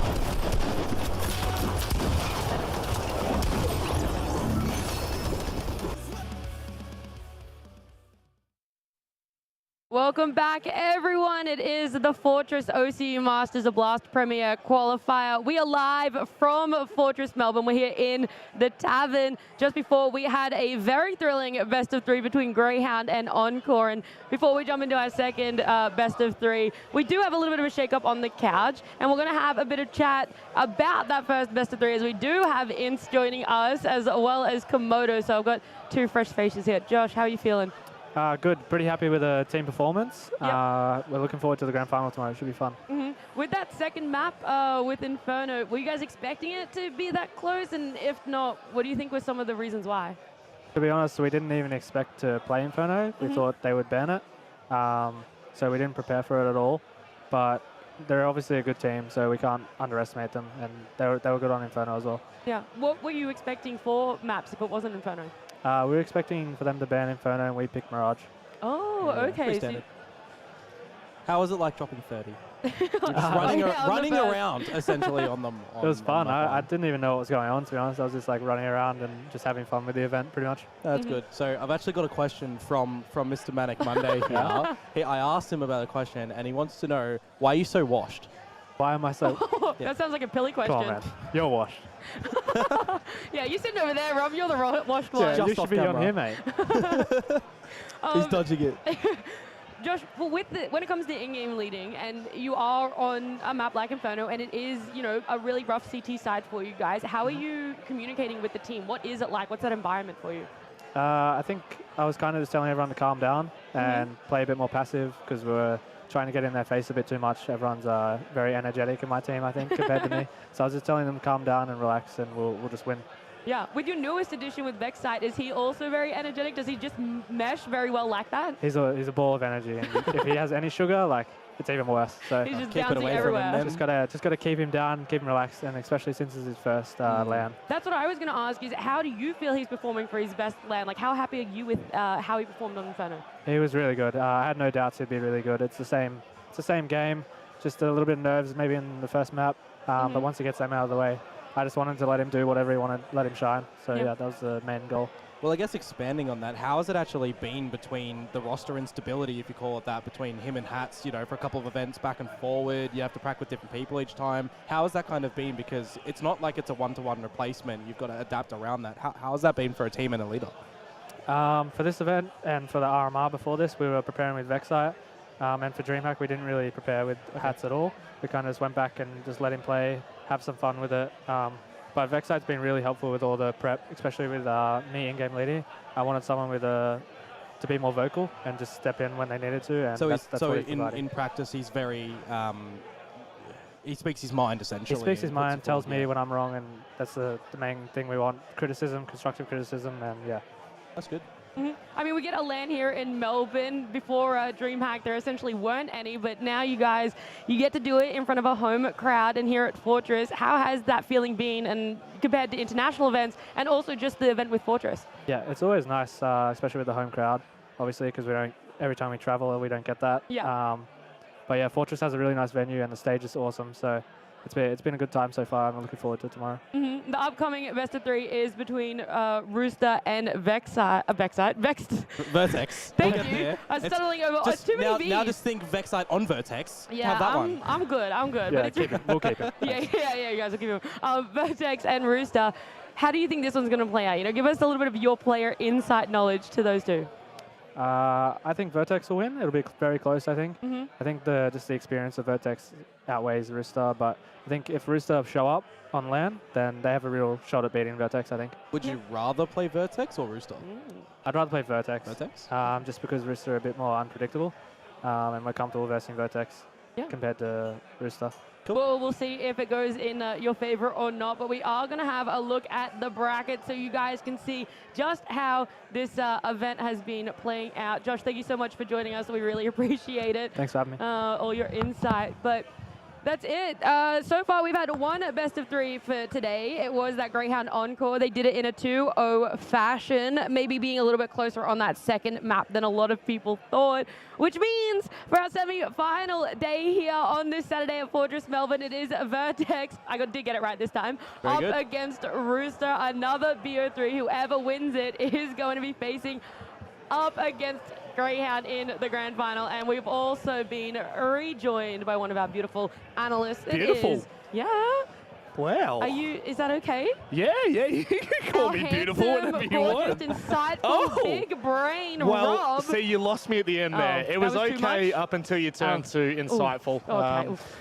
The problem for me was you got to keep it biased for Greyhound. Hey, I'm completely biased at the moment. It's shining on through, but I'm not going to lie, I couldn't hear anything that Inns was saying. It is so loud down here in the tavern. It is popping off. It's a Saturday night. Everyone's down here. There's the arena upstairs as well, with a lot of people watching the CS, getting to see all the players live.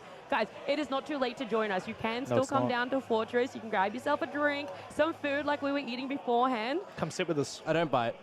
There you go. That's an open invitation if I've ever seen one. But if you can't make it down tonight, then you can also still get tickets for the grand final tomorrow. You also get to go in the draw for the show match that we'll be playing before that grand final. If you're in Twitch chat, you can put !LAN. That will take you right to where you can buy tickets, and you can join in all the fun. You can try and listen to what we're saying down here in the tavern, or you can just enjoy the Alienware Arena upstairs and listen to it much clearer. Shout out to everyone in the arena, by the way.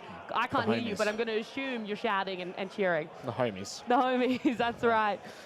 But for you guys, we can jump into this chat about Vertex up against Rooster. Now I'm just... It's ingrained, isn't it? You've got to, you're not going to trip yourself up on it. Yeah. Oh, gosh. The Vertex land being the first... Vertex lineup being the first one we see here. If it's not the word Vertex, then it's another word I'm going to trip over. Yeah. It's Malta, Addict, PZ, Forlex, and Brace. We talk about Forlex as a quote-unquote sub, a stand-in, but honestly, after his performance last weekend, I would not be surprised if this is a stable Vertex roster that we'll see going forward. Yeah, it'll be very interesting to see if it's going to be announced for Forlex to continue. I think that this LAN is going to be a very big test to see if it's actually going to be like cohesive between the team, because we also got to think about the fact that Brace's leadership as well has really propelled over the course of the last few months, and if he's able to adopt someone who's very reactive, who's very sharp and very knowledgeable around situations around the map, it could be a very good pickup. Look, I'm a fan of this roster. You know, I have not been able to really, tune into a lot of their games over the last couple of months. I mean, purely because there just haven't been that many games, but they did really impress me last weekend. And I think, the fact that they were playing with 2 subs and still managed to do what they did was nothing short of incredible. Well, we actually did see... Sorry to cut you off. No, please, always. Always. I go on tangents. Please cut me off. Well, we saw Brace come back in for Vertex in the second map that they played. They only played 2 last weekend. They were that team to go through their groups, come out on stage.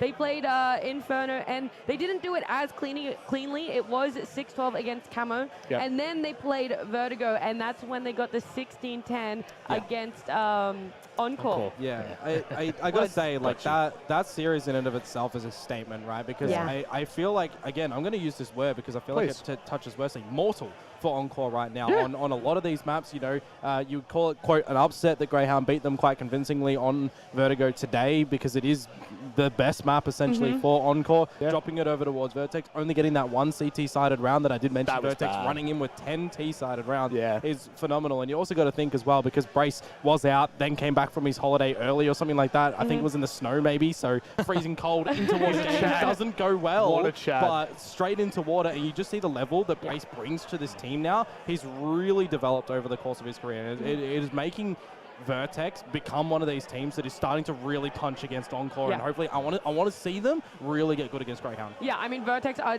becoming so notable in just how, I guess, fast-paced that they can play. They can bring that aggression, can bring that action, but they're going to be up against Rooster, which is more notably the aggressive, unpredictable team, as Ince put it, that people just don't know what to expect. They're going to be the roster that can just pull out anything you wanted. It's ASAP, it's Chelios, Danger, TJP, and Viridian. Yep.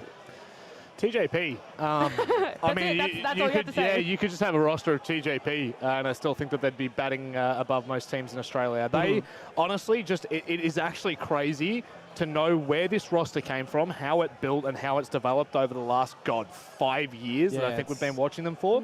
But what I find really quite incredible is, yes, we talk about them being chaotic and we talk about them being gunners, but when you look at their match, like, it is not as bad as what we're saying it is, right? Like, we're saying they're running in, they're gunning, they're just getting kills. No, they're actually really methodical. I think Viridian and Danger has kind of brought them down to a little bit more normalcy with this roster right now. But I think coming into Water, the expectation right now on the Chaos, on what they're going to be delivering, is questionable for me specifically, because for everything that we see these guys do online, are they actually going to be able to back it on LAN right now? We've seen a couple of these guys at LAN before, but it was a very long time ago. And I'm still just going to put it out there. I still think the potency of this Rooster roster is not as good as the one as when we see Nedic in the team. Ooh. I'm waiting for him to come back. Big cool. Rooster is, of course, a qualifier team, right? They came through in the first open qualifiers at #1. They did that upset. They beat DGG. They come through here to the LAN semi-finals. But the other thing that you guys also talk about is the fact that we haven't really seen them on LAN, especially not in this form before. Mac always hypes them up. They're such a loud, energetic when they're calling on stage. So if you guys in the arena, look out for that one. That one's going to be super hype. But do you think there's going to be that nerve? Do you think they are going to be that extremely loud? Nice! I don't think they'll be nervous or anything like that, because you see them outside of the server and they're laughing. They're friends outside the server as well. Even if they haven't met, you just already have that just friendliness between them, and you know that they're going to have a good time outside the server, inside the server. They're just going to bring it on forward. We know that they're going to be trying to do everything that they possibly can. We know that to look to TJP to get some just really silly Counter-Strike happening, but he makes it look easy somehow. I don't get how he can just go through a smoke and kill 3 of us. So I think naturally that's kind of what happens when you're talking about players that lean into an aggressive play style. And you're talking about a team, rather, sorry. When you talk about a team that is chaotic, that is messy, and I don't mean messy in a bad way, I mean messy in a good way, which sounds a little bit counterproductive. It is organized chaos, but for me, you have to have a good mental, you have to have good team comms, and it doesn't matter what you want to put around them in terms of, you know, maybe the order that we have in Vertex versus the chaos that we have in Roosters. I still back the fact that this roster is looking as clean as ever. And maybe I'm jumping the gun a little bit, but I do think that we will be seeing them put up a very decent contest. Yeah, well, last time we saw the map vetoes with Mac and Pilly on the couch, they were talking about what they expected to see. For you guys, what are some, probably 100% sure? Go. Ancient will be banned out by one of the teams, probably whoever's first, because they both ban Ancient, which means that Vertex, maybe Nuke would be the veto for them to get on out. I've seen it swing that way a couple of times when they've played each other before, but if it's not, it does really open up something different to come out. I don't... Yeah, there you go, Nuke on. So I'm expecting from Rooster middle of the map pool, something like Mirage, something like this, D2. Perfect timing. Vertex, I don't know, Overpass maybe would be something from them that would come to mind. But Vertigo, okay, so changing it up a little bit. I wouldn't be too disheartened if Overpass was the decider, but looking at this, you got Inferno and Mirage. It's a gimme that Overpass would allow, would be banned out by Rooster, actually. So Mirage? for Vertex, I don't know, it's kind of a coin flip to me. I think you'd probably go Inferno over Mirage. Yeah. And that's how it goes. They are going to be our 3 maps, D2, Vertigo, and Inferno. You guys practically called it. I'll give you 100 points. I think looking at this, it favors Rooster a bit more in this veto. Why is that? Just because of their nature to get aggressive, to get sporadic, to be unpredictable. Their AWP lines that they're going to be able to jump on, whether it's Chell, whether it's Viridian. You know, they've got very capable AWPers. You can say the same thing over on the side of Vertex, actually. But I just think from history and from nature, there's a lot more upset potential for Rooster to throw different plays out in this veto than something a little bit more structured, like a Nuke, like a Overpass, for example. So then how do you think the mental is going to be coming in? Do you think Vertex are the team that are going to be able to adjust when it comes to that halftime or even between rounds? Or do you think they are potentially quite rigid? Or it's very much what Brace wants to do? Well, I think Brace being the big head of the team, and of course, you know, I say the big head of the team, they've got Malta that just has so much experience and land knowledge. Like, the roster has such a good foundation. I don't think anything will tilt them too much, but it is always the X factor of what it looks like on LAN, how round by round affects you. Can I just add as well? Please. Vertex played a LAN a couple of weeks ago, right? The big LAN that, you know, just happened. And yes, it was a bit of a different roster that we're looking at in this one right now. But you got to think, in terms of nerves, it would probably be a little bit more shaky on that one. You know, Addict is a player who's still quite young. He's still quite fresh. Very bubbly, by the way. It's awesome. But his nerves would probably be a little bit more heightened than the rest of the squad.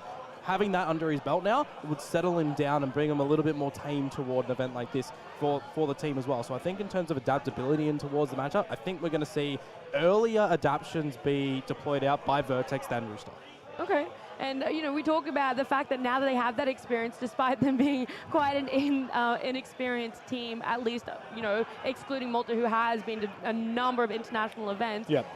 Do you then expect a little bit more pressure on them, perhaps, rather than the stage nerves? I feel like they're going to put pressure on themselves. Naturally, when you come into a LAN, especially as Vertex, you are looking to push #2 spot in OCE.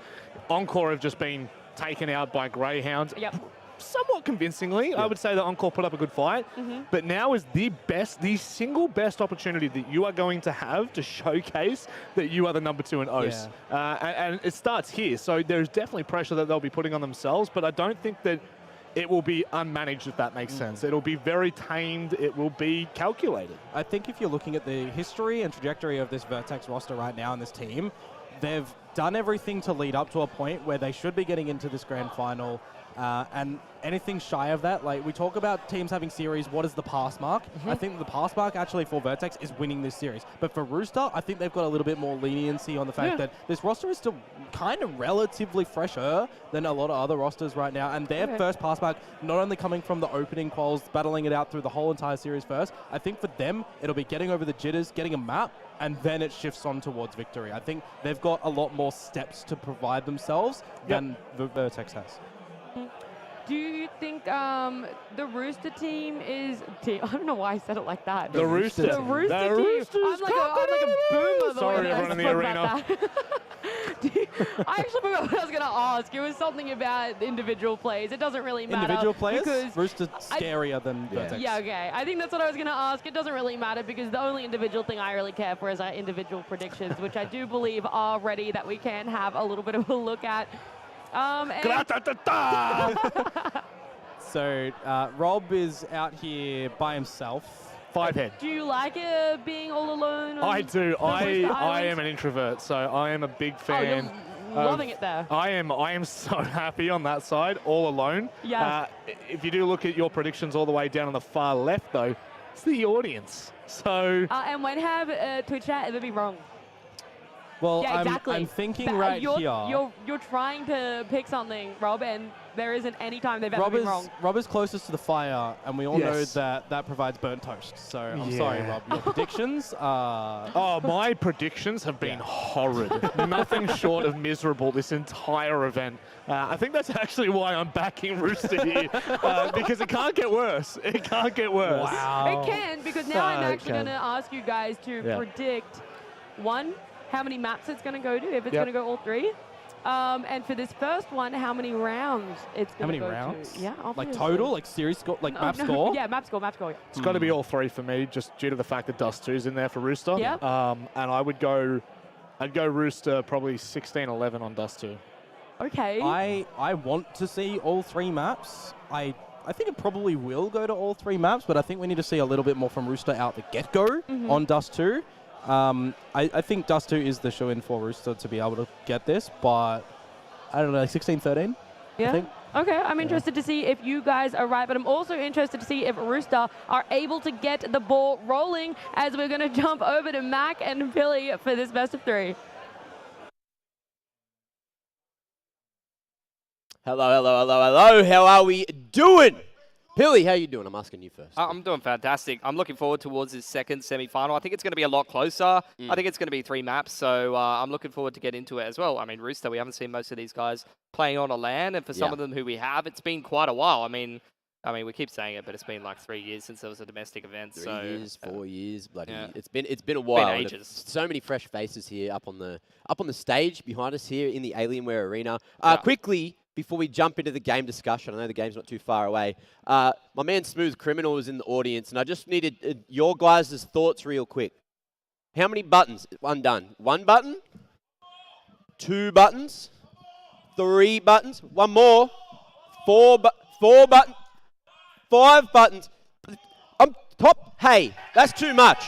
Anyway, look, we'll fix that up real quick. Let's talk count. Pilly, save me. These guys, they're crazy in the audience down here. Bad influences, honestly. I think that's a good amount. We'll stay there. Yeah. It's safe. This is safe for work. This is the same kind of trouble that most people fall into with the drinks, unfortunately. Yes, very true. But look, let's talk Dust 2, because that's going to be the first playground for these 2 teams behind us here. I can't wait to see it, because we know we've got some great AWPers on both teams. Yeah. It's going to be a field day for PZ. We get to see Chelios on LAN again. It's been a while since last time. And look, Chels had a couple of rough performances, at least online for the last couple of years. But now we're here again with a little crowd, getting a little excited.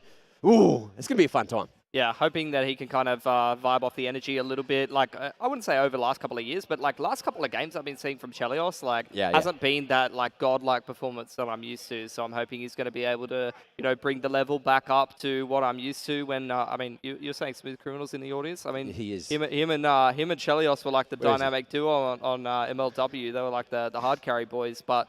He's got a little bit more help in this team, you know. We've seen great performances online from TJP and Danger, hoping that those guys are going to be able to translate over ASAP as well, even though he's kind of moved into a bit more of an anchor role and maybe a little bit more supportive positions. I'm hoping he can put up a big performance. I mean, saw online he was pretty active pushing B tunnels on Dust 2, so we're keeping an eye out for him in those anchor positions getting aggressive. Loves a good push, loves a bit of aggression, and I love a bit of D2 to kick us off here as well. Having a look at this head-to-head, we got Danger up against Forlex. Danger's been on that Rooster roster for a damn long time now, and Forlex, the most recent acquisition. But you have a look at these stats that came from both these individuals from last weekend.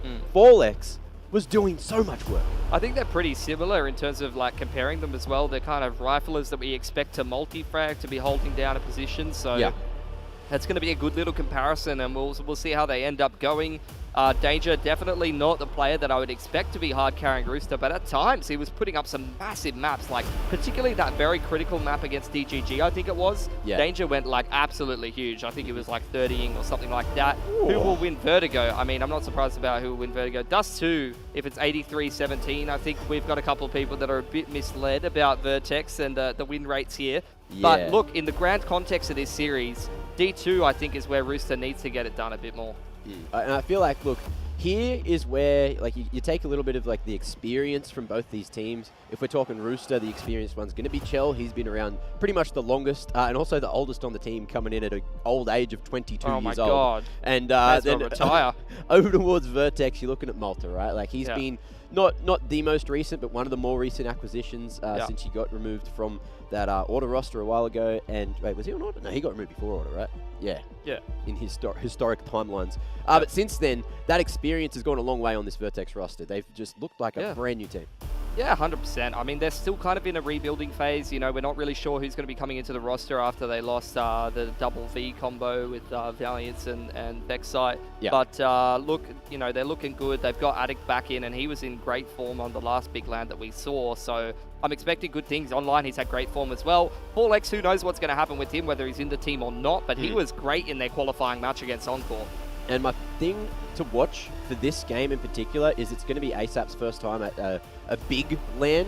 But this man, he's been complaining for years about his ping from Perth, and now he's here, finally gets to play on very little ping.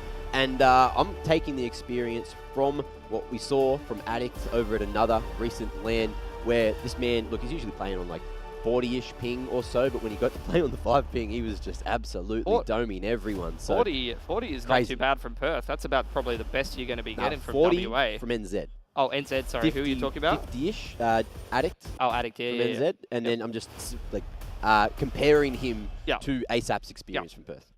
I've never heard NZ players complain too much about ping for the most part. Depends where you live. Addict wasn't complaining. ASAP was complaining. Addict's not complaining. I was just using, you know, his experience and just saying, look, ASAP, he's sharp. I was watching him playing aimbots earlier. He was tapping everything. He's keen. He's really keen to show everyone what he's made of here. And look, D2 is a great place to start. It's, you know, bare bones. It's the oldest map in the damn pool, it feels like at this point. Has had some more recent changes, but it looks like we're going to be jumping straight on into the pistol. Oh, and Vertex, they're going to be starting on that CT side. Yeah, long control here for Roaster. Look to see if they're going to actually slow down, take some more map control over towards Catwalk, or whether they will be heading over and just doing that long AXX. What kind of smokes they're going to be mixing in, whether it's going to be like a short smoke and a smoke over towards CT, or whether they're just going to do the cross smokes and the flashes over car. Vertex have a lot of mid control, so they can kind of read this, but you can actually see Rooster now, with that one entry in towards the A site, going to actually start speeding things up over here and getting those cross smokes going. Easy, bit of spam through the smoke there, but it looks like we will see Rooster taking the A site successfully. Not a lot for Vertex to do here for a retake, but they are going to have to rely on some individual efforts. I'm still looking at cheeky old Danger at the top of mid here. Ooh, we'll find the 2-tap. Close players there for Vertex. Not able to trade initially, and heads are just going to be torn off left, right, and center. Forlex going to try to 1v5 it, but the angle doesn't look too good when Sap's chasing you down. That's very characteristic of Rooster. before like the players at top mid have even taken contact, someone's got an entry into the A site. Yeah. Before the retake has even been attempted, the CTs are all dead in middle. They haven't even got a chance to actually do anything. They're just getting shot in the head. Yeah. And look, both these teams, I don't think either of them actually have a coach either. So all of the screaming you're hearing is either the audience, which I hope they're going to be doing a bit of screaming, but also probably TJP, because this man told me he is going to be extremely loud this weekend, and I'm pretty sure I heard him cheer on that pistol dub too. So going into the second, though, Vertex opting to force in for the most part. Yep. Which is what you'd expect on Dust 2. You know, a bit more of a util-heavy map on the CT side. You'd want to see that buy come in through on round number 4 if it's going to at any point. Rooster very much respecting this, though. All AKs and Galils of Scout across the board. Ooh. Contact taken by PZ. Not quite able to convert the shot, and that's actually a bit of a missed smoke, which gives him an angle in towards lower dark. Oh, it's actually the pixel smoke, sorry, up onto the door. So not a missed smoke. They didn't want to smoke Xbox there. But they are going to go towards B here. That's going to be contact onto Brace with the Scout. Forlex doesn't have any supportive utility for him. Whoa, but that's a great way to start. Brace, though, as a bullet returned to sender. Danger going to be cracking over the B site. There's no one here to defend. Just Forlex spamming through that smoke. But in the 4-on-4, still definitely a chance. Vertex just posturing for the retake. Malta ready with this flash. Going to send that in from CT, and maybe they'll actually attempt the retake here because they have it. Nice and close, all grouped up and just waiting for this util to flood through. PZ just getting into position here at Upper Dark. And at close range, Rooster are ready for the bust through. Flashes here. Big old bang and addict. He's going to be trying to lead the damn charge coming through from Grapevines. One there onto TJP, but the rifles are just that much more strong. Malta now, last alive in a 1-3, and it's not looking too good for him. Viridian, no holds barred, just walks up into his face, jumps up on the bricks there, and Rooster off to a flying start. 2-0. Yeah, this is why you see a lot of teams when they lose B control on that force buy round, they don't even really attempt the retake. They kind of go for exits. I think because Malta had the flash, they wanted to try and retake and flood through door, and they got that one entry on in there, but they did kind of get wiped after that. And look, with 3 guns up, Rooster are going to be happy with this T side so far. They now get to go into the anti-eco and build up their money a little bit. Into a quick old technical. Just ironing out a couple of things here. Crowd's filling up. You guys, you're all looking pretty today. How you guys doing? You having a good time? No. I said, are you having a good time? More. Script, I'm looking at you. Just you. Are you having a good time? Absolutely. There we are. Thank you, Script. But we're back. We're back with the action. I'll be back to you guys shortly. Don't worry. We got Counter-Strike to talk about, and we've got a B hit coming straight through here. Rooster's got Chell leading the charge. Got the MP5 in head. It's going to be Fury to get the kill, though. And over towards Window, Malta in a rough position. Gets his head taken straight off his shoulders. And it's looking like a very solid anti-eco already, but still a chance for more damage. Yeah, Chell's pretty low. He probably wants to cycle that SMG and just pick up one of the rifles that was dropped on over. Just a couple of pistols, nothing to get too excited about. PZ, good angle with the 5-7, catches ASAP with the knife out, but yeah, you don't want to give ASAP a second chance. That man will definitely pop your head off real quick. There you go. Nice cleanup. 4 alive for Rooster. That's really good for their T-side economy. That's going to give them plenty of legs in this half to keep reinvesting. And we look forward towards Vertex's first gun round where they're going to be able to get full util. They're going to be able to get that AWP up on PZ. And that's when Vertex gets a little bit more scary, when they have all of their options open to them, all of their util. They're obviously one of the better teams in our region in terms of utility and chemistry and supporting each other well. Yeah. Also, so far so good. It's to have 4 landless individuals in terms of these national competitions. Coming out with big confidence. You know, Viridian, I was talking to him. I was a little worried maybe he'd have, you know, some first land nerves. But at the same time, he's been doing real good. He went overseas with the female team. Yeah. As their coach for Mindfreak. Was it MF? Yeah, I forgot the org, that's why. Wow. So if MJ's here, he's going to come and ream you. Well, I didn't know if they picked someone up. Well, even as a coach, like just being in the event environment does kind of familiarize yourself with everything. Yeah. Control being attempted here. That's a nice entry from ASAP. Doesn't overcommit either through that molly. Forced back PZ, though, AWP of his own. Able to find a line straight on the Tell. So wins that AWP fight. Damage to TJ, but it's not enough. And Rooster, again, with another man advantage, looking for the short control. Yeah, they've got to pick in the middle of the map. They've got to pick on the extremities. This is really going to unsettle the CTs. They don't have great info. You can see them getting active already. They're going to try and go for this push towards Catwalk. Forlex, he is shaking in his boots in the back of the B site here. He's got absolutely no HP and no support. Nade flash to play with. Maybe a chance. And could have the element of surprise with where he's decided to go. Vertex going for a gamble stack. Stacked it correctly. If the bullet didn't do it, the molly certainly would have. Malta here, able to stop the cross for a few, and Addict has no idea on the position of the final man. That's Danger, making his way to site now. And Tapping Addict has not heard that tap at all. He's expecting Addict to be close up towards Windows side. Addict with no kit here, so needs to get himself working. Danger still worried about that player being over towards Windows or Door side. Smoke down to get Danger out of danger and put him in a safer position. Just trying to work the timing. Few more seconds remaining on this util. And Addict crosses out into the open. Oh, not going to be able to shoot back. Not in time. And Rooster, they are here. They're clucking. And they got 4 rounds in a row to kick off the series. A bit of a sigh of relief after that initial messy spray. Thought that might be the end for him, but he had just such a good angle that he could just trust it. Yeah. 4-0 for Rooster. Money looking pretty good, like 2+K on most of their players. Chelios obviously investing in the AWP is going to chew through a little bit more cash. Vertex again back onto another save. This game hasn't started well for them. They want to try to pull away a couple of guns from the T's if they can, actually keep that economy honest if possible, but if they don't, Rooster's going to be up 5-0 with good money to boot, and that's where Vertex is going to have to win a couple in a row just to get back into it. I do love a coupler, especially on a Saturday night. But look, right here, 20 seconds in, Vertex haven't brought too much to the party, but they are trying to, you know, play to their strengths, go for that double short setup. They got those flashes for PT to go in. Up off the back of any tells, and there's going to be some tells happening here towards mid. A lot of noise being made. That's a good HE. You'd see Rooster just working the 1-3-1 anti-eco. It's cat contact coming in though. That flash is pretty well timed. Luckily, TJ's in the corner to provide support. Got some util in hand here. Worried. Flashing yet again. Malta going to be going this time. Finds the lineup with the 5-7. And that's going to be 2 picks like it ain't no worry. And at the same time now, Chell. Quick with it already. Pushed through mid, not expecting the 2-man setup here on double doors. Bomb down, AK in hand for Brace now. And Rooster, they got to get a wriggle on with 40 seconds. Addict flanking in here. ASAP's kind of read this, but I'm not sure if he's going to time it well enough. Flash going to come in from ASAP. Isn't going to catch Brace well enough, actually. So ASAP, although he's mopping up a few, the flank comes in from Addict, and that is massive for Vertex. They pick up 3 guns, win on the half bite, and now they're straight back into the swing of things. What are they looking at? Huh? Keep your eyes on the game.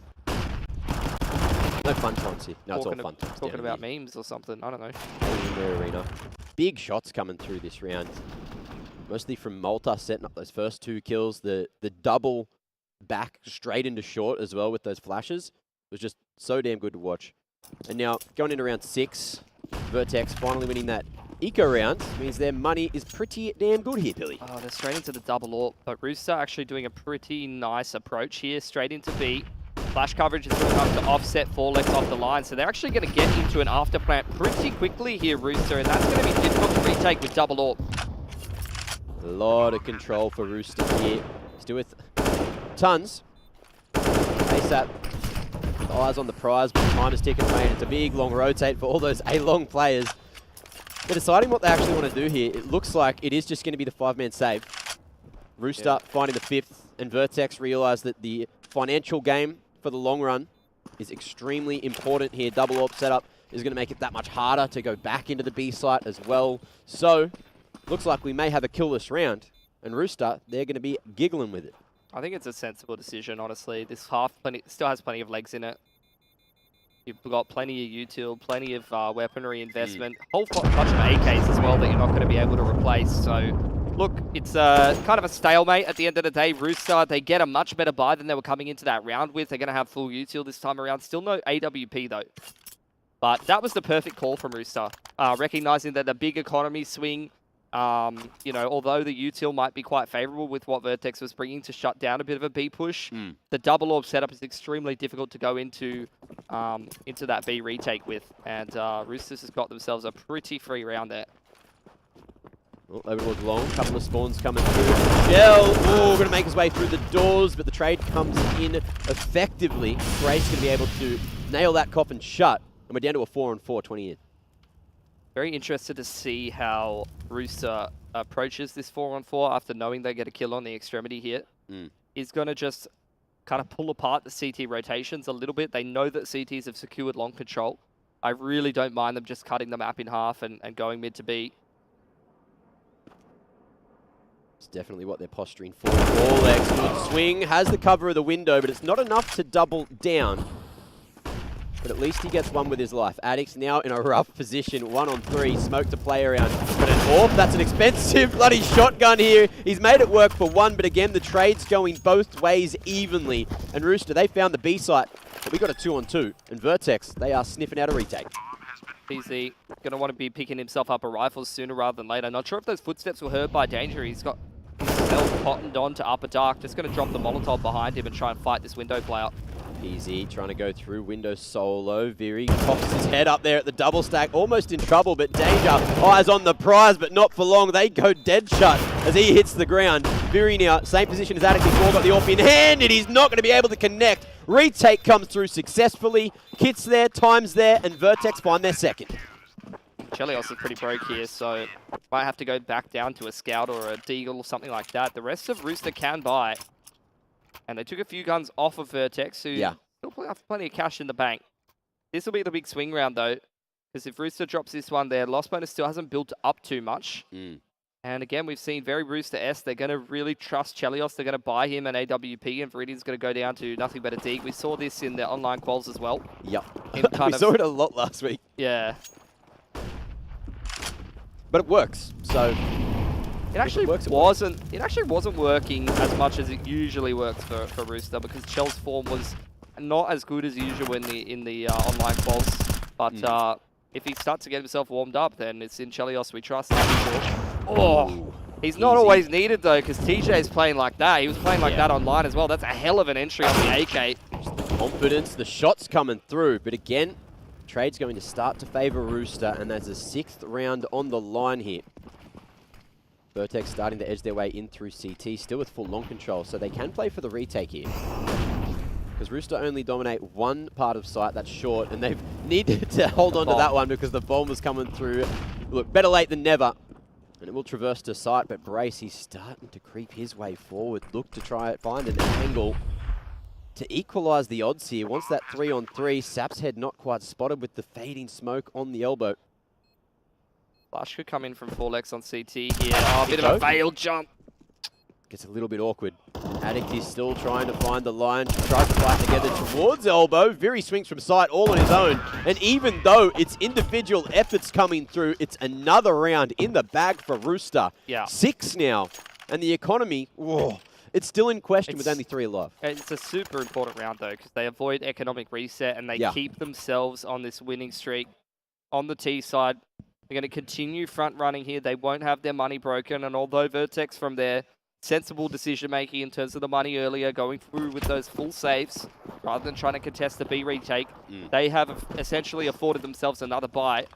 We'll have a look at this. B spawns are plenty. Max 10 leading the charge. Vertex weren't quite there in time. Folex still going to be able to find one, and Brace has the A1S to find 3 quick kills. And there's not a lot that Danger can do here. Man wants to get that bomb planted as fast as possible, holds his own for one, and baits Brace into the aggression through doors, and has so much time to play with. Lurk out of uppers from Addict now. He's got a helping hand in Malta, who'll hold down the line there towards the double stack. And that's going to be 3 on the board. So Vertex, they had no one there towards B, but Brace turned up just in the nick of time. I mean, it's just because there was no door smoke quick enough from Rooster, which, to be fair, when you're doing those quicker B plays, can be a little bit hard. You can see how late it was flying out of tunnels there on the minimap on the replay.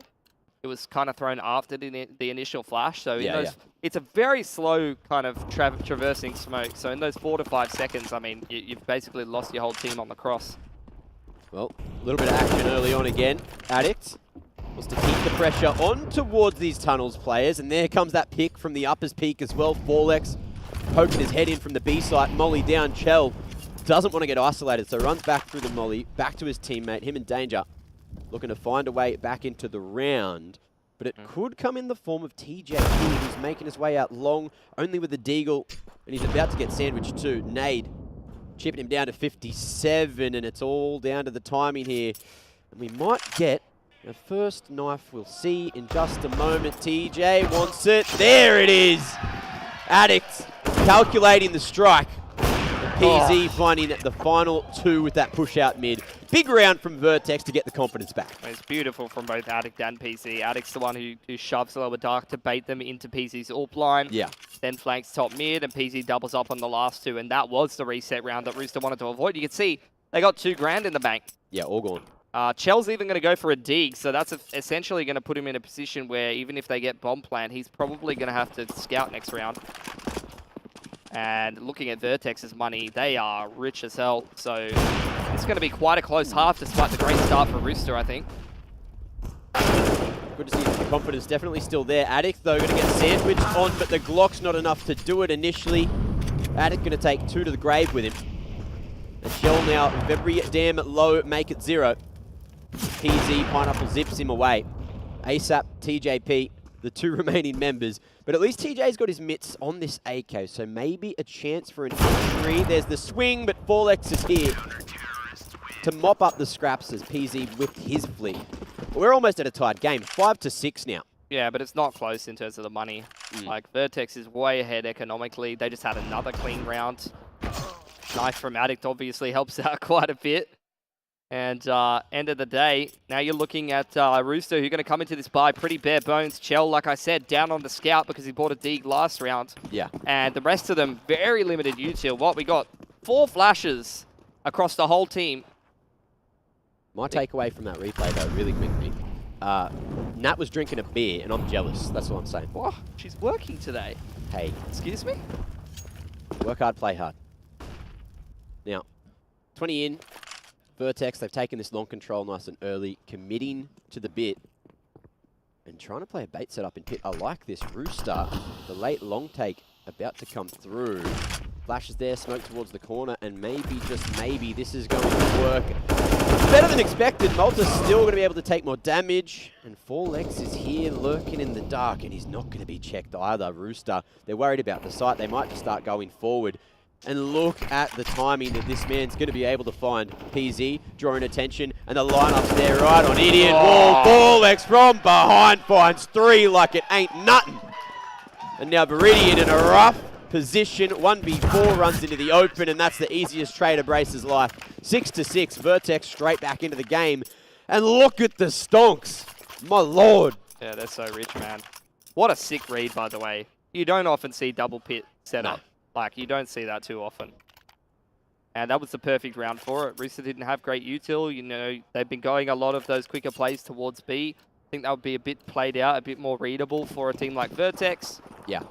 So they gamble the double pit setup that is going to be a late long take. I think good reads from both of these teams, actually, so far this game. It's been a very good one. Damn Half good buy, though. And again, it's going to be Rooster straight into B. Okay, Tech Nines might be able to create that space. Forlex not going to get a good clip like he did in the previous. Addict finds 1. But all things considered, Rooster are going to be very happy with these trades until Brace pokes his head in through the window. Molly goes through. With that bomb plant, Rooster have a little bit of extra cash in the bank for the next, and now they just want to do more financial damage to the CTs. Chell, he's got an AK in hand. Sap with the M4. It's all just going to boil down to the timing. We do have a couple of flashes on the Vertex side. Get ready to be lobbed straight on in.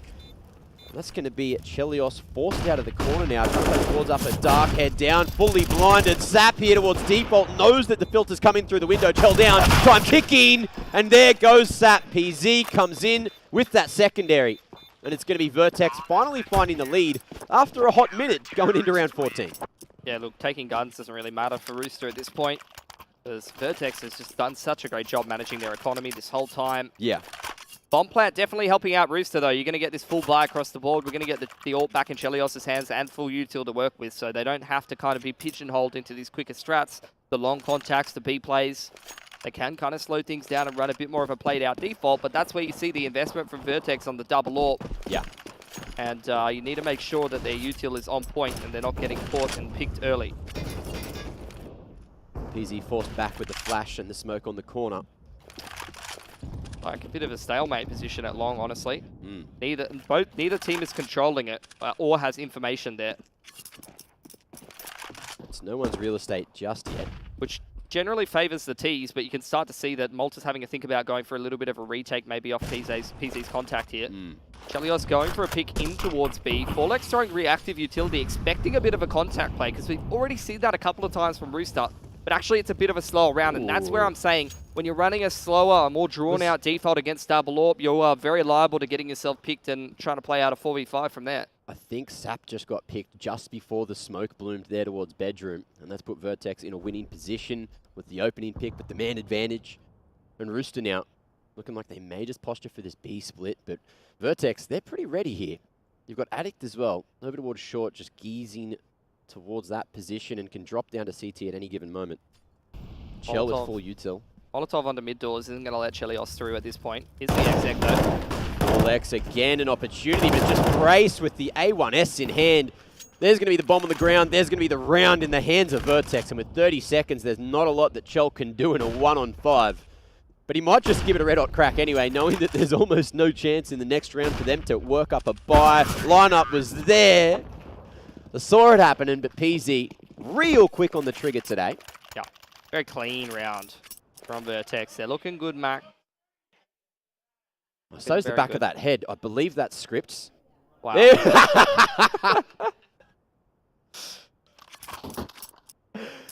Oh, a whole bunch of fun down here at the Alienware Arena. If you're not here, get here. He's upset. He's been filmed without his permission. I want to see you. I want to see you like the back of Script's head. Now, last round of the half, Vertex, they want that 9th round to have a very good fighting chance in the second half. Oh, look at that mid push. Brace. 1-3-1 straight off the bat. CT's just hyper aggressive. That's going to be 2 CTs lost, though. So still a chance for Rooster here. Sure. And plenty of time to play with. A little bit of map control. You got Viridian edging his way straight towards long, and it's all down to how him and Sap work together. It's hard to cross here. Forlex has found ASAP in middle. Yeah. Swings on in. He's gone. So there's that 9-6 half that Vertex were looking for. Oh, look at Rooster. If they can turn this around, if they can pick up a pistol, maybe there's a chance for them to quickly get back in the lead here. That's a big half from Brace. Yeah. A lot of multi-frags, a lot of spray downs when they're trying to entry the site. He was coming in with the excuses early, by the way. He was telling everyone he's sick or something, but look, scoreboard looks pretty good to me. Going to swap sides now and send Vertex over to the T side. I'm not sure, not convinced yet if Rooster got enough done on T side there. They started to be a little bit more one-dimensional. You know, they were off to that hot start, up 5-1. They got that pistol, and Vertex just completely dominated that half from there on out. Long control goes the way of Vertex. Now here's this contest in middle, but but Malta's already found the first pick. Yeah, rotation's starting to come through thick and fast from Rooster, trying to make their way in. Chell gets his head taken off his shoulders. Long control's there for now, but Viridian needs to make a move forward so he doesn't get shot in the side. Has this one-on-one and he'll lose it, and everything's going damn well for Vertex right now. Ooh. It's looking like it should be a 10th, but ASAP is here to maybe save the day. More damage about to come through as the bomb plant goes down finally.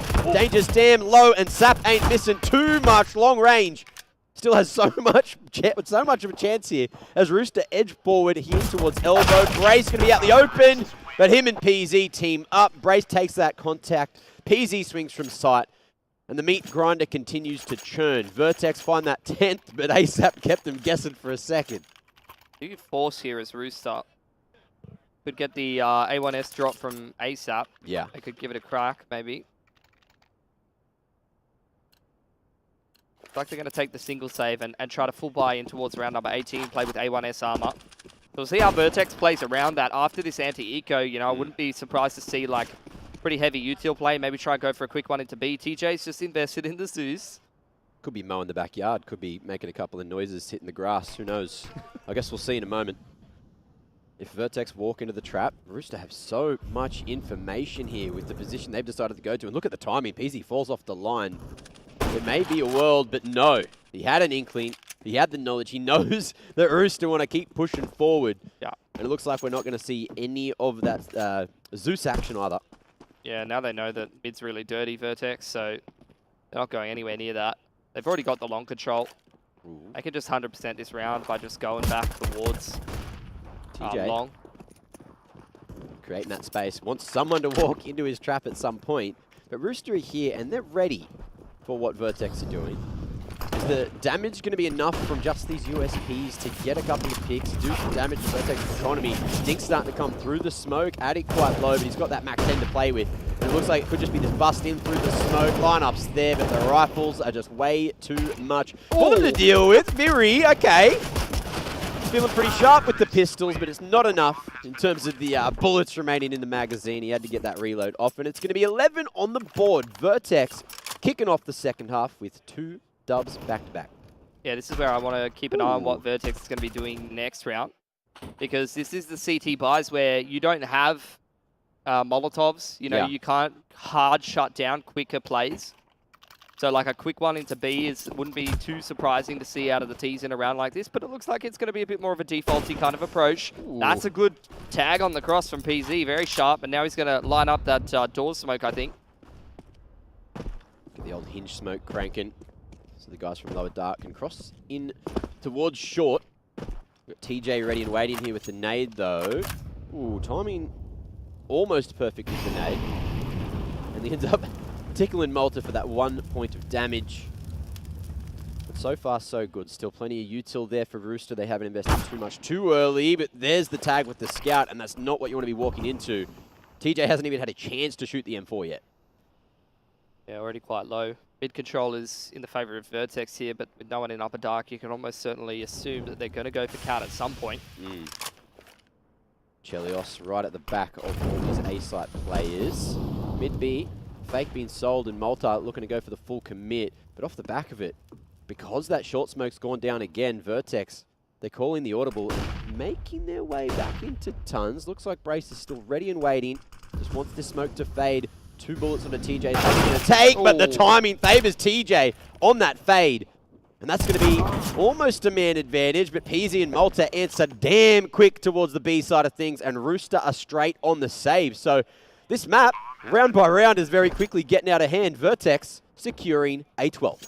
Yeah, really good calling, really good patience and protocols, just making sure that they're not making it super obvious they're going towards Cat. They throw that mid to B utility and keep their options open to them, even without that player lurking in Upper Dark. Great entries onto B is really kind of what sold it for Vertex, and that's the first gun round not going well for Rooster. I'm getting a little worried about them, especially now that you've had that scout getting upgraded into a rifle as well. This money is going to really start to skyrocket on the T side here. Oh, that's not a good sign. Chill doesn't usually miss those. Chill doesn't usually miss. Period. In general. So, Orb carried across. Oh, lovely. Wow. Brotherly love. Wait a second. Oh. What a great, just so wholesome. So handsome, so wholesome. It's just a good time. Everyone's having a good time down here. I'm having a good, I miss you, Mitch. Yeah? Yeah. Not now though, you're actually here with me. We didn't get to cast together very much lately, so that's fair. It has been a hot minute. Long contest from Vertex. Brace has been hyper confident, and I would be too if I'm aiming like that. He is swinging. Flash comes through. TJ, even though he can't see a thing, he's still able to get the pick and fall away. So gets that belated trade. And no one was close enough to Brace to actually trade him out either. So a fortunate moment for Rooster to keep it to this 4v4. But long control, heavily in the hands of Vertex. They still got 4x in the middle of the map, though. It's running that 1-3. Try to control the CT rotations through middle. ASAP rotating over with the Deagle. I think those footsteps have been heard by Forlex here. Going to boost another player up into the site with that A1S. Wouldn't be surprised to see that, yeah, exactly this, the short retake coming in here from Rooster. DJP has been playing very confidently on low HP. Yeah. If he gets another kill here, that'll be 2 rounds back-to-back where he's just been, you know, in the red and still managing to have some impact. Unfortunately for Rooster, still not turning into rounds here in the second half. But we'll see if that swings in their favour now. Util going everywhere. Danger in the open. Great volley to force him out. And there goes TJ. It's Addict and Malta to crack over the side. Forlex going to fall, but now Chelios' position is known. And Vertex with that bomb planted in the driver's seat to take yet another. That'll be 13 secured as Chell scurries away to try and keep the AWP in his hands. But is he ready for PZ to be all the way over here already? Oh, and just couldn't hear those footsteps prancing towards him. So PZ picks up another, and that is going to be a 7-round lead now for Vertex. That's going to be a death sentence for Rooster is what it's going to be. They got to go on the half buy here and then force in, and then buy up in next round. That's going to be one of the last opportunities they're going to have a gun round unless they start picking up some on CT. This is not the usual level that you see from Rooster on Dust 2. This is usually a great map for them. Yeah. Have to agree. Boost in towards mid here. Angle doesn't work. But how long do they hold it for? PZ gets a leg onto Danger. Danger is very lucky to be alive. Vertex, as well as the mid boost, also have that long control, but it's all down to TJ here. Him and Sap working wonderfully there to get the first pick onto Forlex. And that's now another rifle picked up. So with that uppers control, with the man advantage, maybe there's a chance here for Rooster to cause an upset when they brought not too much in. Yeah, rifle is what I've got my eye on in particular, but still a couple of pistols over here. Nice HE to do some chip damage as the team start to scale up into the site. Oh. Shots, Addict, okay. Nice crisp readjustment, and he knows there should be someone towards elbow, as well as the CT player. Chell just jumping with the scout, trying to connect onto anything here. And Sap scurrying up short as well. To try and keep it even, but Addict, he has had enough of Rooster stuff this day. And Sap, he'll take his head off. He'll give him the free haircuts for a moment. But Malta's there standing tall with cash in the bank for days. So Vertex, they're not worried about the finances. They're just worried about finding these 2 more rounds and taking Rooster's map pick of D2. Yeah, they got so much cash. They got so many opportunities to convert here. Yeah. You know the calling's going to be good on the T side. No one's underperforming across the board from Vertex. Just solid from absolutely everyone. Rooster, one of the last buys they're going to have access to if this doesn't go well for him. Yeah. Orbs out on Chelios again. Full util on the CT side, no excuses. They've got that long control, so they've got TJ with eyes on the extremity over there. And a little bit of util to keep holding it down. Might be a mid-round push in towards Upper Dark, though. Ooh. From Rooster. Smoke's there. Do they beat it? They do. They get in front, and there goes Malta. Great movement from the CTs. Chell's going to be forced back into CT for the moment. This smoke, the mid-B could be on the cards. But instantly, you've got that push through the smoke. Chell, man's on a mission to cause some mayhem, and it's working, but PZ strikes back. TJP caught in the open. Viridian just wants to play for the retake with that long control yet again. And in the 4-on-4, I'm still a little bit worried for Vertex here. Nice trade. Danger coming through with a dub. Yeah, he's going to go and take this cat control, and he's going to be absolutely instrumental as all of these Ps are stacked up onto the side. Shelly also almost burned to death there. Viridian's got to get involved. What a nade from Forlex. And there he is. Rears his head from long, finds that line to Addict. And only 2-on-2. Danger just waits this smoke out. Viridian has to get a little wriggle on. There's about 20 seconds to get inside and defuse. Oh. Danger's gone now, and Viridian hasn't had the helping hand he's needed to. Trying to find a line up against Idiot Wall. Time a factor, and Forlex's crosshair was just placed so perfectly. This is what you love to see. Like Up and coming. First LAN ever on a stage. Yeah. Ego peaking people. And just one-tapping them. Just having enough. Brace leading by example. Yeah. 20 and 12. Forlex not doing too bad either, 17 and 12. Oh. And look, PZ doesn't have the most kills, but he's definitely got the least deaths, only dying 5 times this game so far. Probably hasn't seen anyone, mate. True. Well, into round 22 we go. It could be the final round. Rooster don't have too much here, and they've got 2 players left to play with. 2 players less to play with, rather. Yeah. Now, trying to rotate quickly over towards CT to try and find anything back in the round. But there's no answers being found at all. And Vertex, their positions are just so good. Yeah, low HP, just playing the off angle. Probably will get traded here. Actually, hard cleared by Danger, who's still quietly having a good game. Nice double dink in from ASAP as they retake short. You can see the T starting to reposition around long. They have to. They've got to make it happen if they want a chance here, because going into map 2, I don't know about it. Rooster started strong with the second half, has not bared many fruits at all. PZ continuing to strike, flashing forward. Takes the line for another, and it's down to Sap to save the day, but the trades are there, and Forlex finishes 16-6. Vertex, got to be happy with that on D2. 100%. You know, that was the map that you were a little bit worried about for Vertex, if anything, if you believe in things like map stats and, you know, relevant history and all that kind of stuff. And yeah. Rooster, you know, has to be said, that was the map that you kind of expected them to have a pretty decent performance on. It's historically been a great map for them, but just not showing up today. And look, they're going to have to kind of get themselves together before the next map, and we know that there's definitely plenty more in the tank. The ceiling on these guys is insane, but just not really turning up to the first one. No, well, for the first 6 rounds or so, they definitely turned up. There was some crazy shots coming through. Individual performances, you know, some were working. It didn't feel like there was the cohesion you're sort of used to for the most part with looked Rooster. a bit disjointed, Yeah, but look, Vertex looked lovely. Everything's working. They got to be happy with that. A statement game, 16-6 in D2, and then going on to map 2 as well. Look, they're going to be coming out of the gates firing. But Rooster, look, land lives on the line now. They got to go for the reverse sweep if they want this dub, and that is just going to be a long damn time.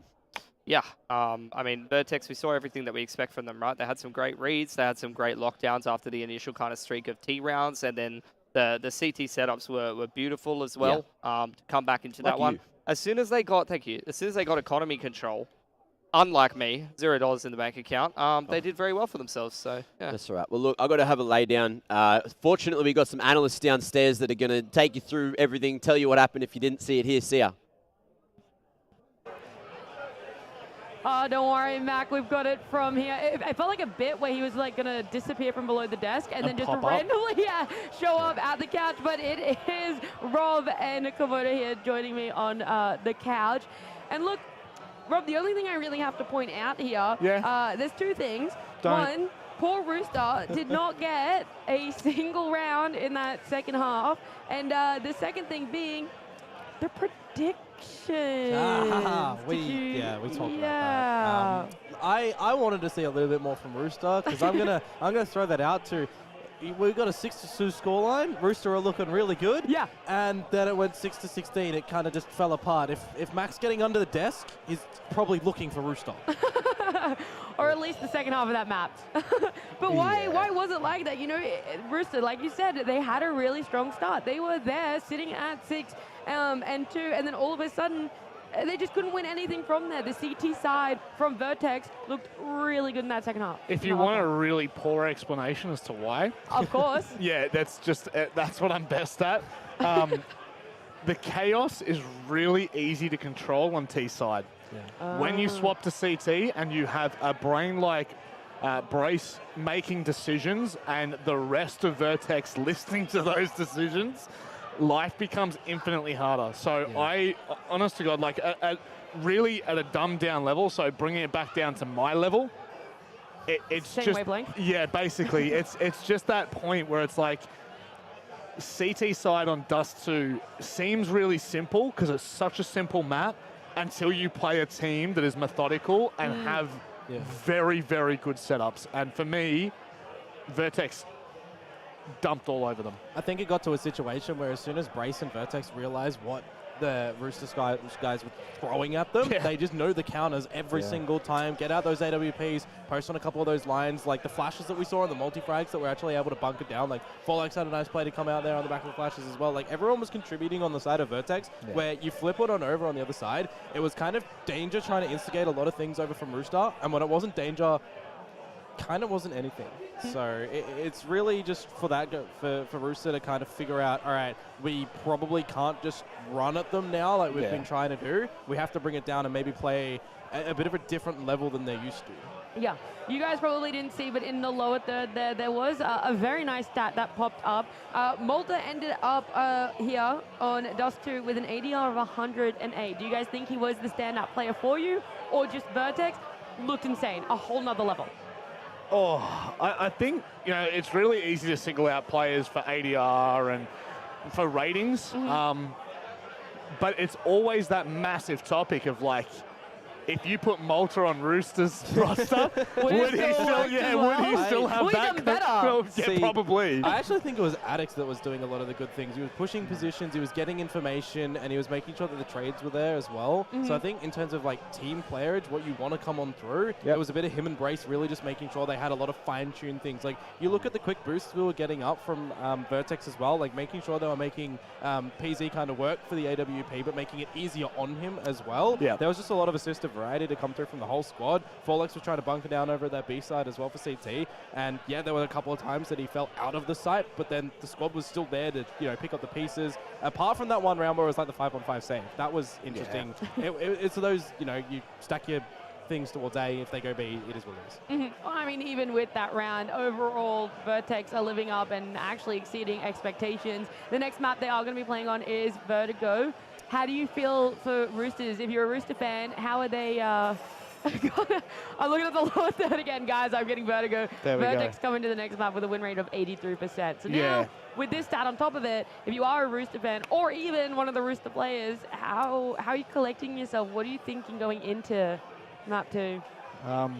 Cockle-doodle don't. Just, you know what? Done.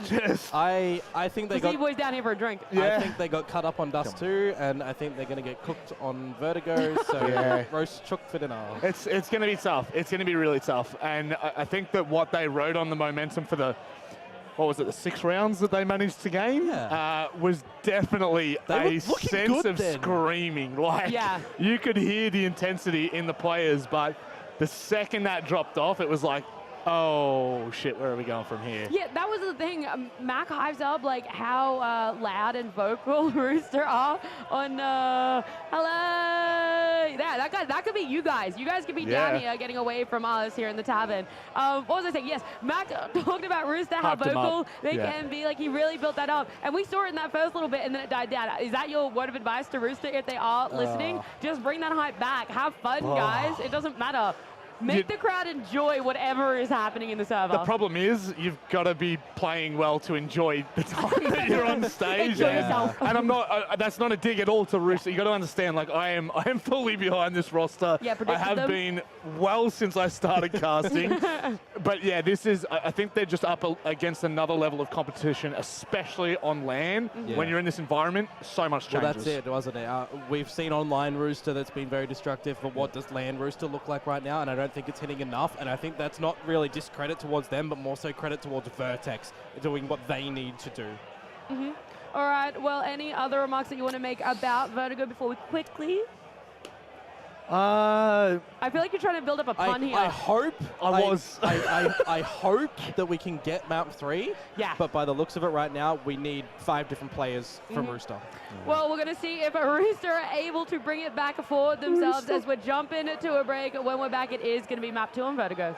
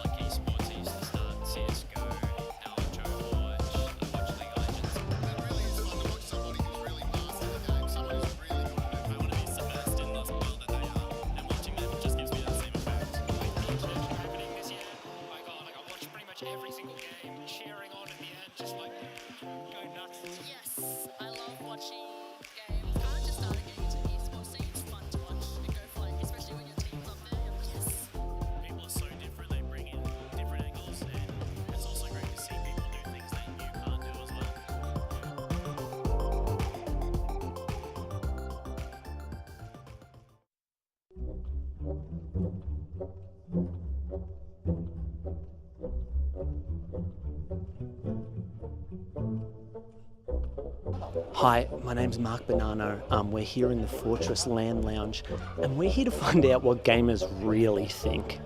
Let's see if we can find out. What are you playing? Do you like? Are you having fun at Fortress? What are we playing? We're filming content. Oh yeah. Are you guys aware of content? What are you guys playing? We're playing League of Legends. Oh, very nice. I hear that's a computer game. What character are you going to pick? We've already picked, so we're waiting to get into the game. All right, sorry. Jesus. So now, what are we waiting to get into a game? We're waiting. So- We're waiting for the toasters to run.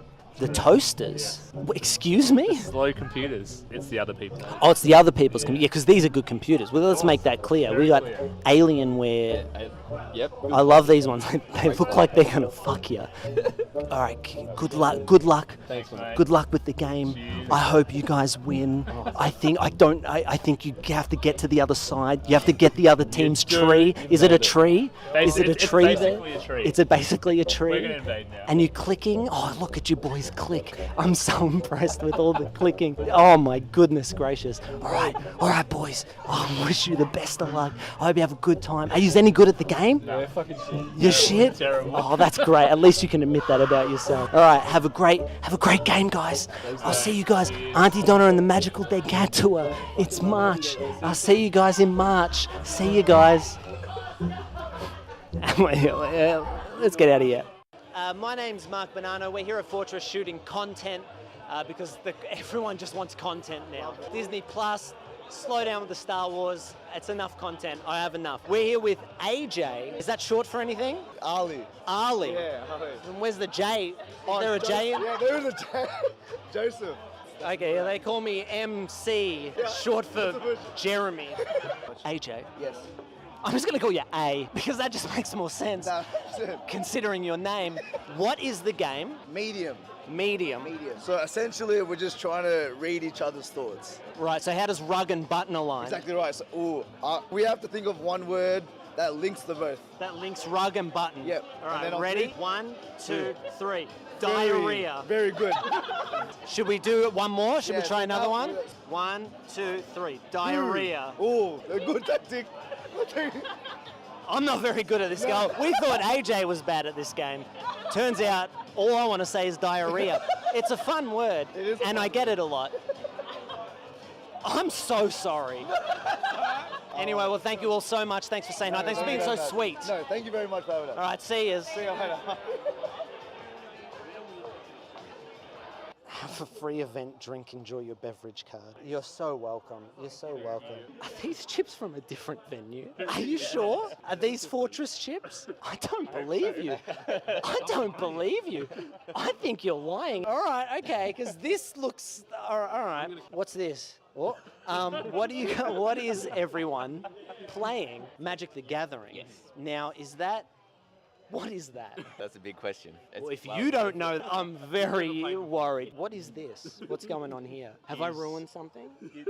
Sort of. It's an ancient ziggurat, which seems to be a building. Add 1 mana. What color would you pick? I would choose white. Incorrect. Well, look, this is all so exciting. Did you see when that guy cracked out the loot? Some motherfucker pulled out a loot and just started playing some fairy tale tavern shit. It was fucked up. My name's Big Jetty, and this is Official, and we're here for your Dragon Ball Fighters, presented by Telstra, supported by Alienware, Season 1, Game Day 2. Let's go. Already off to a strong start. Looking for, gets caught out of the air. Nerd will finish it off cleanly with the 2-0. Trying to do the same left-right shenanigans right there.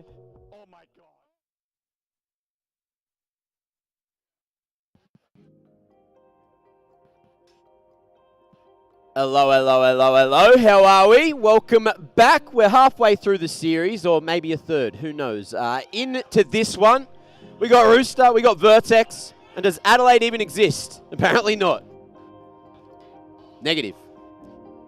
91% of people don't know what the hell that question was, and that's understandable because it does not exist. The 9% that do, jokers. Absolute jokers, aren't they, Pilly? Yep. I don't even know what that was. Do you know how to Is that read? that like a Twitter? Wait, reading? Yeah. Reading? Reading. Yeah, a little bit. Reading. I do a little bit of reading. Oh. Sometimes. Man of culture, I see. Now look, Vertigo, how are we liking the chances of a Rooster reverse sweep? Are we going to see some map picks traded? Rooster get their choice of sides here. But Vertex were just looking like another class of team over on D2. There were some rounds that were getting really close. There were some swing rounds that Rooster definitely could have won at points. But then individual efforts for Vertex were just so damn good that they made it look like an absolute shellacking with a 16-6 scoreline. Yeah, I'm kind of digging in, like looking at what Rooster have played on Vertigo. They played it twice, and it doesn't look like it's gone super fantastic for them. So I can't say that I'm super confident in Rooster to make the reverse sweep happen on Vertigo compared to like a Vertex who has played this map so much for the longest foreseeable time that I can remember. Yeah. It should be right in their comfort zone. They even played it last week. They got a BO1 victory over Encore on that. So, like, I think this should be a pretty open and shut 2-0 unless Rooster can do something, like, outstanding.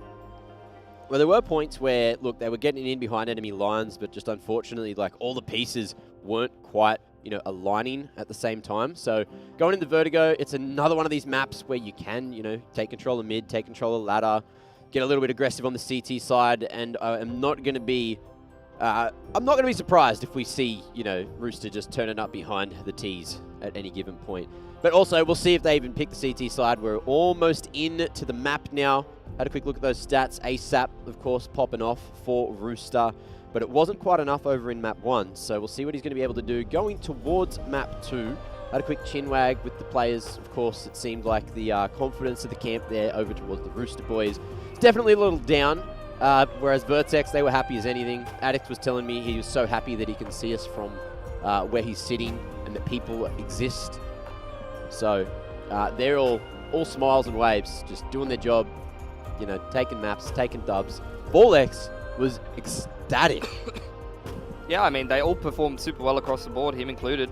Yeah. I think Brace was kind of what got their engine started for Vertex, so to speak, kind of similar to like what we saw from like Inns in the first map of that first series. Like, you got one player who starts multi-fragging and starts to pick up some rounds, and the rest of the boys kind of stepped up around them. So he also called a pretty decent kind of T-side to close out the game there. So, you know, no complaints whatsoever. And I think, you know, they're looking pretty relaxed. They're feeling pretty confident because not only did they just beat Rooster on one of their better maps, and one of the maps where Vertex doesn't have the greatest win rate, even though they have played it for the longest time. You know, they definitely know how to play a Dust 2. Now that they know they're going into Vertigo, a map where Rooster doesn't have a great win rate, they've lost it twice in the last 3 months, and pretty convincingly to Encore, who is a team that Vertex have already beaten. I think they're feeling pretty confident that they can just, you know, close out this series. And that's kind of what I'm expecting. Well, look, before we jump into the action, you guys in the crowd, may I have your attention? I just need to get a vibe check of like who we're going for. So can I hear Rooster fans? Ooh, oh, that's all right. That's all right. What about Vertex? Ooh, oh my God, we have a biased crowd here. Home crowd? I think more people going for Vertex, but the people who are going for Rooster were louder And individually. vocal, They were very vocal. They were very keen for What about Rooster this win. one? What are your thoughts on this? Do you feel like starting the game? I could, but I'm having too good of a time with everyone listening to me and just, you know, like enjoying the atmosphere. It's like sound of my own voice, you know? I can just talk forever. I love the it. sound of your voice. Yeah, thanks, man. It's pretty monotone, but apart from that, it's, yeah. Nah, mate, I swear you've worked every day for the last, like, 3 weeks or something. I have. I've casted non-stop. Last legs. That throat's going. It's going somewhere. Yeah. I can't remember what someone said on another broadcast. It's probably, I probably should just not, actually. Let's just not. Let's forget about it. Yeah, I don't know, Don't mate. worry about it. You've said some Maybe not on questionable this one. things this week on other broadcasts. And I Yeah. was really worried that you'd get us both fired here. Yeah, I almost got but fired you've kept yesterday. it PG. Not yesterday. I almost got fired the day before yesterday. That was fun. Yeah. You're a crazy man. You push limits, and that's why I love you. The producer said I cannot go to the toilet until we start the game. No, it's okay. Go now. I reckon someone else can do your job, graphic boy. Just leave the graphic up over the game. Why not? True. And then look, the game starts. It is what it is. Why are there always... There is not chickens on Vertigo. That's what I said. Why are there always chickens on the smooths on maps where there's no chickens. I know, someone's playing silly buggers. I like it though. Actually, is anyone out there hungry? Want a little bit of chicken? You're not going to feed the No crowd, one wants Mac. chicken? I've got some leftover chicken. I didn't finish it. I think it's a bit of a step too far to feed the crowd. That's a bit weird. Nico wants some chicken? Nah. You have to... I can't take it over there. I'm not a waiter. Come over here and I'll give you some chicken. Come over here and I'm going to give you some chicken. And you're going to enjoy it. All right? Here you go. You want it? Yeah, so we have one chicken lover. Here is some chicken breast. Please enjoy it. Thank you. No worries. We're feeding everyone. Everyone's having a good time. Everyone's having a drink. Everyone's having some fun. We got the close-up of the chicken eating. There it is. We're having fun down here at the Alienware Arena. Is that a first at an esports event? I don't think a caster's ever fed someone in the crowd before. Why not? Love to push the limits, don't you, Mac? I do. I love pushing weights, limits, You love and pushing boundaries. weights. All of them. We got a bicep check? No. We already got a chest check, and I think that was enough for everyone. Okay. Too much going on. We got blast off. Oh, you actually weren't a part of that last time. No. So can you please show me your best rocket Oh my impression? God. Down on your knees. Hands up. Not the first Hands time. up. Take off. Make a noise. What's a rocket noise? Thank you. That was spectacular. That was so cringe. You got a standing ovation from everyone in the crowd. Everyone was sitting. Mostly script. Mostly script. Like he's having a great time. He's the life of the party down here at the Alienware Arena. He is. I saw your wombat there as well. I'm waiting for him to take his shirt off or tear his shirt Rip off. it off again. Yeah, oh, get a we've bit had of a some reenactment. moments with these people in the crowd, haven't we? Don't Yeah. do it. When there's no, don't rip your shirt if the camera's not on you. You wait for the camera, then you rip it. We spoke about this, okay? All right. Well, we're back to the flyovers, so we must be pretty close to game. Hopefully, did you find the button to start it? Nah. I found a chicken. Did you though. look? No. I told you to pack it. Did you leave it in Sydney? Yeah, I think so. Ah, you idiot. Can't believe it. Why have you done this? Why have you done this? I don't know. I don't know. Anyway, back to the chickens. So, how do you like your chicken? Poached. Well, I thought that was weird, but then I remembered I actually also ate poached chicken, and it's pretty good. So, yeah, great choice. Great selection. Thank you. Out of all the choices, that one caught me by surprise. You gotta eat clean, you know? Mm-hmm. That's true. That's true. Well, Vertigo, so what are we expecting, like, scoreline prediction-wise? I feel like, man, I'm going to say Rooster wins this. I reckon they're going to get off to a You good think Rooster will start. win I this? reckon they're going to get back in. And we found the bloody button. We found the bloody game. We got Rooster and Vertex starting on sides. Rooster's on that CT side. Vertex on the attack. Let's see where we end up at the end of this damn map. If it's a 2-zip or if we're going to 3. How good's watching Counter-Strike?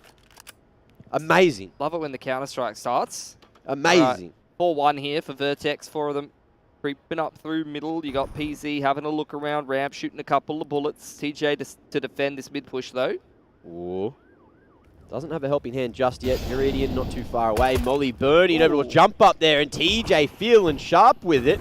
Gets the fade away. Numbers swinging on him, and it's not going to be enough for Vertex initially. TJ another, and the numbers looking real good for Rooster right now, but the A site in the hands of Vertex. Yep, here's the contingency plan coming through. PZ getting a lot of map control over there. He's over on the back lines. ASAP also flanking for Rooster. Slowly but surely. An addict with the Julies. Let's see if he can connect. Plenty of bullets in those 2 magazines. And the timing of this wrap from PZ as well is phenomenal. Pushing forward though. Sap going to be able to find one from the flank. Viridian has no idea where those shots are coming from. But he'll swing out, get the kill, and there's going to be plenty of time to defuse with that kit on his belt. Rooster off to a similar start to the previous map. Yeah, start on the CT side. It's definitely going to help them build up their money early on. Get the confidence flowing. That's what they need. You know, the wind kind of out of the sails of Rooster towards the later parts of that map. This is a team that vibes off the confidence, vibes off the individuals playing extremely well and making sure that things are very cohesive, that the chemistry's on point. So need to make sure that they're keeping themselves in high spirits. Here is the most straightforward round of Counter-Strike you're ever going to see. Almost no grenades. It is literally just shooter bans here. Strength in numbers. mechanical prowess very important right now. And Vertex happy just to go for a little old default. Looking to allow Rooster to make that move first. You saw there, you two really early on. Even a couple of them going down. Just unhead armored AKs. Ooh, boost up. Maybe a chance here to find a line. As we do see PZ encroaching up lane. Viridian at the ready. Noise made. And they're going to double up to try to play an aggressive line here. PZ finds Chell as that push comes in, but the numbers are here. They're strong for Rooster. Lineup trade is coming around the corner, and Danger's going to be able to do a huge amount of damage. I don't think TJ's been spotted just yet. Still tucked away here at the crane, and that's going to be bomb on the ground and maybe around in the hands of Rooster. But Malta, 36 HP, 1v3, already kicks things off with a kill. No HP for Danger. He's up close. Danger just watching that secret line. He is one-shottable. Timing. Position's good to play together, but Danger. That headshot line was way too strong. Big round from him. 4 kills individually. And Rooster pull out with the W. He's just continuing that excellent form that we saw in the qualifier. Yeah, a few guns taken away by Vertex, but they're going to have to take a single save now. Rooster, here's a great opportunity for them to build up that CT side money. ASAP's picked himself up an AK at the end of that round as well. It always helps. Little underarm smoke, looking for the one-way. Ooh, line there, PZ. Strikes first, but only with that Deagle. He's unable to get too much of a chunk of damage yet.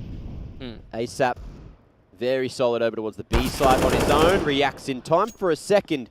And Vertex looking like they're not going to find it too much out of this round. I mean, again, we've seen this man in anchor positions a lot of the time on this version of the Rooster roster. I don't think was very much of his forte previously. Seemed to be someone who's quite active. Speaking of active, Chelios is in on the flank. He's farming up a whole lot of kills with that MP9. He wasn't expecting PZ there. In comes that crunch, and it's good for a third. Rooster kicking and screaming and clucking everywhere. 3-0 so far. And Vertex, look, they're not going to get a bomb plant, but they will have a full buy regardless. No AWP in the hands of PZ just yet. But the AK, look, it's a pretty good fallback plan. Util all across the board for both teams. Yep. Chelios is going to just glass cannon and all. Really wanting to get that up early on there. Dropping that smoke over towards the A players. He's going to go and get on that middle line. Try and play quite disruptively. And he's got a fairly deep info line on mid early on here. He's going to allow Rooster to kind of inform their rotates. He's just dumping that util. Look, less util on the belt. Less likely of a chance that you're going to be caught with it in your hands. Danger ready with a pop flash for ASAP here as this B contact comes in. Timing on that could be absolutely everything here. Flash is good. Zap is here. Catches Malta with the molly being thrown. But there's no kills coming through just yet. Danger repositions. Looks to play off the contact of the rest of the troops. ASAP, though, looks like they want to try to get up into the grills of Vertex, try and get some extra info. Vertex trying to kind of caught in between what they wanted to do. They wanted to kick off that B exec, but the timing of that info play from Rooster was super, super good there. See Vertex, again, grouped up over here towards this A side of the map, just trying to keep the rotations honest. Progression smoke up on towards the ramp side and Molotov in towards Secret from Vertex, just trying to make the CTs think like this is a rotate back towards the A side of the map. Chelios has rotated off of middle now. Flashes need to be good on this line. If they kick this off with a boost play, they might already be down a player. Oh, head spotted. Chell just trying to wait for the full connection, but he gets the leg instead. Flash forward to buy some time, and in comes these rotates back from the A-site members. Everyone's up on the top side of the map now. Rotation starting to come through towards lower, but the bomb is there on site, and Rooster, they've given a lot of control. They don't want to go losing too many numbers before this one goes down, and there's just enough time to plant as well. Covers there. Smoke fades. Borleg's in a rough position. He'll go down, and now the numbers favoring Rooster. Another as well. Big stick, big flick coming through for Chelios. Addict here over towards Danger. Too many men running past. Just drawing all that attention for days. But the defuse is on. The time is ticking, and Moulton knows he's got no chance with 16 HP. He's left with the dream, and Rooster grab a fourth with a successful retake. Massive. They're doing super, super well for themselves here on Vertigo so far.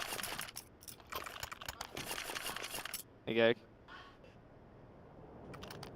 Might have a mousepad signing session after this one, Mac. Ooh. I saw someone going around getting a couple of signatures on one of the old, I think it was the Greyhound mousepad. Yeah. Might have been one of the extra fire, you know, flowery ones. Ooh. Fancy. Never got my hands on one of those. It's been a hot minute. Maybe they'll be back in session if they're not already. Well, you two getting dumped here over towards the stairs. Little battle for map control happening. Embrace now playing with fire, flirting with death as he starts to make his way forward. Finds a freebie onto TJ, but Viridian's there at the sandbags to kick up at least a trade. Smoke to buy some time. Nade forward. Big damage, but still 8 stand in the map for the moment. Flush out onto the line from Chelios. Gets Viridian out of dodge here. Vertex really started to progress up scaffold side. We'll see if they're going to go for a bit more of a dry play or whether they will actually exec the site here. Molly burns away to a crisp, and Viridian gets flashed in for the info. So lane control's there for the moment, and Vertex not going to be hitting that Yui just yet, starting to force their way forward. Viridian happy to fight, and he's going to keep going as well. Still 6 in the clip to play with. Danger dominating that short position. And it's down to Addicts. Bomb in hand, 40 seconds on the clock and a 1-on-3 to try to achieve. Very doable. Molly goes on the scaff side. He's going to isolate that first tool. Danger very low here. Position was known by Viridian. He knows that ASAP's probably going on the rotate from the B side of the map. Nate goes forward. Addicts gets a lovely angle for that first kill, but he still needs to find 2 more. And Sap is hunting. Ooh, headshot line favors him. And the range, the accuracy of the A1 is just that much better. And now, Rooster stacking on 5 rounds straight out of the gates. This is what you want to see. Insane multi-fragging from Danger. 9-1. Exactly the same kind of form that we saw in that one of those qualifying matches. Yeah. Last week. Like I said, he wasn't the player that I was expecting to be popping off as much for Rooster, but in this iteration of Rooster, he's been fragging super hard. Well, TJ, happy to take these fights towards the A-ramp. Little one-way there, towards the bottom for PZ to try to work around, and he's just going to keep going forward up Scaff, but look at the timing. Edging. TJ calls another man across. But just with these pistols, it could get difficult. Hero AK in play. Looking like it may be able to find a timing here. TJ Util is not going to be the answer this time. And that's going to be the A site cracked open. Slow rotate coming in towards lane here. Chell once more goes wide, misses the flick, and now is in between a rock and a hard place. Going to be stuck against the wall, fighting for his life, and he'll fall eventually. 3-on-3 for the retake. Let's see how it goes. Yeah, Danger in the meanwhile has been doing work. He's found a pick. He's gotten control of side hall here. Smoke going over onto the bomb. The CT's trying to get this defuse going. A little bit of lane control, but 2 towards ramp now, looking pretty good here. Rooster forcing forward. Eyes on the prize, and from above, no, Viridian runs out of bullet for the lineups there. Sap goes through for 2, but they don't know where the final member is. Brace with the AWP is not going to connect, and it's 6 in a row this time. Rooster off to the bloody races here on the CT side. Yeah, bomb plant plus that loss bonus for Vertex lets them continue to invest here. That round did get kind of expensive for Rooster. Yeah. But they've still got a little bit of cash in the back pocket, so not too bad. They're definitely playing a hell of a lot better on Vertigo. You can already see it, CT side, they're working together a little bit better. They're playing off of each other a little bit better than we saw for the majority of Dust. Good to see them get themselves fired up. Not just give up on this series. A lot of noise in the crowd as well. And I think some of it's also just coming from the players. They're real pumped, trying to keep that confidence higher so they don't drop off like we saw from them on D2. Yep. Vertex working this ramp control. Taking their time, as we often see Malta on the lurk over towards this B side of the map. Just a 1-4 from Vertex. Starting to work up ramp, starting to work up Scaff. I like that position from ASAP as well. You don't get spotted from stairs, you don't get spotted until anyone gets real damn close to you. And you can spot that head on the pop-up if there is a boost. Now, over towards the other side of the map though, that's where Vertex are going, and Rooster are here ready and waiting. Again, a close setup here at Crane. You can see they're anticipating this mid-round aggression out of the CTs. They're taking their time. There's been several mid-round flashes in here. Another nade. Could be good. Gets a little bit of chip damage. Viridian starts to fall away. The util in and out. They've got no util on the CT side at all on this A side. It's all gone, and it needs to be rotated in, but Rooster are not moving at all. They know Vertex have been throwing a few fakes, conditioning them, and there's no flashes to go forward, but Viridian is going to put his life on the line. One and done position, but a wide angle to clear, and Vertex, with 30 seconds, are going to go for the full execute. Viridian reveals, but holds so damn well. And there's going to be a little bit more, but stuck on Crane now. The T's still need to force him out of position. Coordinated swing looks pretty damn good. And Danger from the back is just trying to find any extra information. 10 seconds to plant. They come down lane. They get the bomb to site in time. But no one's stopping it. The plant gets through. And in the 3-on-3, Rooster again just going to be hunting for the retake. Forlex fighting for his life. It's going to be the even trade initially. But Chell is looking like a different damn man to what we saw on D2. Hitting everything in front of him. And it's a successful retake to stack 7 on so damn quickly. That's what you want to see from Rooster. Just playing fearlessly and actually fighting the lines, not conceding any control to Vertex. That's their strength. That's always been their strength as a team, just trusting themselves as individuals and taking fights before the Ts can get comfortable, before they can kind of scale out into positions where they want to be. Rooster's always been that disruptive team that just gets in the other team's face. And you know, takes these duels on off timings when you're not expecting them.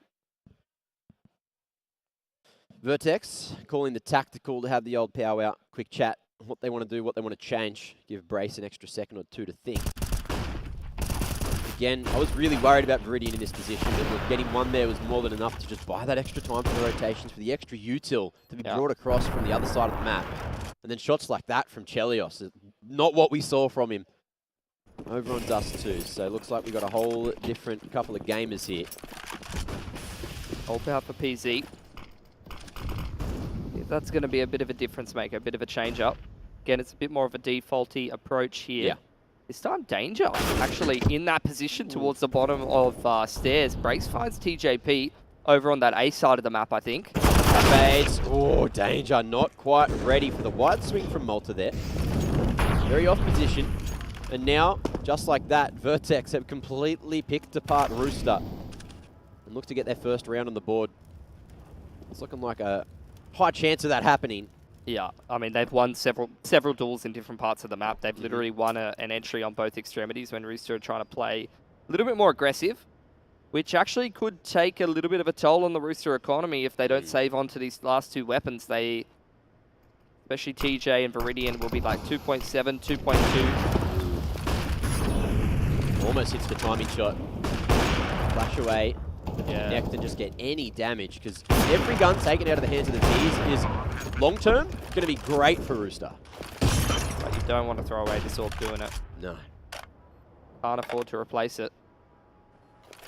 Double save is absolutely critical for the CTs here if they want to buy in the next. Be a great round for Vertex to build their money, though. This might have to be one of these grindy kind of halves for the T side. Didn't get started early. There goes the orb. Retrievable. As long as someone from Vertex risks their life to cross there, it will be picked up. Malta needs to create some space. I think on 38 HP should be right here towards the back of ramp. I think, you know, Chell, even on Dust 2, playing pretty much the same as usual. Just, you could tell the feel is off a little bit. Like he's still trying to flick the same shots that he would always flick, but just missing a tiny bit. Hopefully he's starting to get a bit more used to the setup. He's starting to get a bit more warmed up, and he's starting to see him actually hit a couple more of those shots on the orb that you used to. Let's see if Vertex can pick up this momentum, finally getting one round on the board with a very, very solid win, only losing PZ in the previous. So the economy still in question, but starting to strengthen. And Vertex thinking about showing some face towards A ramp nice and early here. It's working the map again. There's that lurk smoke out of Malta that got him an opener in the last round. Same thing from Brace as well. He's probing Scaff. They're going for the exact same kind of approach that they went for in the previous. CT's playing quite reserved. No one from Rooster taking any duels in the early round. They know if they drop this round, they're going to be broke. But Chelios starts off beautifully. There you go. No entry for Brace in that scaffold part of the map this time. And you can see the response from Vertex. starting to walk back towards that B side of the map. They're going to try and just mid to B it in the 4-on-5 and get themselves into an after plan. Ooh, bomb making its way through mid can be dangerous if things don't go right for Vertex here, but we'll see how the timing goes. ASAP again on this offline, just waiting for a move forward. Malta's been forced to do so much util, making his way through B ramp, and it's all down to the timing. There you go. Offline from ASAP looks so damn good, and the mid split starts to come through, but there's still so much util. The smoke to play around is going to make Vertex's job so much harder, and the bomb's going to go down towards jump up as well. Wow. Big defense. Rooster with a perfect round. 2 for Sap, 2 for TJ, 1 for Chell. And a big W. That's going to be 8 on the board now. Ridiculous scenes. Ooh. Hello. What a handsome gentleman. That was exactly the round that Rooster needed, though. Like, they were just about to have their money broken. And they managed to win with 5 alive. That's going to be massive for their economy building up. You can already see it. Vertex with the reinvestment, though, they still have plenty of cash in the bank as a result of that loss bonus that they've got accruing. PC starts off well with that ult pick.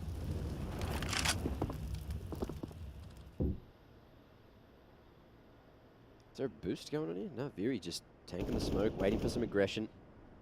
Going to play it with Chell there as well. Roosters change up in the previous round worked perfectly for them. Boost over the top to clear the close line. Viridian still ready and waiting. Chell, he's got that one flash to throw if needed. There it is, good timing on it. Close range, Viridian knows there's more lurking in the smoke there. Gets the molly out and he's going to be caught with his pants down. Chell going to save him for a moment. As he picks off Malta. Evens the odds at 3 apiece, but the T's not full committing just yet. Chell, missed opportunity. Cost him a pretty penny. Couple of points of health or 2, but he'll go back for seconds and Forlex falls off angle for the plant and Peasy gets it down. But in the 2-on-3, Addict is looking to get right up in the grills of the CTs, waiting to pick his moment to strike. They're waiting for the smokes to fade. And there's another. We got some noise coming through from the players here, letting them know. And there's the retake. There's TJP screaming his bloody head off. But another round on the board for Rooster. And this CT side is looking good. Yeah, it's insane. Complete different turnaround. Like, the map stats don't back it either. Recently, their last 2 games, they haven't really been that competitive with DGG and Encore, I think it was, a little while ago. Yeah. On this map.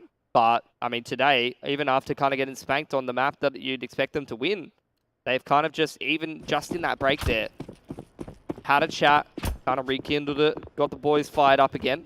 Whereas Vertex, sometimes he can kind of win an easier map. Yeah. And be a little bit slow to start in the second. Ooh. Goes for the flick. At least gets that info. Rooster fall away. Little handshake. Vertex slowly edging forward. Just playing contact to try to save some of this util. Because there's not a lot for them to play with here in round 11. Yeah. Rooster quite happy to sit back here. Let the T's take full control of ramp. There's the flash into side hall on the timing. PC pushed off the line. TJ still with a lot of util. The CTs in general holding a fair bit of util into the mid to late round here. These are the only smokes that Vertex have, and they've pushed CTs forward. Chell, he's just going to keep on flicking. 3rd time's the damn charm. There's the bomb, and there's another. This man ain't missing too much. Forlex, PZ, all of a sudden bring themselves straight back into the round. Sap's going to whiff by a millimeter. And Viridian needs to try to save the day. The nade is good. No! He's taking it on his own toes. The bit of metal in the way. And around a nade that looked like it could have saved the day. This goes the wrong direction. Return to sender. 13 HP. And not a lot of money in the bank here. Maybe with a save there's a chance for it. But Viridian likes his chance. And PZ further from the corner means Viridian did not have the advantage there. The 2-on... What was it? It was like a 3-on-4 there. Turned straight on its head in seconds. Yeah.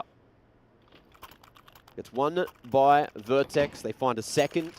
And don't let Rooster roll over into 10 yet. Again, this is where they have that reset potential, Vertex. Yeah. This is the round they really need. They weren't able to get it before. Rooster just responded with 5 alive and built their money straight back up.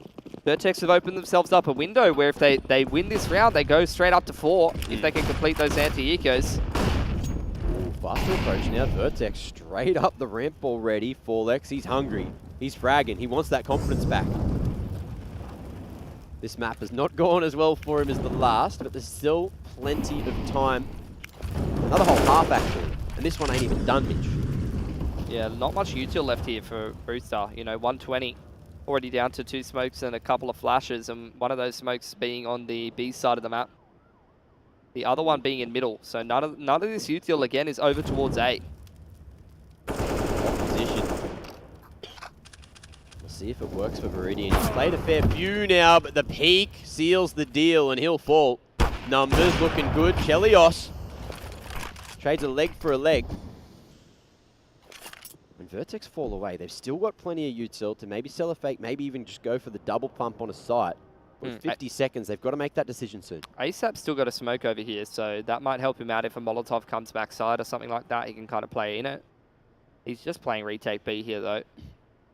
Info plays coming in from Rooster. You can see TJP edging out around towards Crane side, but doesn't want to peek ramp, and in comes the BXE.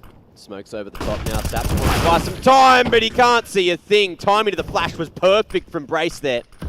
And now with a 2-man disadvantage, Rooster maybe thinking about packing their bags.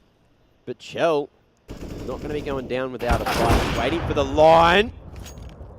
Dink through. This man's been legged by an AWP, shot in the head through a damn wall, and he's still on 40 HP. He's made of steel. Yeah. Hunt from Malta. Trying to take these guns out of the hands of the CTs if possible. Knows that damage to that economy is just so important right now. Vertex want to turn this into a but there's the swing. TJ ready for it, knows that Vertex are out for blood.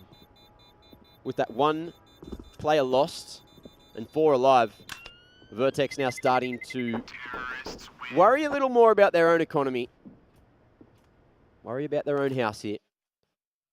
But that's going to be 3, so slowly but surely, Vertex are trudging their way back into the half. Yeah. They have reset the money at Rooster, but the couple of guns saved over still makes this kind of a dangerous round for the Ts. Vertex with plenty of cash probably to buy out the half at this point, especially if they're closing this one. Need to make sure they're not giving that AWP too many opportunities here. That's kind of the thing I got my eye on. It's been very active towards middle. You know, Chell's consistently been getting deep on this middle info line, but hasn't really found a pick over there. Vertex haven't been very active in mid this game.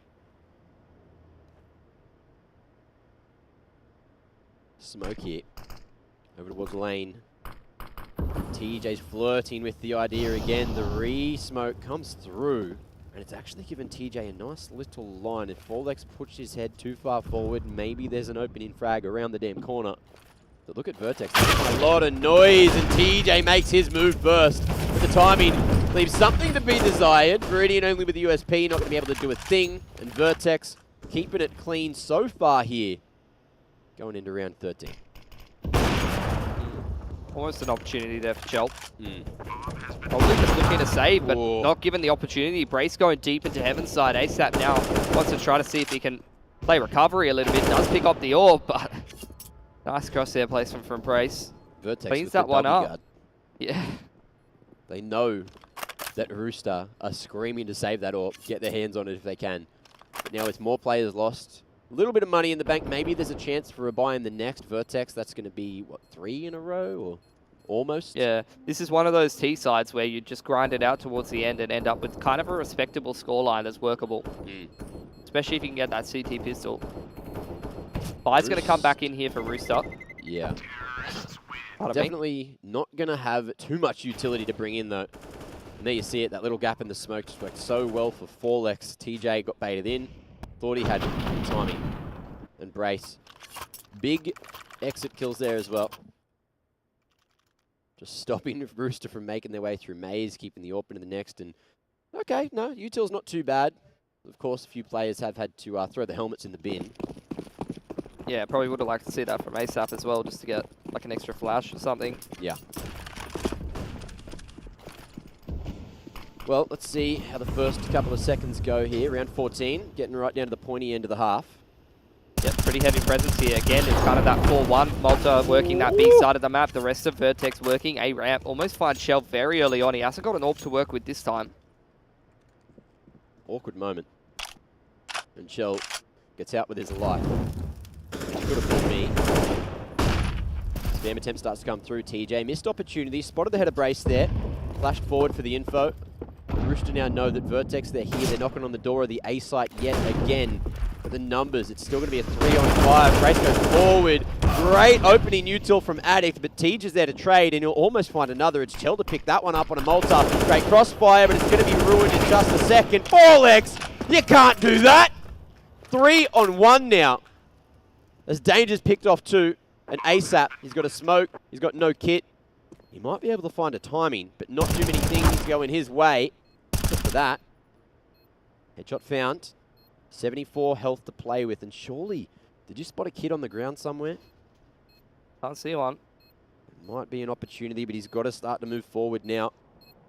Both T's just waiting for the tap to come through before anything starts to happen. It's going to have to be that 10-second ninja. PZ peaks at the perfect damn moment, and he'll pluck out another. There's 5 on the board for Vertex, going into the final round of the half.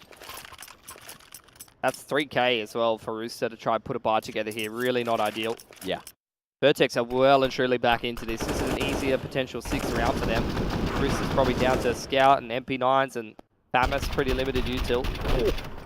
Vertex can really kind of work this round quite slowly. Just use that big util advantage and weaponry advantage that they have. What do we got coming through here? It's last round of the half, and Ace still has 1,100 in the bank. Just where the T's by guns, mate. He's gone. Didn't let go of W. He's on a mission. Yeah. Unfortunately, it was a very short-lived mission. He's very ready for some more over-aggression coming through. Viridian drawing attention, and TJ wants to go forward, but he's the only one with a flash here, so no one's going to be sending him in. Here's the aggression towards B stairs, though. Yeah. See both ASAP and Danger really trying to take a fight, but Vertex has kind of pushed them away for the time being. Drop a molly, drop that nade. But Rooster making a lot of noise running the whole way through. Maybe, you know, land setting, the T's don't quite hear it, but they are going to be forced straight into the open arms here. Flash forward, Viridian to be tagged up, but a great flash, and TJ follows through with 2. Viridian's even going to find one before all that's gone down, and just like that, Vertex might be out of the round. The MP9's not going to be enough on a Malta there. Sap trades with the Deagle. The lineup, it might be there. The spray control is not, however. Danger saves the day for Rooster and gets him into double digits before it's too late. So 10 rounds now taken by Rooster on that CT side. Orlex looked confused at the end of that spray, like he just couldn't quite connect that last bullet. Was that guy on that Gamer Wants a Wife show?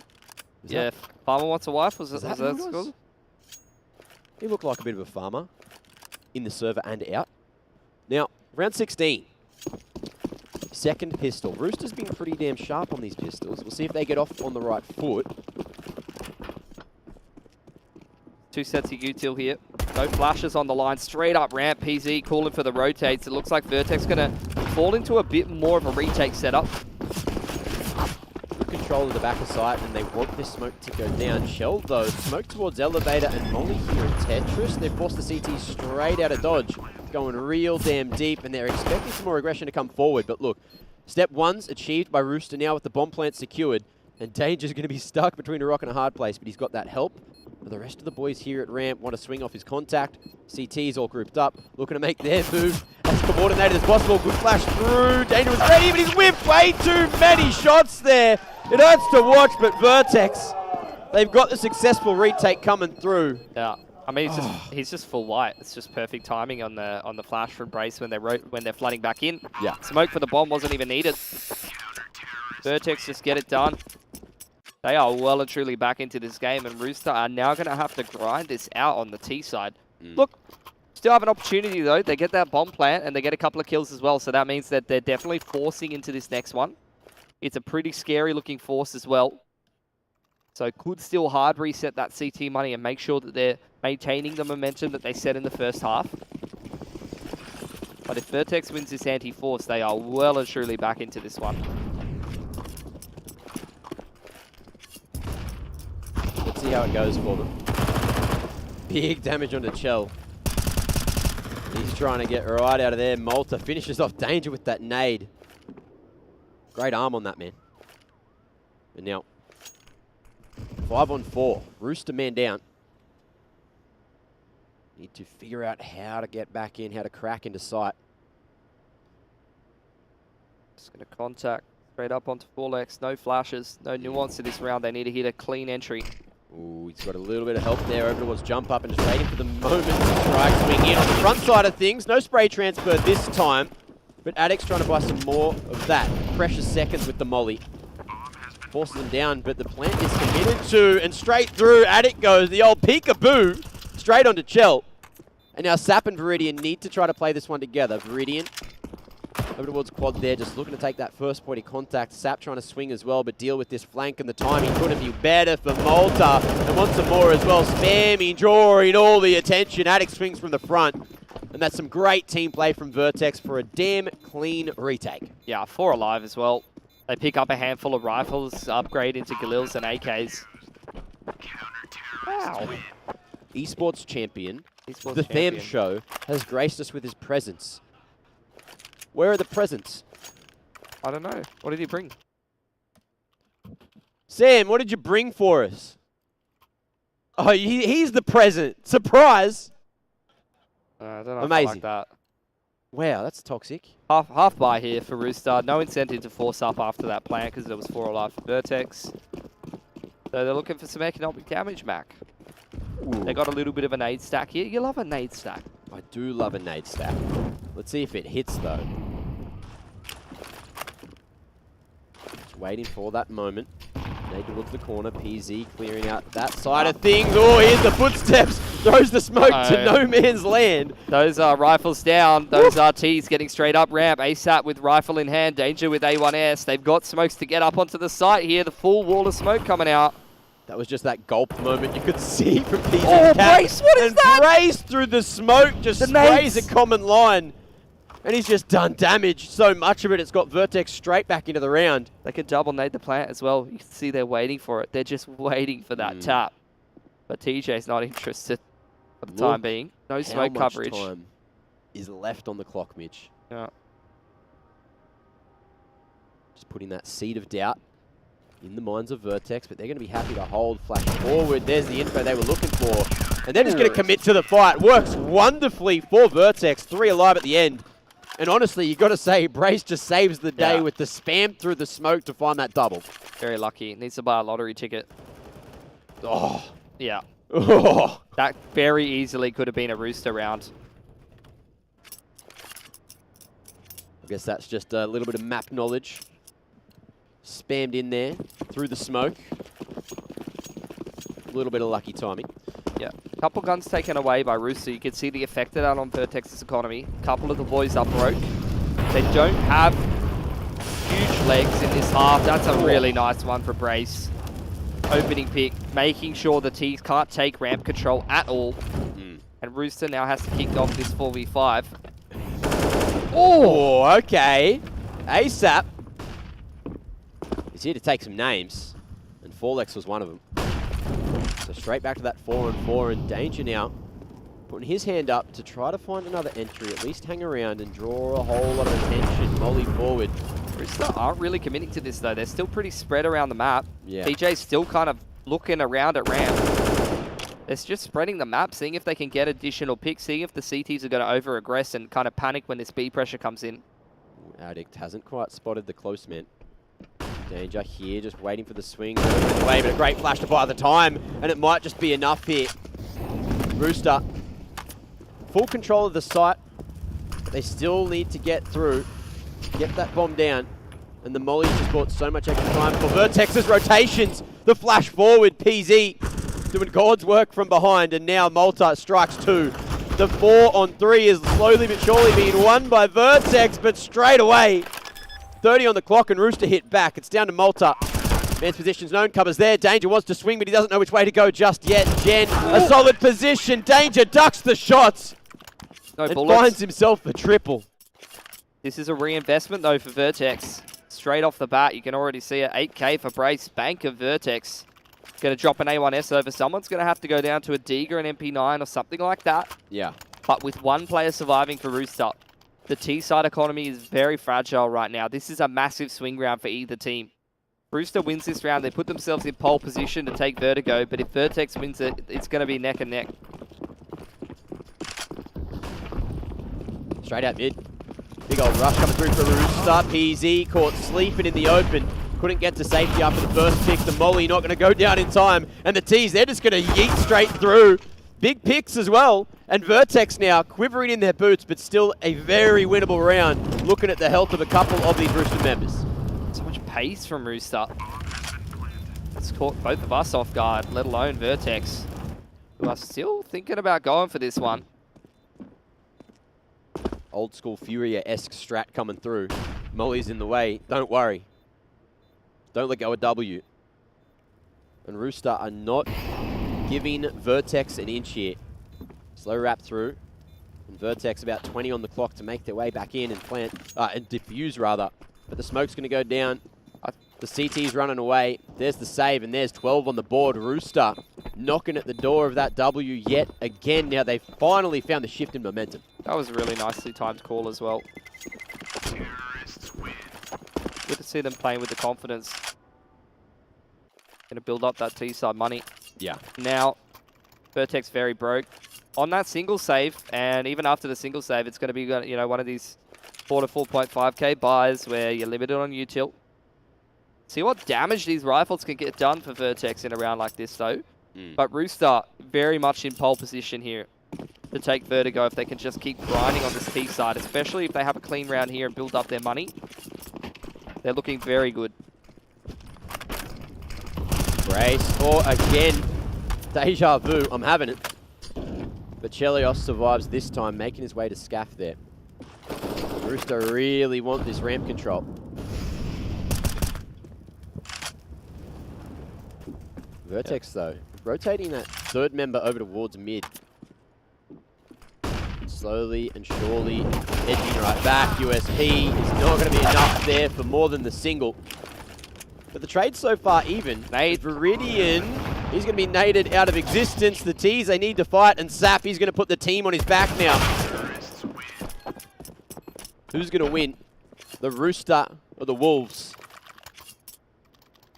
It's getting pretty close for it to be the damn Rooster right now. Yep. Reinvestment here for Vertex. Utel's decent. Better than I expected. No AWP out for him and no kits unless Attic goes for one. But no kits at all. So if this goes down into like a late round post plant, it's going to be much harder for the CTs to retake. Yeah. Took a couple of guns away though, so Rooster's money actually hasn't built up too much. There's definitely a way back into this for Vertex to kind of punch up towards double digits. A lot of aggression, and Malta, he's just going to be sending it straight forward, waiting for the smoke push, finds himself the double. And he's happy with that, backing away with the two-man advantage. That's a great way to start the round for Vertex. Huge round for it as well. It's just a round where they can really kind of get back into it here, Vertex. Yeah. Rooster looking to try to complete this 3-on-5 the old-fashioned way, just creeping up onto the lines, looking to take your aim tools kind of dry. Forward, nice line found by TJ. Oh, they can get this deep con smoke on now, and Molly to heaven. This is full side control for the T's. Util. Double smoke's invested. But no flank coming through. Vertex again just going for the one-pronged approach for the retake. A little bit of util to do so. Man. Molly burns Viridian, full commits though. Wow. And it's down to TJP on 19 HP and it's not going well. Malta ripped off, no ace, but he's got himself a 4K and that's a pretty damn good follow-up. That util. 9 now. That util to play plant denial was so sick. Like they denied the plant twice and then Viridian dies to the last molly. Like three different players throwing util to play plant denial. Kind of minimize the risk and just make the T's super uncomfortable, which you could see they had to hang around in those kind of site positions for so long. When you're on the T side, you just want to get that plant down and get into a post-plant spot as quick as possible, but they had to just kind of sit there for ages. Yeah, their money's pretty cooked. It's gone. It's all over the place. Chell's forced an AWP. We got a couple of Galils coming through, but there's not a lot of util. Have a look. Yeah, this could break their money here. Good news for Rooster, though, is they've got rounds to play with. They can stack up a bit of loss bonus here on the T side and still have a crack at this game, whether they win this next couple or not. That was a good round for Vertex's money, though. Ooh. Sneaky. Ooh. Rooster trying to put themselves in the position to succeed. Brace just waiting there at the sandbags, not showing his head just yet. Shell trying to find it. Nade. Oh, nade's up 0. Oh, on the shoulder through the teeniest of tiniest gaps. And Rooster crack open this can of worms. They get a pick over towards A. Vertex still not kind of rotating towards those positions, though. No contact over Malta. You can see Vertex are kind of cottoning onto this B hit. Alex's position's known, but they're not going to worry about him. Flash comes through, and TJ falls. Great util usage to just keep Forlex alive for a while, but ASAP ain't done yet. Still trying to find a line on the edge of the smoke. Picks the timing perfectly, and PZ, he's going to be stuck here at Gen for the moment. Molly over the top is going to miss the mark with the smoke in the way, and the plant goes down. Quite open. Meridian on double stack, still just trying to find a line. Him and Zap team up for another W, and it's 14 now. Found on the board, just 2 more is all that's necessary. And we're going all the way to Inferno. The entries from ASAP are so filthy, man. Just instant one-taps. He's here. He's always been sharp, but like, holy. Look at his KD, 23 and 11. Having a good time. Hey. Tactical pause called by Tham. What's he doing there? You said they didn't have a coach, Mac. Is he the pause caller?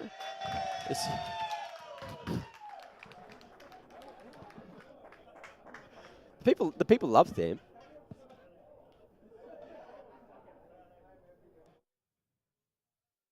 Well, chit chat had Vertex don't want Rooster to take this map.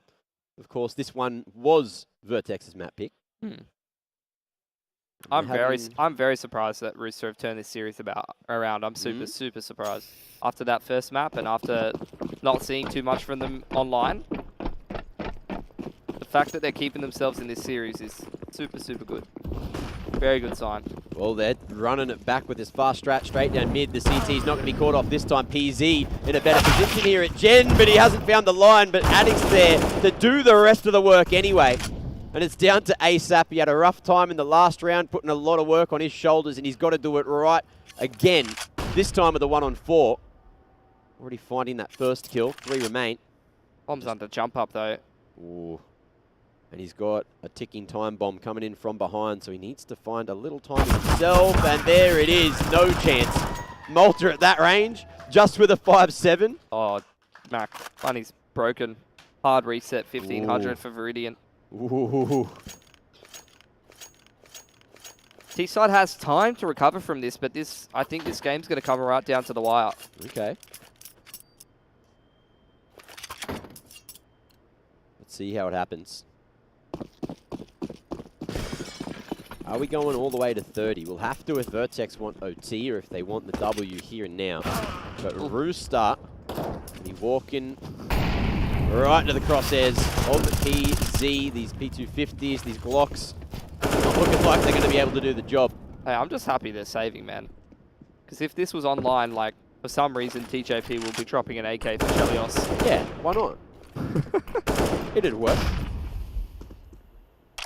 Being a bit more sensible with their money. Good to see.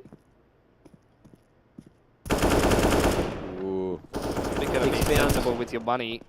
Surviving with 5 alive on the CT side is very good. They didn't even use that much util. Only Malta used his util. Everyone else still full belts of util. They don't even need to rebuy that. Dollar bills, y'all. Yep. I believe that's what the kids say. Right. 3 rounds the difference now, Vertex. Just, ooh. Dadict. Ooh. He's a bit young. Don't mind that. How long's he been a dad for? He's only like, how old is he? I think he's like 24. He's 24. 20-something. He's not a day over 16.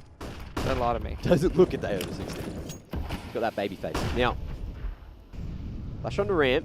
A big round for Rooster to try to win. Or at least try to do as much damage to that economy of the CTs as possible. Because that's going to be where this game is lost or won. Oh, the flash. There's 2 CTs here. They really want to fight this. They found the opener. Oh. And Forlex, he's going back for more. Man's not done. Danger. Going to be stuck in the corner. But he wants to find a trade here, and he's not going to find it just yet. What do you do as Rooster here? They're going to just go up and contact B after losing the pick over there. Forlex still with a smoke to play with. Ooh. No util on the rotating player. PC posted on this mid line here. And he's just ready for a molly to land at his feet. But Rooster going full contact, waiting for the line. Chell spotted. X wants to find a timing money bag poking around the corner, but he's 4 by 3 to push forward. And Attic falls. There's the strike. His position now known. And he'll drop the smoke for safety. But still, Rooster, they're here. They're looking for lines, but Malta's the one finding them. X just buying so much time for the rotations to come in. All the CTs are here now. Rooster just waiting for a CT to peak. You say that. We do see them set back the other way. T's staying quiet, cutting sound. Might have bought them a moment. No damage going to be sent in through Death Race on the offline. It's worked well. There's the bomb in no man's land. And again now, Chell. He's got a big job to do, and he's running low on time. He's running low on health as well. And there's 12 on the board. Vertex taking us right down to the wire. No bomb plant for Rooster. They got to take a single save here again. But that's where they're going to start to hit that full loss bonus, and every plant is going to be a buy for the Ts. Vertex have been very responsible with their money. They've been winning clean rounds. They've been winning clean anti-ecos. If they have another clean anti-eco here, they are going to set themselves up for the comeback. Yeah. Very doable. It's happening round by round. Rooster setting their sights on the next and just looking for that round loss bonus to give him a helping hand. PZ quick flick to kick off the festivities here in round 27. Shell, he'll fall. It's easy pickings and another 5 alive round. Money cranking up for Vertex as each of these rounds goes up onto the scoreboard, goes into the tank. Rooster now. Yeah. Another buy coming through. Very Rooster-esque. No tack pauses. Not allowed. They don't have, like most teams have a tack pause button. Rooster don't have a tack pause button. Places to be.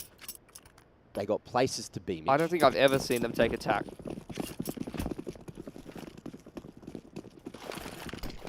ASAP lurk smoke coming through towards the bottom of B's stairs.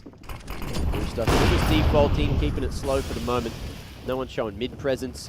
But that's the same for Vertex as well. They're just going for this 2-3 split. Shell has been first picked in this A part of the map multiple times. And again. Look, he just tries to sneak up on Scaff. Fair play, but this is another round where Rooster will have to 4-on-5, and they've been kind of going into B almost every time. Just not respecting the smokes there, you can see. Vertex are reading him like a book. You say that, then Sap gets the one way over the top. X jumping. Head picked out of midair. Plucked even. Now on the 4-on-4, Vertex looking to maybe fight for some kind of control. Only buy some time, but the smoke is there for Brace to play around, and they still need to get this bomb planted. Danger not going to be smoking. Oh, he's jumped straight into the face of Brace. That could have just sealed the deal for the round. Vertex, they're getting killed. They got confidence, but ASAP, he's here, he's fighting. He's got the line, and he may just ace it all on his own. Shadow there, but PZ, oh no. Devastation on the face of the players. That was very nearly a 1v4. Such clean shots coming out from ASAP. He's been playing a hella game. He's almost on a 30. He really doesn't want to go back to playing on 50 ping.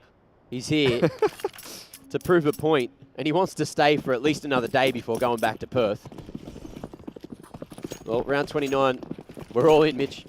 Limited util as well for Rooster. This is not what you want to be fighting for your tournament life with. Slow progression in towards ramp here from Rooster. Not going straight away, taking their time. They've been first picked almost every time they've tried to sneak up Scaff, so yeah. Make sure they work things a little bit more, wait for the CT util before they go. It's like Danger and ASAP, I think, over towards B trying to work a pick. Now the rest of Rooster grouping up with them. X still with a lot of util. Looks like it's going to be a bit more of a mid to B.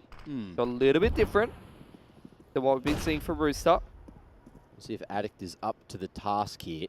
Look at this though, Vertex just took so much info at A, so much control. Yeah. They've cleared out all of Scaff. There's going to be the rotation across from Brace, probably. Making sure lane's fully clear, but in comes the push now. But mid in the open, TJ falls.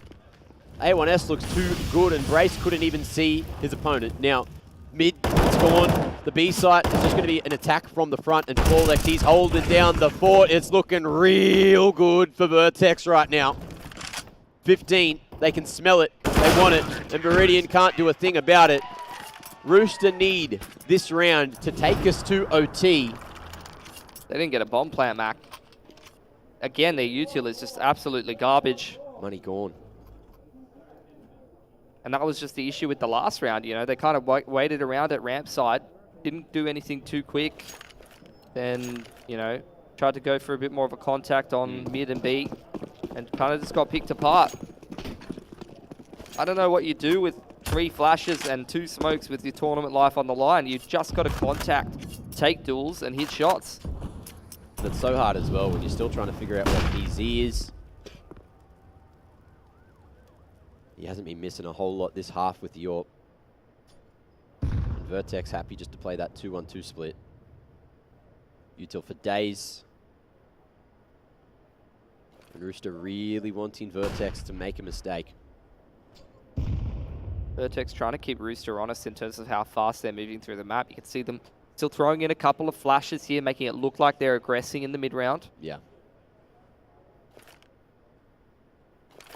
Minute mark. Rooster still with that util.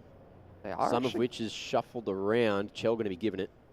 Rooster are actually going to make this look like they're taking ramp control here, I think. But look, Vertex is holding this util. There's so many mollies to play with. They start to sell the fake and start to draw those rotations back to A. But it's all a ruse. We'll see if Chell and TJ can continue to sell this one. Edging forward. Malta! Oh! Got a couple of bullets to the shin. He'll win for 1, but Chell is there to trade. Look at this. And has now drawn all the attention, drawn these rotations. Forlex. He's got full util here. But he can't be juggling nades when they're contacting into the site, Mac. And that is a travesty for Vertex, just maybe. Man down, and Chell, he's lurking, he's coming in on the flank. He'll be taken out by PZ, but Danger strikes from the front, needs to hold in this post plant. They finally got the bomb planted, but Meridian somehow, he's burnt to the molly, and we're down to a 2-on-2. ASAP, Danger, both have been performing today, and ASAP wants a little bit of revenge, but he's going to go out into the open. PZ strikes! And that's the bloody ball game, 16-14. After the defuse comes through, and Vertex are going to be going straight into the grand final as well. 2 zeros. You didn't expect it coming into today, but it's going to be an all Wolves, all doggy grand final. Yeah, credit to Rooster though. They played much better on Vertigo there. Like I said, I didn't expect them to bring it so hard on Vertigo after they've had a bit of a dry patch online on form in terms of that map. Yeah. So look, I think just a bit of a dry start into Dust. Vertigo, they definitely kind of rallied and they really did try to fight for that series, but massive comeback from Vertex unfortunately shuts them down. Big map from ASAP though. You said you wanted to see him perform. He went massive. Yeah, see him perform, we certainly did. Unfortunately, it just didn't get him across the line. Pieces didn't come together, you know, and Brace as well. Big spoiler there for Rooster, those kills through the smokes, the big plays, the big pushes, the big timings. And even just like, we saw so many kills just with utility coming out of Vertex in that second half. They were so good with their util usage. Yeah, they used their util like perfectly. It's kind of what won them that game, to be honest.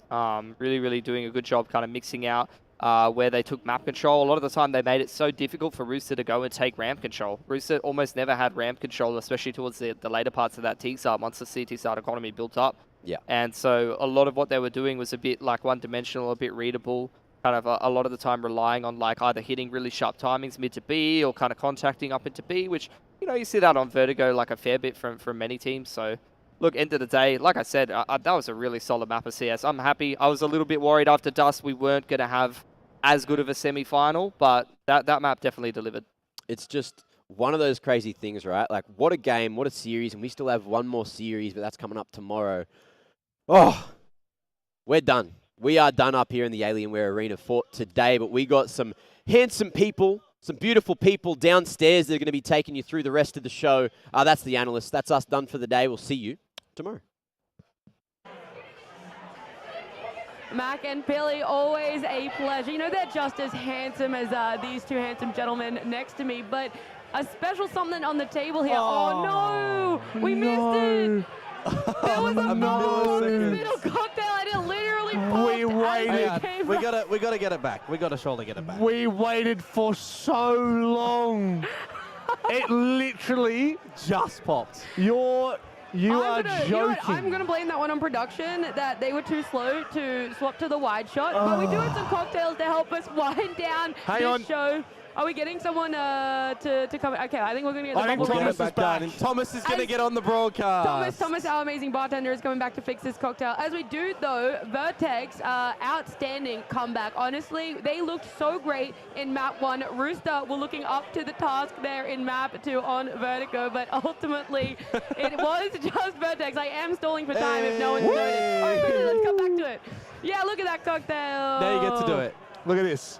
Look at this magisterial drink. Is that a word? It is now. I thought it was, but I don't think it is. I don't know if you're going for like royalty or like majestic or... It was a mixture. It was a mixture, but this is a beautiful concoction that you can grab down in the tavern. That's right. Fortress Melbourne offer some unbelievable cocktails. What do you remember what one yours is called? Boots Gamble. Yeah, nice. It is gin. There's a bit of lemon, bit of honey in it. It is primo. If you wait 2 seconds, come on, it's gonna pop again on you. Jesus. Hang on. Oh, everyone needs to help you pop it. Pop it. You want it popped? Do I pop it? Oh, hey, there we go. It's very nice. Very nice. What cocktail do you have on your side of that? I have Kadath's Dream, which is bourbon, mint, and blackberries. Yeah. You guys are shining outshining me right now because I don't remember what's in mine. All I know is it's called Vella's Venom. Maduri. It's got Maduri in it. Maduri, absinthe, and gin, I believe. Would you like your drink, fair lady? I didn't realize that's what was in it, but yes, I would love it. Well, chivalry really is not dead, I tell you that. Thank you, I appreciate it. Now, while I'm taking a sip of my cocktail, though, let's break down this Vertigo map between Rooster, Vertex, the CT side. Clearly, one of the strongest sides, especially here in Vertigo. Rooster looking absolutely fantastic on it, and Vertex eventually coming back. Yes. Yeah, pretty devastating for Rooster. I mean, what an effort. What a triumphant effort. But it is the issue. When you get on a bit of a steamroll, you can't slow down. And I tell you what, Vertex in that second half, I thought, oh, this is done. And then they just kicked into gear. I got to say, I was thoroughly impressed by the actual start of Rooster as well. 7 rounds unanswered on the CT side. You got a lot of diffusers in the mix as well, so it's not like Vertex weren't showing their capabilities of getting into these bomb sites. It was just being able to hold it down, because a lot of those times there were man advantages to come out from Rooster. And I got to say, the biggest difference for me going from map number 1 to map number 2 was actually the fact that Rooster were looking like they were playing like a team. There were no loose stragglers, there were no loose soldiers, everything was looking very cohesive. And then you come to the tail end and it kind of slowed down a little bit, and then they found their mojo again in the second half. But then the clutches that start to come through from Vertex, and I got to say, all of us screamed when ASAP lost that 1 versus 4. Oh my God. So rough. He absolutely popped off from Rooster, by the way. He was 28 kills and ADR of about 90, so he did a fantastic job there. Absolutely stepped up to the plate for Rooster. Like you said, they started off really strong. They were even kind of looking pretty good on the side, TC side as well. And Rob, I guess, was there any outstanding plays for you apart from the ASAP almost 1v5? Look, to be honest, I will be completely honest. I was only watching the very end of rounds, but Malta stepped up to the plate on a number of occasions. A couple of massive multi-frags. And for me, it was actually, like, overall, I was really impressed with Rooster's controlled aggression. I genuinely thought they were going to throw themselves under the bus, and instead, they started driving the bus. Just disappointing toward the end. That's all it is. Yeah, sometimes it is like that. I also, while these replays are happening, we've had a very nice little swap out. Komodo's jumped out for us, which meant we've been able to bring a player on. And Brace, we're watching these replays here of that map, Vertigo. You guys had just played it. First of all, welcome. Hello. Congratulations. And how are you feeling now, especially off a comeback like that in Vertigo? Oh, honestly, that was a pretty dicey game towards the end. Both games had such big leads, so there was good resilience for everyone to come back. But yeah, that one was way too close. As in-game leader, how is that managing the energy levels for the team, the communications? Are you guys a little bit all over the place or very still reserved? I think when it was like, when we're just losing rounds, we kind of went like a little bit quiet when we lost like first 2, just because we felt like we should have like won the rounds. But after that, like, we kind of got a bit loud because they were getting loud, so we had to yell back at them. So especially Liam, he just started screaming at them, and that kind of hyped everyone up. Oh, Malta. He's good for something, isn't he? Yeah. I got to ask you, like, playing LAN, playing in the arena, you know, the first domestic LAN, what's it feel like to be back with, you know, the Australian teams, all right? Yeah, no, honestly, it's pretty cool. Like, before this, we only got good like during COVID, so we've never played any events. So we played like in Sweden like earlier this year, and then like these 2 weeks where we played Melbourne, and this has been super. It's very different to playing online, you know. It's pretty fun, like being able to like meet people you're playing and everyone in the scene. So it's really nice. Are you guys going to be doing anything after this win, or is it just kind of going back, preparing for the grand finals tomorrow? I'm not sure. We might have a nice team dinner, but we'll put a bit of prep in for the Greyhound game, I think. Yeah. How do you feel going into that? That's a huge matchup. Yeah, it is a huge matchup. They've got like a pretty decent track record in Australia at the moment. But honestly, it's single Ely himself. There's a time to upset them. It's now. Book yourself to a Blast Showdown. Yeah, I think honestly anything's possible if we tighten up like a couple of our T rounds. We just need to be really composed. Because we know how to do things properly, we just don't do it sometimes. So I think that's the biggest thing for us. I mean, individually, they kind of, when they play against us, they push like AUCS to the max. It's kind of like playing like a glorified pug, but that's okay. if we can stop that and get them into playing actual Counter-Strike, we have a bit of a better chance. So what you're telling me is you're not going out for drinks tonight with them? Is that? We tried that before. Yeah, it didn't work, eh? We got 7 rounds in a best of 3. Because my theory was, they're better than us. If we go out, we get each other drunk. If I'm hungover, it's worth like 2 of them being hungover. It's not. It did not work that way. Maybe you can get 3 of them tonight, though. If I get 3 of them, honestly, gotta weigh it up. We'll consider it. Yeah. What are the expectations for you guys? Obviously, you definitely want to come away with the win tomorrow, but where are those expectations sitting at? Would love to get a win. Honestly, we just want to play like the CS we know we can play, and then just like see how good we are. Because obviously, we're kind of like trialing Marvin at the moment, our new 5th. He's never really played Comp CS, so seeing like if we can like play our A game where that matches up, it's like a really good test for him, especially. And for us, honestly, we'd love to win, but our preparation hasn't been like insane. That's actually the #1 question I think I've seen in Twitter, Discords, in the arena. Oh, he's going to do it. Is he going to stay? What is going? Is Vorlex? Is he locked in? You gotta give us something here. Hey, we'll see. Like if we win tomorrow, his odds go up quite a lot. You know, if he brings us overseas, quite a lot. But yeah, it really depends. Like. There's a lot of great players looking for teams right now, and he's an insane player for never playing with anyone. Yeah. Honestly, it's like one of the most exciting prospects. I'm insane. We're the first people to try him. But yeah. There's just Mac having a laugh in the background. But you know, for the Vertex fans out there, is there anything that you want to say to them very quickly before we say goodbye to you? Yeah, just thank you to all the fans for coming out and watching. Everyone in the Twitch chats and all stuff. and all that stuff. Like, we really appreciate it. So thank you very much. Oh, well, thank you so much, Brace, for joining us. Yeah, much more wholesome than when we had Inson. But Brace, thank you so much for joining us. We appreciate it. See you later. We're going to get Komodo back on the couch, and while we are, we're going to have a look at this bracket, how this weekend has played out. It was Greyhound Encore, with Greyhound taking it 2-0. Leaving Encore, unfortunately, knocked out. And our second best of three was Vertex up against Rooster. And despite Rooster putting up a fantastic showing, especially there on Vertigo recently, it just wasn't enough. They also get 2-0'd by Vertex, which means it is going to be Greyhound and Vertex in the grand final tomorrow. Rob, Komodo. How are you feeling and expecting for that one? I think if you're thinking about it, both first seeds to come out of last weekend as well, it makes sense that they would get into it. I think for Encore, you know, had they beat Vertex, they would probably find themselves in this situation. So a bit to work on for future events. But I think from the comeback and the resilience that we saw for Vertex throughout the course of that series, I think it should shape up to be a pretty good grand final. I do want to do a correction. I do believe that graphic is wrong, though. It is not an 8 p.m. grand final. It is a 6:30, 6:15, 6:30. 6:30, 6:15, 6:30. Well, you know what? Tune in to 6:15 and you'll see a lot of fun. Yes. A lot of fun. Or you could just come down here to Fortress Even better. and enjoy the time, the moments spent with all the other CS lovers. !LAN in chat if you guys do want to pick up some tickets. Come say hello. Yeah, you can have a cocktail with us. I will shout the first person to come up and say hi to me that I don't know personally Oh, wow. at Fortress. I will shout you guys cocktail.